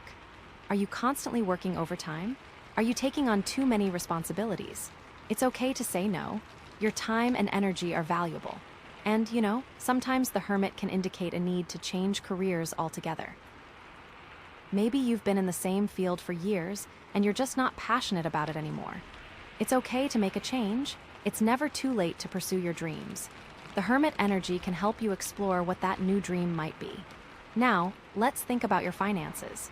The Hermit can be a sign that you need to take a closer look at your spending habits. Are you spending money on things that you don't really need? Are you living within your means? It's important to be responsible with your finances. It could also mean seeking financial guidance from a professional. A financial advisor can help you create a budget, save money, and invest wisely. The Hermit wants you to be responsible so that you can have long-term security. The Hermit can also indicate a need to simplify your life. Are you surrounded by clutter? Are you holding on to things that you don't really need? It's time to declutter. Get rid of anything that's not serving you. A simple life can be a more fulfilling life. And, sometimes the Hermit can be a sign that you need to change your relationship with money altogether. Do you view money as a source of stress or as a tool for creating abundance? It's important to have a healthy relationship with money. The hermit can bring new perspective. Now, let's think about your health. The hermit can be a sign that you need to prioritize your physical and mental well-being. Are you getting enough sleep? Are you eating healthy foods? Are you exercising regularly? It's important to take care of your body. It could also mean seeking medical attention if you're experiencing any health problems. Don't ignore your symptoms. See a doctor and get the treatment you need. The hermit wants you to take action to care for yourself. The hermit can also indicate a need to reduce stress in your life. Are you constantly feeling overwhelmed or anxious? It's time to find healthy ways to manage your stress. Meditation, yoga, and spending time in nature can all be helpful. What do you find helpful when managing your stress? And, sometimes the hermit can be a sign that you need to change your lifestyle altogether. Are you living a life that's aligned with your values? Are you pursuing your passions? It's important to live a life that's authentic to you. Now, let's think about your spirituality. The hermit is a very spiritual card. It can be a sign that you need to connect with your higher power. Are you praying or meditating regularly? Are you spending time in nature? It's important to nurture your soul. It could also mean exploring different spiritual practices or religions. Find what resonates with you and makes you feel connected to something larger than yourself. The hermit is all about connecting to that higher source. The hermit can also indicate a need to forgive yourself and others. Are you holding onto resentments or grudges? It's time to let go. Forgiveness is essential for spiritual growth. How do you feel about forgiveness in your life? And sometimes the hermit can be a sign that you need to change your perspective on life altogether. Are you viewing the world through a lens of negativity or positivity? It's important to cultivate a positive mindset. So, the hermit is a really powerful card that can show up in all different areas of your life. It's about taking a step back, going within, and finding your own truth. Now, let's connect this back to the other cards we pulled, okay? Because this is where it gets really interesting. So, we have the Five of Wands, the Wheel of Fortune, the Empress, and now the Hermit. How do they all fit together? Well, remember how the Five of Wands was all about conflict and competition. The Hermit could be a direct response to that. Like, maybe you're feeling overwhelmed by all the chaos and drama in your life, and you just need to retreat and find some peace and quiet. The Hermit is saying, okay, enough. Time to step away from the battle and recharge. It's like, you can't fight every battle, right? Sometimes the best thing you can do is to walk away and focus on your own inner peace. The Hermit helps you discern which battles are actually worth fighting for and which ones you should just let go of. Do you feel like this resonates with you? And remember the Wheel of Fortune? That's all about change and cycles. The Hermit could be a pause in that cycle, a time to reflect before the wheel turns again. It's like, you can't just keep running around in circles. You need to stop and catch your breath and figure out where you're going. The Hermit is giving you the opportunity to consciously choose your next direction instead of just being swept away by the currents of fate.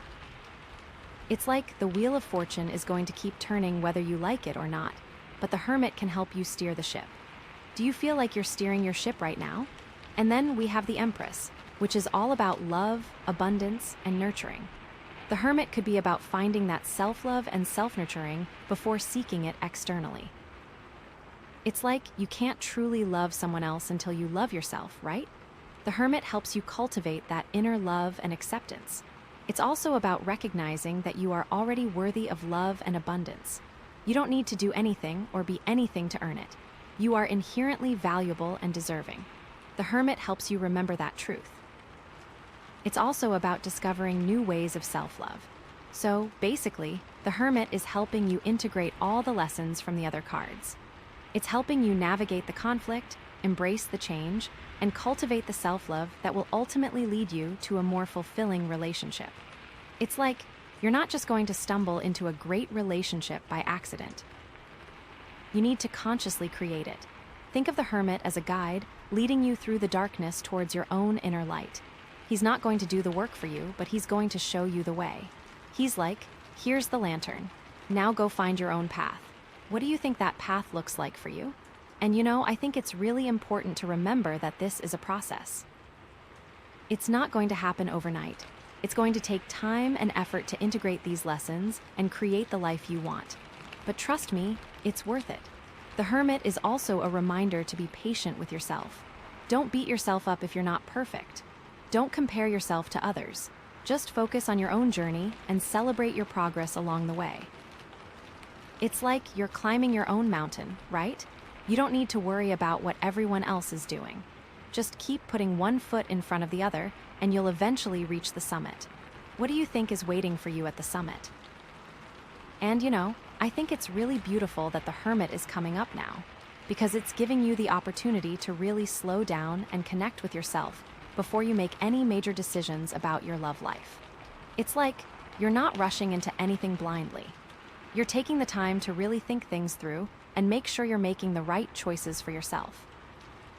I think that's amazing. The Hermit encourages you to ask some tough questions and to be honest with yourself. What is working in your life right now? What isn't? Who are you? What do you want? What kind of person do you want to be with? What kind of relationship do you want to have? When you take the time to answer these questions, you are more likely to attract the right person into your life. But it all starts with that inner work and reflection. And the relationship you have with yourself is the foundation for all the other relationships in your life. So take time to foster that relationship. Okay, so, wow, we have really gone deep here, haven't we? The Hermit is definitely asking you to slow down, retreat, and go within. It's a powerful card of introspection and self-discovery. But what's coming next? What other secrets does the tarot have to reveal? Are you ready to find out? Because, oh my gosh, I am so excited to see what's next. Okay, so, wow, where were we? I'm so excited to see what's next, right? Okay, so here we go. The next card is the Nine of Wands. Ooh, okay, that's interesting, isn't it? After all that Hermit energy of going within, we get the Nine of Wands. It's like, okay, time to come back out, but cautiously.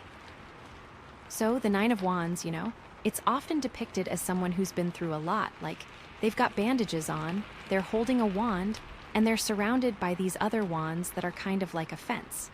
So it's about being battle-tested, being resilient, but also being a little bit guarded, Like you're almost at the finish line, but you're still expecting another attack. You're like, okay, I'm ready, bring it on, but please, no more. So, what does this even mean in the context of your next relationship, especially after all that inner work with the Hermit? Well, I think it means that you've learned a lot from your past experiences, You've been through some tough times, and you've come out stronger, but you're still a little bit hesitant. You're ready for a relationship, but you also want to protect yourself. You're like, okay, I'm open to love, but I'm not going to let anyone hurt me again. And honestly, that's a totally valid feeling, especially after going through the Five of Wands. This is about setting healthy boundaries and knowing your limits. You're not going to let anyone cross those boundaries, no matter how charming or persuasive they are. You've learned your lesson. You know what you deserve, and you're not going to settle for anything less. And it's interesting because it comes right after the Hermit, so it's like you've done all that inner work, you've clarified what you want, and now you're ready to put those boundaries into practice. You're like, okay, I know who I am, I know what I want, and I'm not afraid to stand up for myself. It's very much about self-respect. You're carrying that lantern from the Hermit, and that light is shining on all your boundaries, clearly defining them. So, this card can also represent a feeling of being worn down. You've been fighting for so long, you're just tired. You're like, can't I just catch a break? And that's okay too. It's okay to feel tired. It's okay to need a rest. The Nine of Wands is reminding you to be kind to yourself and to not push yourself too hard. You've come so far, you deserve to take a moment to breathe. It's also about recognizing that you don't have to do it all alone. You can ask for help. You can lean on your friends and family for support. You don't have to carry the weight of the world on your shoulders. Okay, so, how does this connect to the other cards we've pulled? We had the Five of Wands, the Wheel of Fortune, the Empress, and the Hermit. Well, the Five of Wands, with all that conflict and competition, might have left you feeling like you need to be constantly on guard.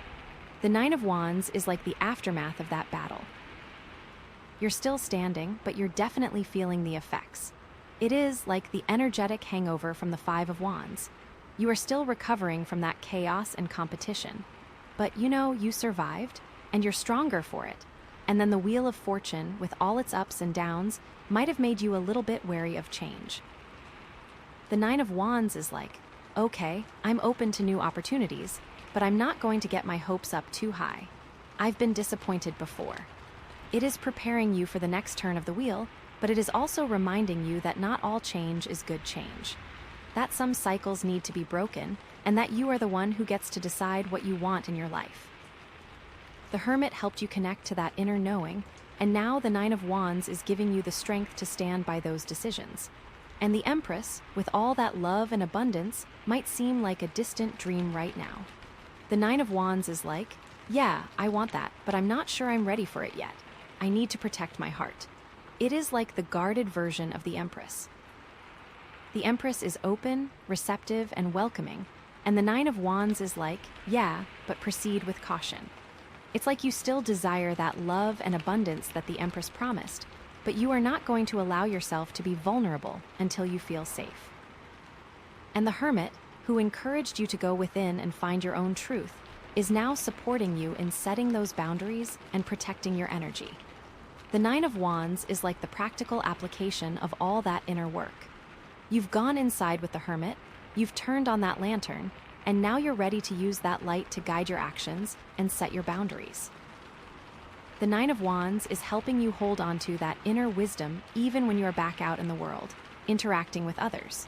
So, yeah, the Nine of Wands is a card of resilience, boundaries, and a little bit of hesitation. It's about being close to the finish line, but still feeling like you need to protect yourself. But it's also a reminder that you've come a long way and that you're stronger than you think. Okay, so let's dive a little deeper into how this card might be showing up in different areas of your life. Let's start with your career. In your career, the Nine of Wands could mean that you're feeling burnt out after a long project or a difficult period at work. You're like, okay, I finally got through that, but I don't know if I can do it again. It's important to recognize those feelings and to take some time to recharge. Don't be afraid to take a vacation or a day off to rest and recover. You can be hesitant to trust your coworkers, especially if there was drama in the past. This is a time to be professional and polite, but to keep your guard up. It's okay to have boundaries at work. You don't have to be everyone's friend. It could also mean that you're facing some resistance or obstacles in your career path. Maybe you're trying to get a promotion, but you're facing competition from other candidates. Maybe you're trying to launch a new project, but you're running into roadblocks. The Nine of Wands is telling you to persevere, but also to be realistic about the challenges you're facing. Don't give up, but also don't be afraid to adjust your strategy if needed. Now is not the time to trust others blindly, so do your research and be prepared to stand up for your ideas. You have the strength and resilience to overcome these obstacles, but you need to be smart about it. Also, consider whether this is something you really want. This might be the universe showing you that this path isn't aligned, and that is a completely valid option to consider. The Nine of Wands can also represent a fear of failure. You're so close to achieving your goals, but you're afraid of messing things up at the last minute. This fear can hold you back from taking risks or pursuing new opportunities. The Nine of Wands is encouraging you to push past that fear and to believe in yourself. You've come this far, you're capable of achieving great things. Now is the time to remember those skills and experiences you have earned and to trust yourself. Okay, now let's talk about your finances. Financially, the Nine of Wands could indicate that you're being very cautious with your money right now. Maybe you've experienced some financial setbacks in the past, and you're afraid of losing money again. You are hesitant to make big investments or to take financial risks. This is not necessarily a bad thing. It's important to be responsible with your money and to protect your assets. However, it's also important to not let fear control your financial decisions. Do your research, seek advice from trusted professionals, and don't be afraid to take calculated risks. You don't want to miss out on opportunities because you're too afraid to try. The lantern from the Hermit can shine light on your past experiences with finances, and the Nine of Wands can empower you to move forward in a responsible way. It could also mean that you're working hard to pay off debt or to achieve a financial goal. You're making progress, but it's taking longer than you expected. The Nine of Wands is telling you to stay focused and to keep working towards your goal. Don't get discouraged by setbacks or delays. You're almost there. Maybe it feels like you are carrying a heavy burden and no one is offering to help you. Now is the time to evaluate if there are people in your life who are contributing to that financial burden. Setting boundaries does not have to be mean. It can be an act of love and respect for yourself. The Nine of Wands can also represent a need to protect your financial resources. Maybe you're worried about losing your job or about the economy in general. It's important to have a financial safety net in place in case of emergencies. Make sure you have some savings set aside and that you're prepared for the unexpected. Also, be aware of scams and fraudulent schemes. There are always people out there who are trying to take advantage of others. Be cautious and don't give your money to anyone you don't trust. Okay, let's move on to your health. Health-wise, the Nine of Wands can represent a feeling of physical or emotional exhaustion. You've been pushing yourself too hard, and your body is telling you to slow down. It's important to listen to your body and to take care of yourself. Get enough sleep, eat healthy foods, and exercise regularly. Don't ignore your symptoms or try to push through the pain. See a doctor if you're not feeling well. Prioritize your health and well-being. Your body is like a shield. It's protecting you and it needs to be cared for. It could also mean that you're recovering from an illness or injury. You're making progress, but it's taking longer than you expected. Be patient with yourself and don't try to do too much too soon. Follow your doctor's instructions and give your body the time it needs to heal.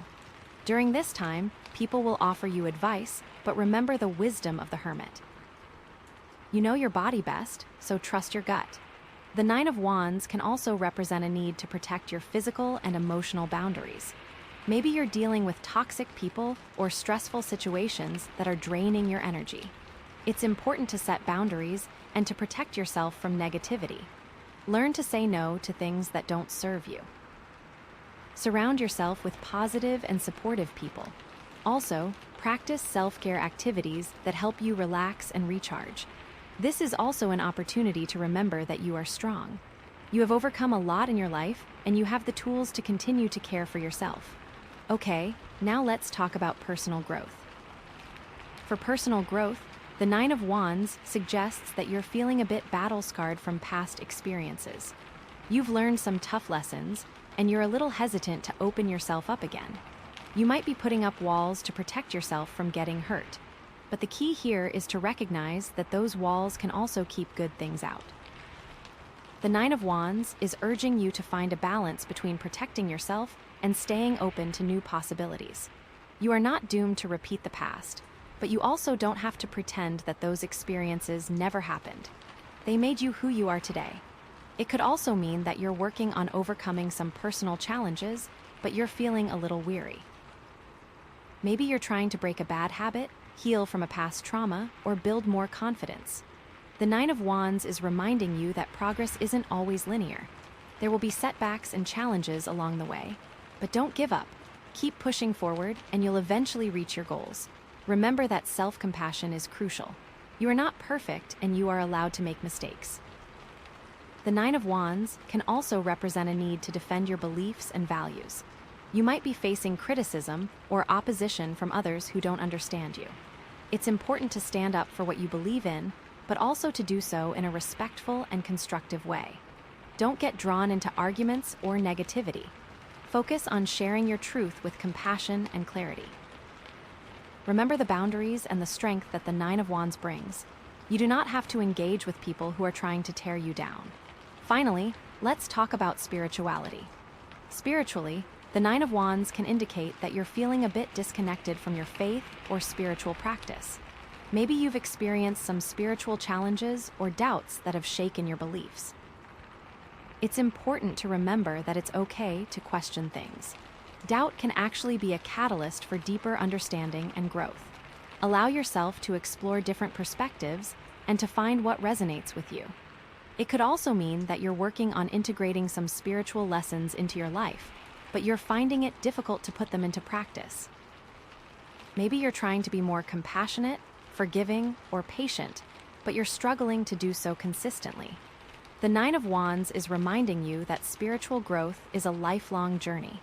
There will be times when you stumble and fall, but the key is to keep getting back up and to keep striving to live in alignment with your values. The Nine of Wands can also represent a need to protect your spiritual energy. Maybe you're surrounded by negativity or toxic influences that are draining your spirit. It's important to set boundaries and to protect yourself from those energies.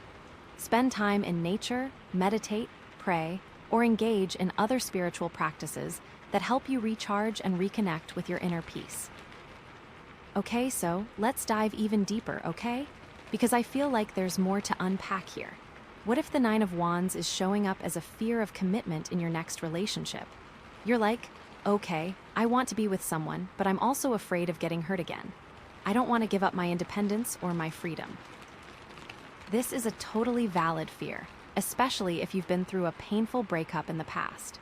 The Nine of Wands is encouraging you to take things slowly and to communicate your needs and concerns to your partner. Don't rush into anything before you're ready. What if it's showing up as a tendency to be defensive in relationships? You're always expecting the worst, so you're constantly on guard. This can push people away and create unnecessary conflict. The Nine of Wands is urging you to try to let go of some of your defenses and to trust that your partner has your best interests at heart. It does not mean being naive. It means giving people a chance and recognizing that you have the strength to walk away if they hurt you. What if it's showing up as a pattern of attracting the same type of person over and over again? You keep ending up with people who are emotionally unavailable, controlling, or unreliable. The Nine of Wands is encouraging you to break this pattern by setting clear boundaries and refusing to settle for anything less than you deserve. This is an opportunity to put all that hermit wisdom into action and to say, no, I deserve better than this. What if it's showing up as a struggle to forgive yourself or others for past mistakes? You're holding on to resentment and bitterness, which is preventing you from moving forward. The Nine of Wands is urging you to practice forgiveness and to let go of the past. Forgiveness is not about condoning the behavior of others. It's about freeing yourself from the pain and anger that you're carrying. What if it's showing up as a fear of vulnerability? You're afraid to show your true self to others because you're afraid of being judged or rejected. The Nine of Wands is encouraging you to embrace your vulnerability and to allow yourself to be seen for who you truly are. This is not easy, but it's essential for building authentic and meaningful relationships. With the boundaries in place, you are safe to be vulnerable. What if it's showing up as a tendency to be overly independent? You're so used to doing things on your own that you have a hard time asking for help or relying on others. The Nine of Wands is urging you to allow yourself to be supported and to recognize that it's okay to need help sometimes.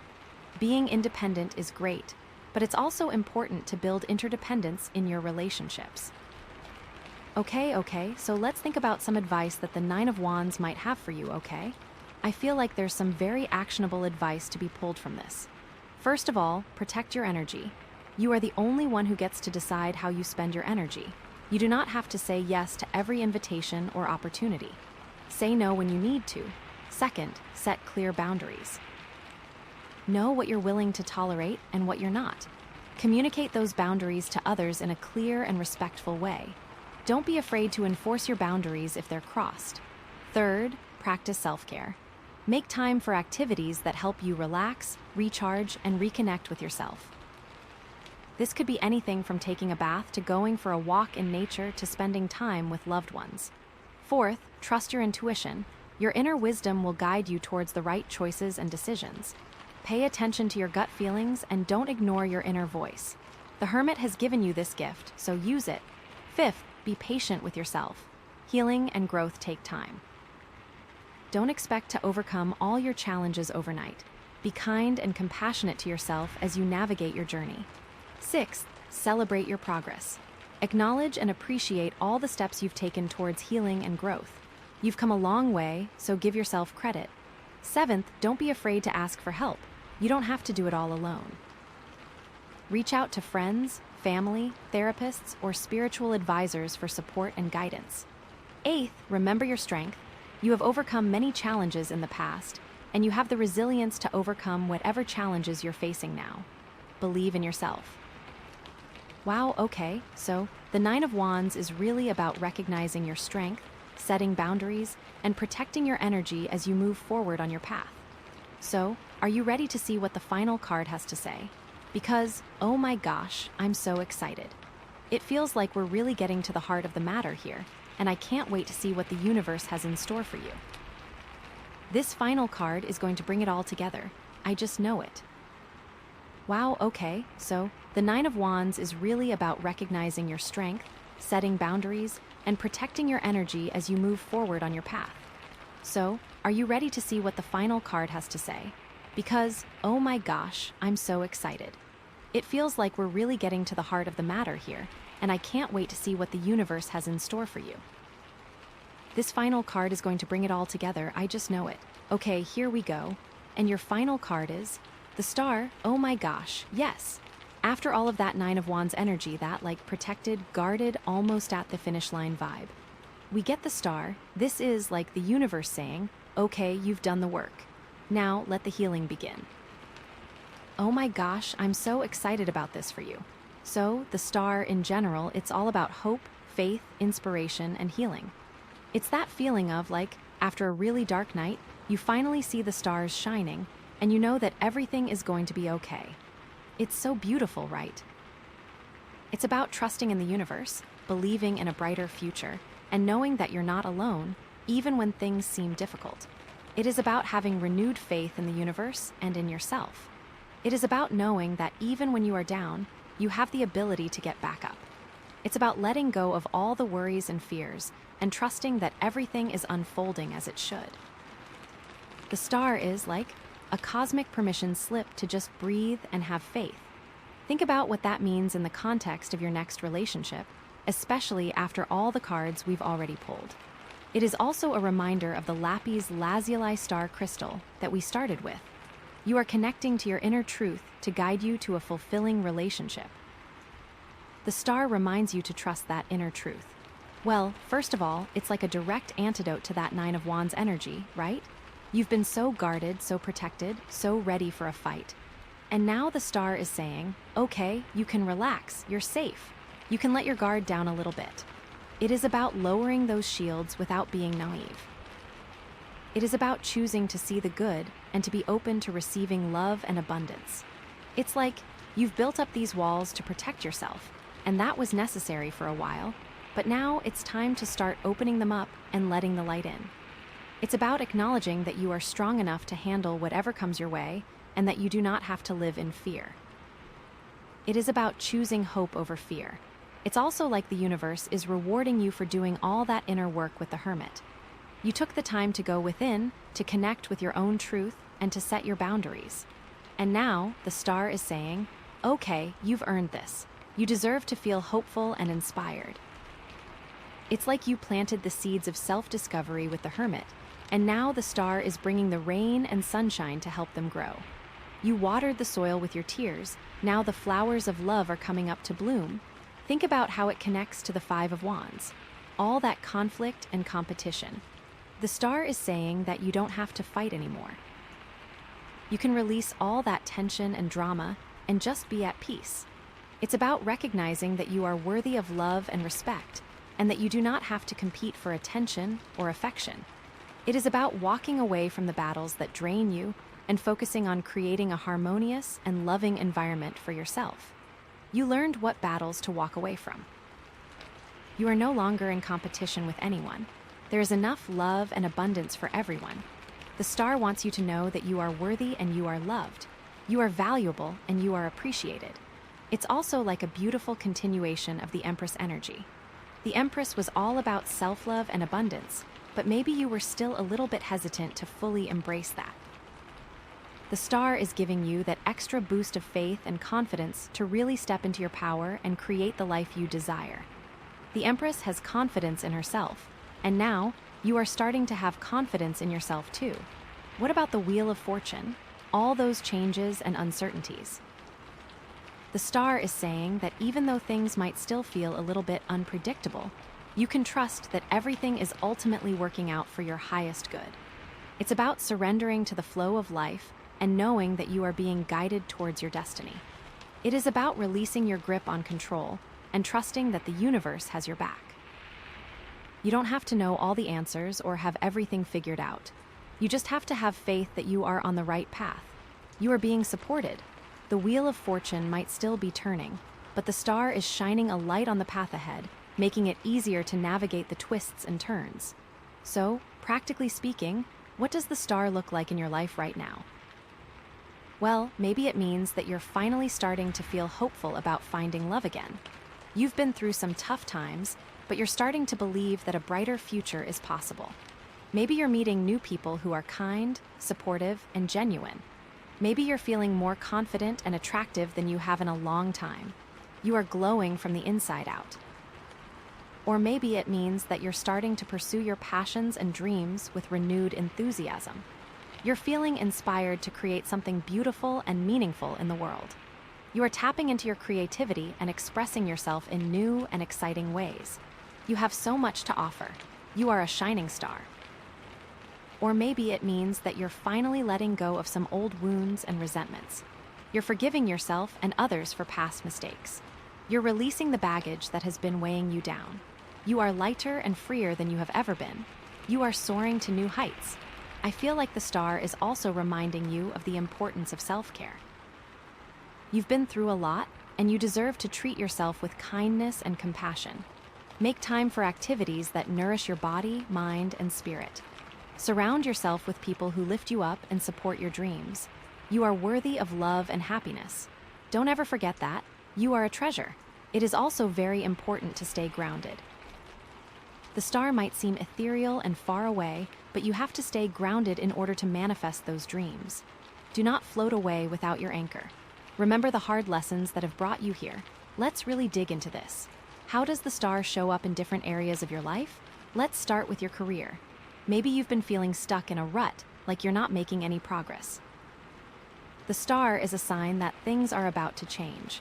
You might be getting a new opportunity, a promotion, or a chance to work on a project that you're really passionate about. It's a time to be optimistic and to believe in your abilities. You are capable of achieving great things. You have the skills and the talent to succeed. You just have to believe in yourself. The star also brings a sense of purpose to your career. It's not just about making money, it's about making a difference in the world. You want to use your talents to help others and to create a positive impact. You are driven by a sense of mission. It is a beautiful thing. What kind of impact do you want to have? What are your goals? Now is the time to make that change. You are ready for the challenge? Or maybe you are looking to make a change in your career. Maybe you have been feeling unfulfilled in your current role. Now might be the time to take a risk. The star can help show you the way. It can also bring new people into your life that can help you make that change. Don't be afraid to network and put yourself out there. People will be drawn to your energy. Financially, the star is a sign of abundance and prosperity. You might be getting a raise, a bonus, or a windfall of some kind. It's a time to be grateful for what you have and to use your resources wisely. You are a magnet for money. You attract abundance into your life. You have the power to create wealth. Don't be afraid to invest in yourself and your future. Take that class, buy that book, or start that business. The universe is supporting you, but it's also about using your wealth to help others. The star is a reminder to be generous and to give back to your community. You can make a difference in the world by donating to charity, volunteering your time, or simply being kind to others. How can you use your financial abundance to help others? Think of ways to make an impact. What are your values? In terms of your health, the star is a sign of healing and recovery. If you've been dealing with an illness or injury, you're starting to feel better. You're regaining your strength and vitality. You are on the path to wellness. You are healing from the inside out. You have the power to heal yourself. It's a time to focus on self-care and to nourish your body, mind, and spirit. Eat healthy foods, exercise regularly, get enough sleep, and practice relaxation techniques. You deserve to feel good. You deserve to be healthy and happy. The star also brings a sense of hope and optimism to your health. You believe that you can overcome any challenges and that you can live a long and healthy life. You are a survivor. You are a warrior. You are strong and resilient. The star is reminding you to take care of your vessel, your body. It is the only one you have, so treat it with kindness and respect. For personal growth, the star is a sign of inspiration and enlightenment. You're having new insights and breakthroughs. You're seeing the world in a new light. You are awakening to your true potential. You are discovering your gifts and talents. You are realizing your purpose in life. It's a time to connect with your intuition and to trust your inner guidance. You have all the answers within you. You just have to listen to your heart. The star also encourages you to be creative and to express yourself in new and exciting ways. You might be drawn to writing, painting, music, or dance. You have a unique voice and you need to share it with the world. You have a message to deliver. Don't be afraid to be yourself. You are beautiful, unique, and amazing. The world needs your light. It is a time to explore your spirituality and to connect with something larger than yourself. You might be drawn to meditation, yoga, or nature. You are a spiritual being. You are connected to the divine. You are part of something bigger than yourself. Spiritually, the star is like a beacon, guiding you towards your higher self. You're feeling more connected to the divine, more attuned to your intuition, and more aligned with your purpose.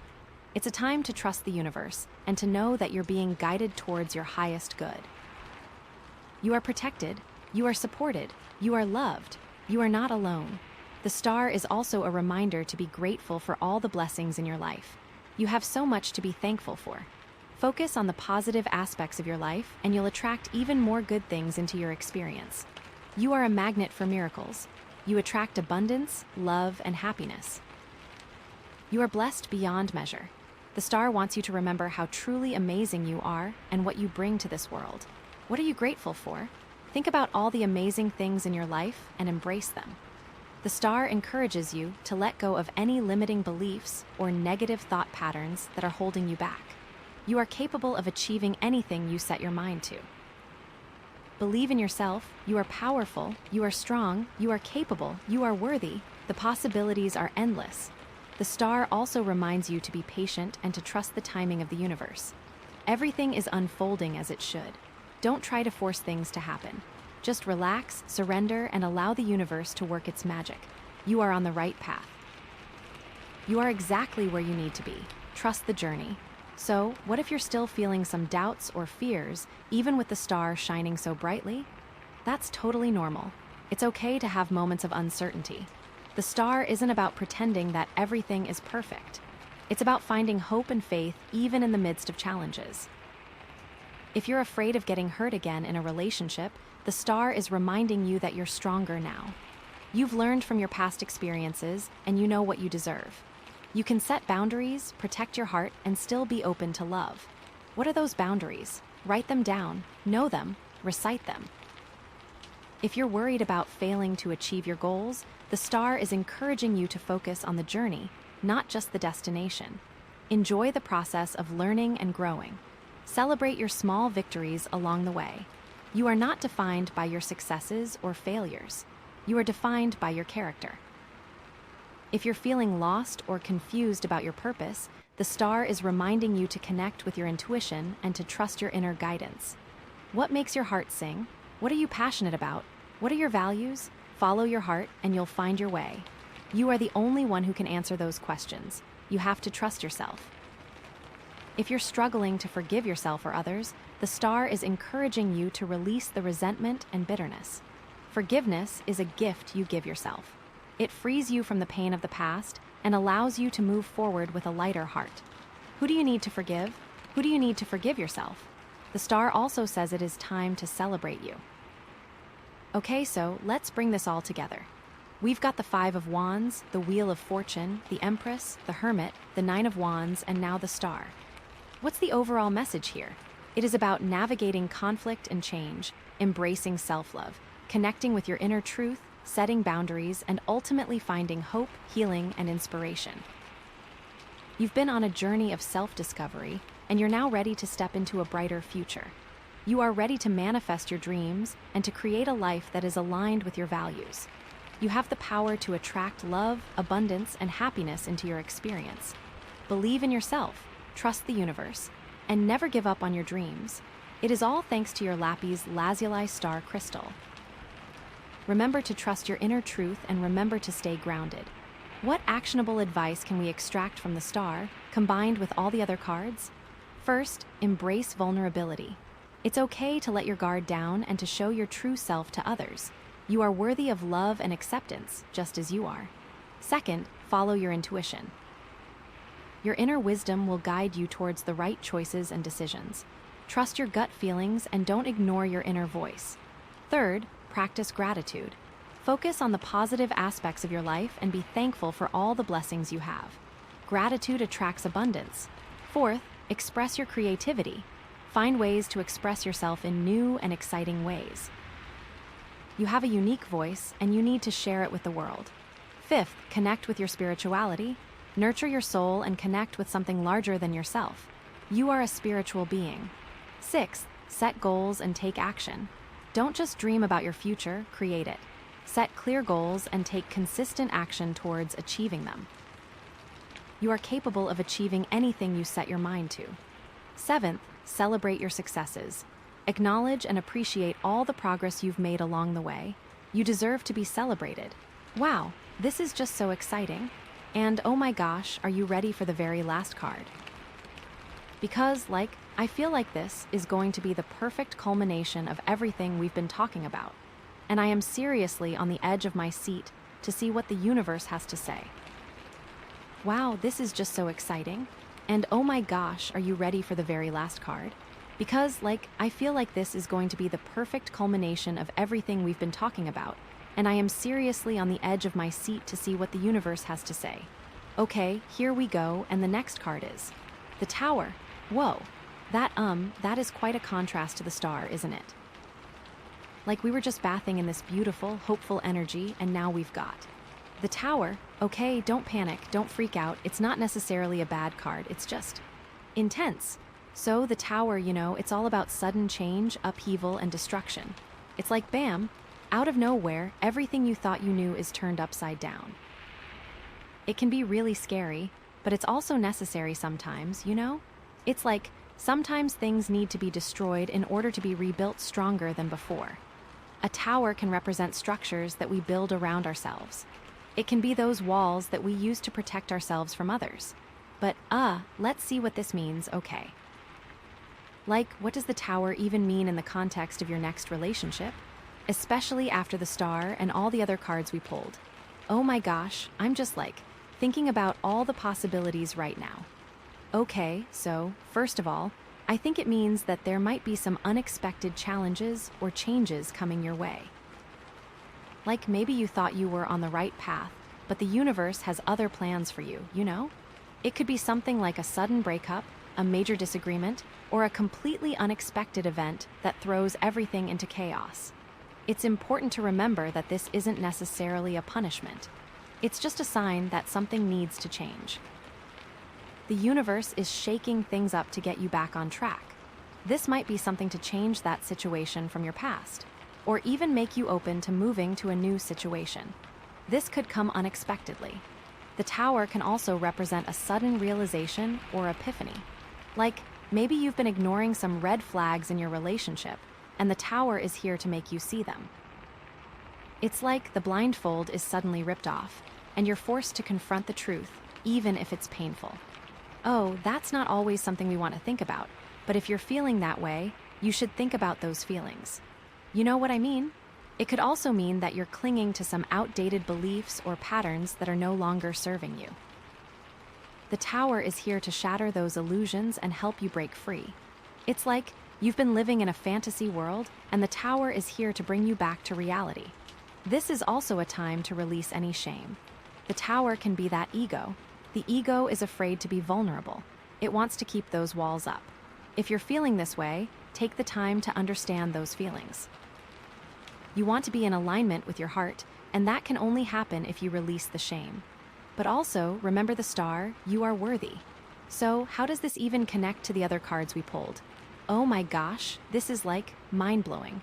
I am so excited to put this all together for you. So we have the Five of Wands, the Wheel of Fortune, the Empress, the Hermit, the Nine of Wands, and the Star. And now, the Tower. Well, the Five of Wands, with all that conflict and competition, might have created some cracks in your foundation. The Tower is like, okay, those cracks are about to get a whole lot bigger. It's like all that fighting and drama has weakened the structure, and now it's ready to collapse. But it is something that needs to be released. It's not about tearing something down just for the sake of it. It's about getting rid of what's not working so that you can build something stronger and more resilient. The walls can be the relationships that are not good for you. They can be the job that you hate but feel like you are stuck in. What could those be? The Wheel of Fortune, with all its ups and downs, might have made you feel like you're on shaky ground. The Tower is like, okay, that shaky ground is about to give way. It's like all those changes and uncertainties have created a sense of instability, and now something's got to give. But remember the Star. It can be about releasing all that control and trusting that the universe knows what it's doing. It's like you can't control everything that happens to you. Sometimes you just have to let go and trust that you'll land on your feet. This can also mean that you need to release your ego and your need to be in control. Take some time to yourself and sit with it. The Empress, with all that self-love and abundance, might have made you feel like you're on top of the world. The Tower is like, okay, don't get too comfortable. It's like sometimes we get so caught up in our own success and happiness that we forget to stay grounded. The Tower is here to remind you that life is always changing and that we need to be prepared for the unexpected. But the Star reminds us that we are abundant and that we are always taken care of. The Hermit, who encouraged you to go within and connect with your own truth, might have uncovered some uncomfortable realities. The Tower is like, okay, those uncomfortable realities are about to become a whole lot more obvious. It's like sometimes we try to hide from the truth, but it always has a way of coming to the surface. The Tower is here to force you to confront those uncomfortable truths and to deal with them head-on. Let go of the need to have those walls up. That also can represent not being able to move on. Are you stuck? Now is the time to think about what those are. The Nine of Wands, with all its boundaries and protection, might have made you feel like you're safe and secure. The Tower is like, okay, those boundaries are about to be tested. It's like sometimes we get so used to our comfort zones that we forget to challenge ourselves. The Tower is here to push you outside of your comfort zone and to help you grow. Have you been too comfortable? Time to break those walls down, but trust in yourself because the Star has you. The Star, with all its hope and inspiration, might seem like the opposite of the Tower. But actually, they're two sides of the same coin. The Tower is about destruction, but it's also about rebirth. It's about clearing away the old to make way for the new. The Star is about hope, but it's also about facing reality. It's about knowing that even in the darkest of times, there's always light at the end of the tunnel. And remember, the Lapis Lazuli star, that empowered truth? It's like you're being guided to tear down the illusions and step into a more authentic version of yourself. So, yeah, the Tower is a pretty intense card, but it's also a really powerful card. It's about change, transformation, and growth. It's about shattering illusions, breaking free from outdated patterns, and building a stronger foundation for the future. You have the Star to guide you through that. I hope this is resonating with you, because I have so much more to say. Okay, so let's dive a little deeper into how this card might be showing up in different areas of your life. I am so eager to get into it, are you? Let's start with your career. Okay, so in your career, the Tower could mean a sudden job loss, a company restructuring, or a major change in your industry. This can be really scary, but it's also an opportunity to start fresh. It's a chance to reassess your career goals and to find a path that's more aligned with your values. This is a time to start something new. You can do it. It could also mean that you're finally realizing that you're in the wrong career. You've been feeling unfulfilled for a long time, but you've been afraid to make a change. The Tower is here to give you the push you need to break free and pursue your true passion. Your passion is always the best thing to follow. What do you think it is? What do you want it to be? This can also mean stepping into a new role or starting a new business. All you have to do is trust in the Star. The Tower can also represent a major conflict with a coworker or boss. This can be a really difficult situation, but it's also an opportunity to stand up for yourself and to assert your boundaries. You deserve to be treated with respect, and you shouldn't be afraid to speak your mind. Release that ego, be prepared to move on. Maybe they are not the right people. Let it go, you know what is best. Financially, the Tower could mean a sudden financial loss, a major investment that goes bad, or an unexpected expense. This can be a really stressful situation, but it's also an opportunity to learn from your mistakes and to develop better financial habits. It's about taking responsibility for your finances and making smart choices for the future. It's always better to ask for help than to assume you know. Release that ego. The Tower can also represent a major change in your financial situation. Maybe you're getting a new job that pays more, or maybe you're starting a business that's really taking off. This is a time to be grateful for your abundance and to use your resources wisely. Give back to your community, or it can also mean that you lose your job that can bring new opportunity. This is something that could be more aligned. You might have been comfortable but never happy. Remember the star. The Tower can also represent a financial wake-up call. Maybe you've been overspending or living beyond your means. The Tower is here to help you get back on track and to make more responsible choices. Set those boundaries. Look inside. You know what to do. What do you think needs to change? Let's talk about health. Okay, so in terms of your health, the Tower could mean a sudden illness, an unexpected injury, or a major health scare. This can be a really frightening experience, but it's also an opportunity to prioritize your health and to make positive lifestyle changes. It's about taking care of your body and mind and listening to your intuition. You are the only one who knows how you feel. You are the only one who lives in it. The Tower can also represent a major shift in your health. Maybe you're finally quitting smoking, losing weight, or starting to exercise regularly. This is a time to celebrate your progress and to commit to a healthier lifestyle. It's never too late to start. You know what to do. It all starts with baby steps. The Tower can also represent a health crisis that forces you to reevaluate your priorities. Maybe you've been so focused on work or other obligations that you've been neglecting your health. The Tower is here to remind you that your health is your most valuable asset and that you need to take care of yourself. You can do it. It's all about self-love. The star can shine so bright in these situations, and it is okay to ask for help. For personal growth, the Tower could mean a major shift in your perspective, a sudden awakening, or a shattering of your illusions. This can be a really disorienting experience, but it's also an opportunity to grow and evolve. It's about letting go of outdated beliefs and embracing new possibilities. Remember to set those boundaries and to use those walls to protect your energy. You are beautiful and you are powerful. Let go of who you were and embrace who you are. Release that ego, embrace the star.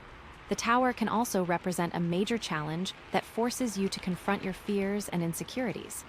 This can be a really painful process, but it's also an opportunity to become stronger and more resilient. It's about facing your demons and learning to love yourself unconditionally. Self-love is everything. Trust in yourself and let the star guide you. You know what is best. The Tower can also represent a spiritual crisis that leads to a deeper connection with your higher power. Maybe you've been questioning your faith or feeling lost and disconnected. The Tower is here to help you find your way back to your spiritual path. You are worthy of love, and you are the only one who can make it happen. You are capable of so much. Are you ready to hear about spirituality? Because I am ready to tell you. Spiritually, the Tower can be a powerful catalyst for change. It signifies the breakdown of old belief systems and structures that no longer serve your highest good. This can feel unsettling, as it challenges your sense of security and certainty. But ultimately, it creates space for new, more authentic spiritual growth. It challenges those structures that no longer work.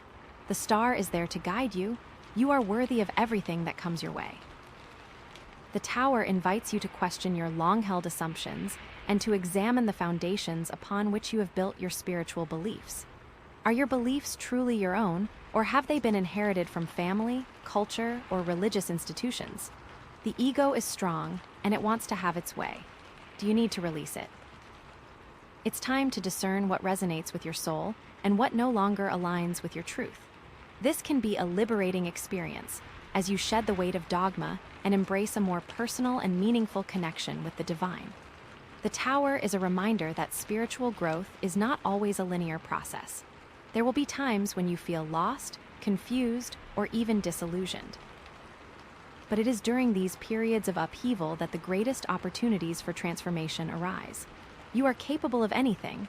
You have done so much in your life. It is all thanks to the star. The Lapis Lazuli star. The tower can also signify a sudden spiritual awakening or a profound shift in consciousness. This can be triggered by a life-changing event, a near-death experience, or a spontaneous mystical encounter. You have all the answers. Let the star guide you. These experiences can shatter your previous understanding of reality and open you up to new dimensions of awareness. Okay, so what if you're still feeling some doubts or fears, even with the tower looming large? What if you are feeling overwhelmed or confused? Remember the star. The tower is a powerful force, but it's not meant to break you. It's meant to break down the barriers that are preventing you from living your fullest potential. If you can embrace the change and trust in the process, you will emerge stronger, wiser, and more authentic than ever before. You got this. If you are scared about something changing, remember that those things are there to help you, to make your life better.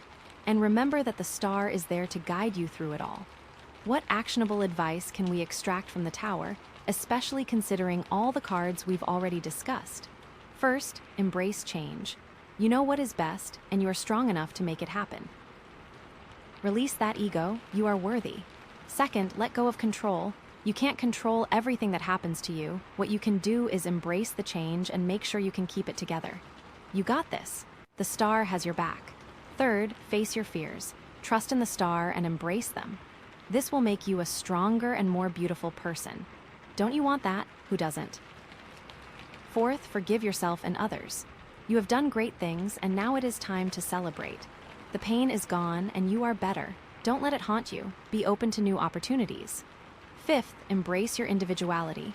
You are unique, and you have what it takes to be the best version of yourself. You have a voice, let it be heard. You are powerful. Remember everything we discussed today. Oh my gosh, this has been an awesome read. Are you ready for the final card to tie it all together? I am just so excited. Okay, so, wow. The tower, right? That was intense. I know, like, after all that beautiful, hopeful energy with the star, the tower can feel like a real slap in the face. But trust me, it's not all doom and gloom. It is a hard lesson, but everything can be fixed. It's actually a really important card, especially in the context of everything else we've seen in this reading, okay? So, take a deep breath. We're going to break this down together, and we're going to figure out how to use this tower energy to create something even better than what you had before, okay? You can see it as something bad, or you can see it as something beautiful. So, don't freak out. Remember that Lapis Lazuli star crystal and all that empowering inner truth we talked about. This is where that really comes into play, okay? So the final card, bringing it all home, is the Knight of Pentacles. Okay, so, like, after all that chaotic energy of the tower, the Knight of Pentacles is like a breath of fresh air, you know? He's all about groundedness, stability, and taking things slow and steady. He's not flashy or exciting, but he's reliable and dependable. He's the kind of person you can always count on to get the job done. Like, he's the embodiment of that slow and steady wins the race mentality. He is practical. He is committed. He shows up every day. He is the friend who says they will do it, and then they do it. I am just so excited for this for you. He's not about grand gestures or quick fixes.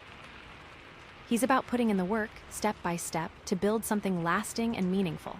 So, what does this even mean in the context of your next relationship, especially after that tower moment?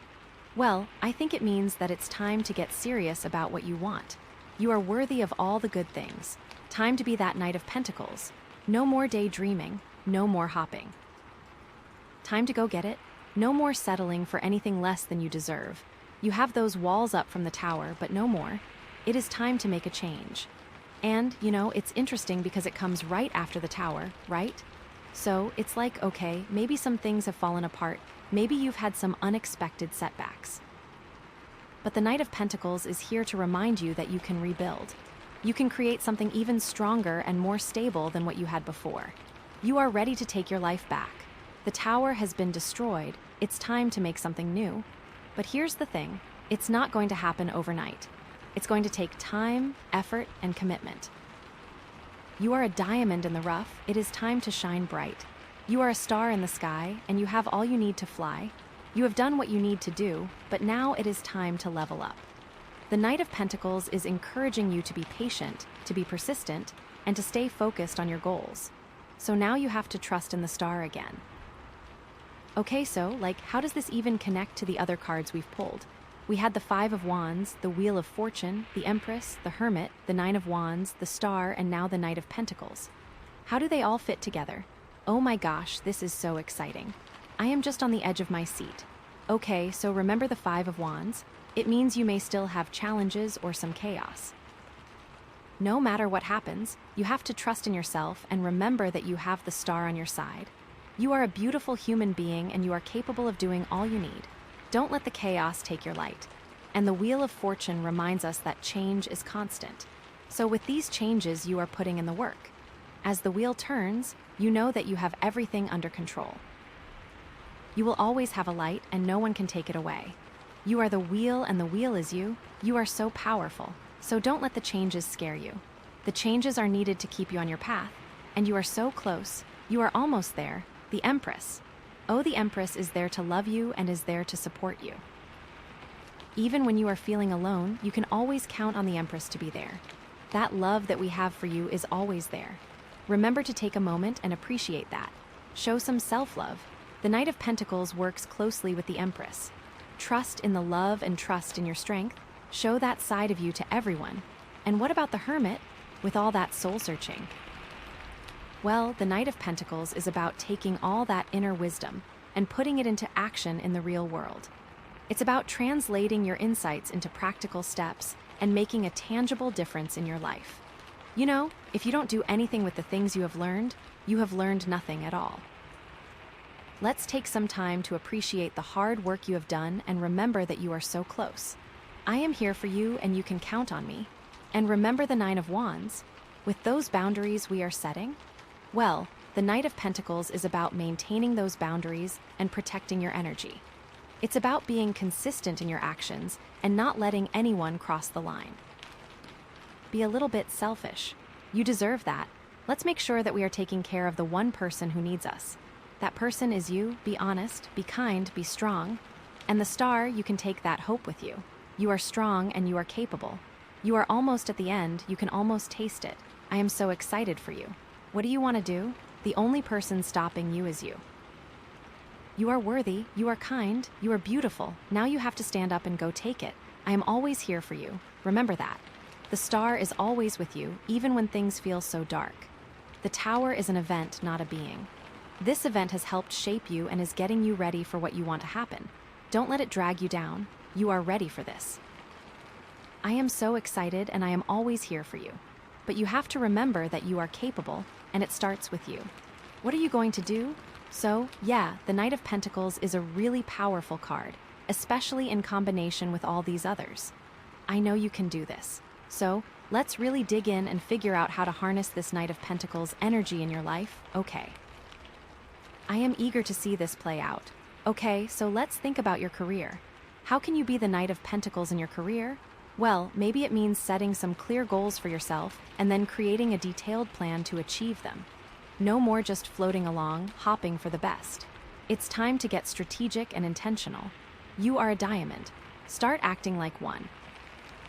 Maybe it means taking on a challenging project that requires a lot of hard work and dedication. It can be something you have never done before, and it can make you a better person. Are you ready to be the best version of you? That is a challenge for all of us, but you have what it takes. Are you ready to do this? It is never too late. Or maybe it means finally taking the steps to start your own business. You've been dreaming about it for years, but you've been too scared to take the leap. The Knight of Pentacles is here to remind you that you have the skills, the knowledge, and the work ethic to make it happen. What is that business going to be? You have an idea. You have to work hard. Now, let's talk about your relationships. How can you be the Knight of Pentacles in your relationships? Well, maybe it means being a more reliable and supportive partner. Showing up for the people you care about, even when it's not convenient. You can start with a little bit of trust. And if it goes wrong, you can walk away. The Tower taught you that. Maybe it means setting clear boundaries in your relationships and sticking to them. No more letting people walk all over you or take advantage of your kindness. The walls are there to protect you, to give you power. You have all you need to make that happen. Set those rules and stick with them. Or maybe it means finally committing to a serious relationship. You've been dating around for a while, but you're ready to settle down and build something lasting with someone special. Are you ready to make that commitment? You can do it. And what is stopping you? Embrace that fear and make it happen. And what about your personal growth? How can you be the Knight of Pentacles in your personal growth journey? Well, maybe it means setting some realistic goals for yourself and then working consistently towards them, one step at a time. We all need to learn and to grow. So you are not alone. It has to start with you. Maybe it means finally breaking free from some bad habits or negative thought patterns that have been holding you back. Baby steps, one at a time. You have those walls up from the tower, but they are there to help you, not hurt you. Embrace the star. Or maybe it means finally investing in your education or your skills. Taking a class, reading a book, or attending a workshop to expand your knowledge and improve your abilities. Always be learning. You got this. Keep that light burning bright and never let it go out. Remember to stay grounded during all of this. Okay, so, I want to give you some super practical, actionable steps that you can take right now to start embodying this Knight of Pentacles energy, okay? Because it's not just about thinking about it, it's about doing it. And I know you can do it. I trust in you. So, are you ready to hear them? I am. First, set one small, achievable goal for yourself this week. Something that you can realistically accomplish in the next 7 days. Make it something that is related to your overall goals, but that is small enough that you won't get overwhelmed. I can't wait to see what you do. You are so amazing. Second, create a detailed plan for achieving that goal. Break it down into smaller steps and then schedule those steps into your calendar. This is all in your hands. Let the world see you as you are ready. Be truthful. Set a time and make it happen. The only person stopping you is you. Third, commit to working on that goal for at least 30 minutes each day. Even if you don't feel like it, even if you're tired or busy, just show up and put in the work. Consistency is key. Don't get discouraged. There are bad days and good days, but it's important to never let them drag you down. You can trust in that. Fourth, track your progress and celebrate your successes. Keep a journal or use an app to monitor your progress and then reward yourself when you reach milestones. Self-love is so important. Remember that you have the key to success, and you are so beautiful, so always keep that in mind. Fifth, find an accountability partner. Someone who will support you, encourage you, and hold you accountable to your goals. We all need someone to trust, so always remember to keep those people close to you, and keep the faith. Make sure it is someone who has your best intentions in mind. Sixth, be patient with yourself. It's not going to happen overnight. It's going to take time, effort, and dedication. But if you stay consistent and persistent, you will eventually reach your goals. Never get discouraged. Things happen, and you just have to push through. Seventh, don't be afraid to ask for help. If you're struggling, reach out to a friend, a family member, or a professional for support and guidance. It is okay to not be okay. It is okay to need help. Never let someone make you feel less than. Trust in your journey. Eighth, celebrate your progress. Remember to enjoy the process and to reward yourself for your hard work. It is important to love who you are and never let someone take that away. Be your true self and never change. If they don't love you for you, then they don't deserve to be in your life. Ninth, stay grounded and connected to your values. Make sure that you're making choices that align with your values and that you're not sacrificing your integrity for the sake of success. You have come this far, don't let someone drag you down. And don't be afraid to walk away. The walls are your safe place. 10th, and finally, trust the process. Trust that the universe is guiding you towards your highest good and that everything is unfolding as it should. Surrender to the flow of life and allow yourself to be guided. The star is on your side, and the tower has made sure you can get there. Okay, so I want to leave you with one final affirmation. Something that you can repeat to yourself every day to help you embody this Knight of Pentacles energy, okay? Are you ready? I know you are. I am grounded, I am stable, and I am committed to achieving my goals. I am patient, I am persistent, and I trust in the process. I am worthy of success, and I am capable of creating the life I desire. I use my inner truth to guide my way. Repeat that every day, and I just want to say that I am so incredibly proud of you. You've been through so much, and you've come so far. You are a strong, resilient, and amazing human being. You have so much to offer the world, and I can't wait to see what you accomplish. Everything is in your hands now. You can do it. I believe in you, and I know that you have the strength, the wisdom, and the courage to create a life that is filled with love, joy, and abundance. You are worthy of all good things, and you deserve to be happy. Never forget that. And this reading isn't just some random thing. You had the courage to seek this guidance. You resonated with the Lapis Lazuli star crystal. You were drawn to this message. Trust that. Trust yourself. You are one of a kind. The tower has taught you those lessons, and now you know better. Let the star guide you to what you want in your life. Let your light shine bright for the world to see. You are ready for this. I am ready for you. You just have to make it happen. And remember, even when things get tough, even when you feel like giving up, you're not alone. I'm here for you, your friends and family are here for you, and the universe is always conspiring to support you.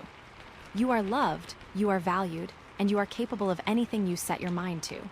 It just takes the first step. So go out there and be the Knight of Pentacles. Be grounded, be stable, be committed, and never give up on your dreams. I am so excited to see what you create. I am on your side and I trust in you. I know you can do it. The world is your oyster. You have all the answers. You just have to listen. You have to put in the work. You are capable. And you are so worthy. This is your time to shine and let all that negativity go.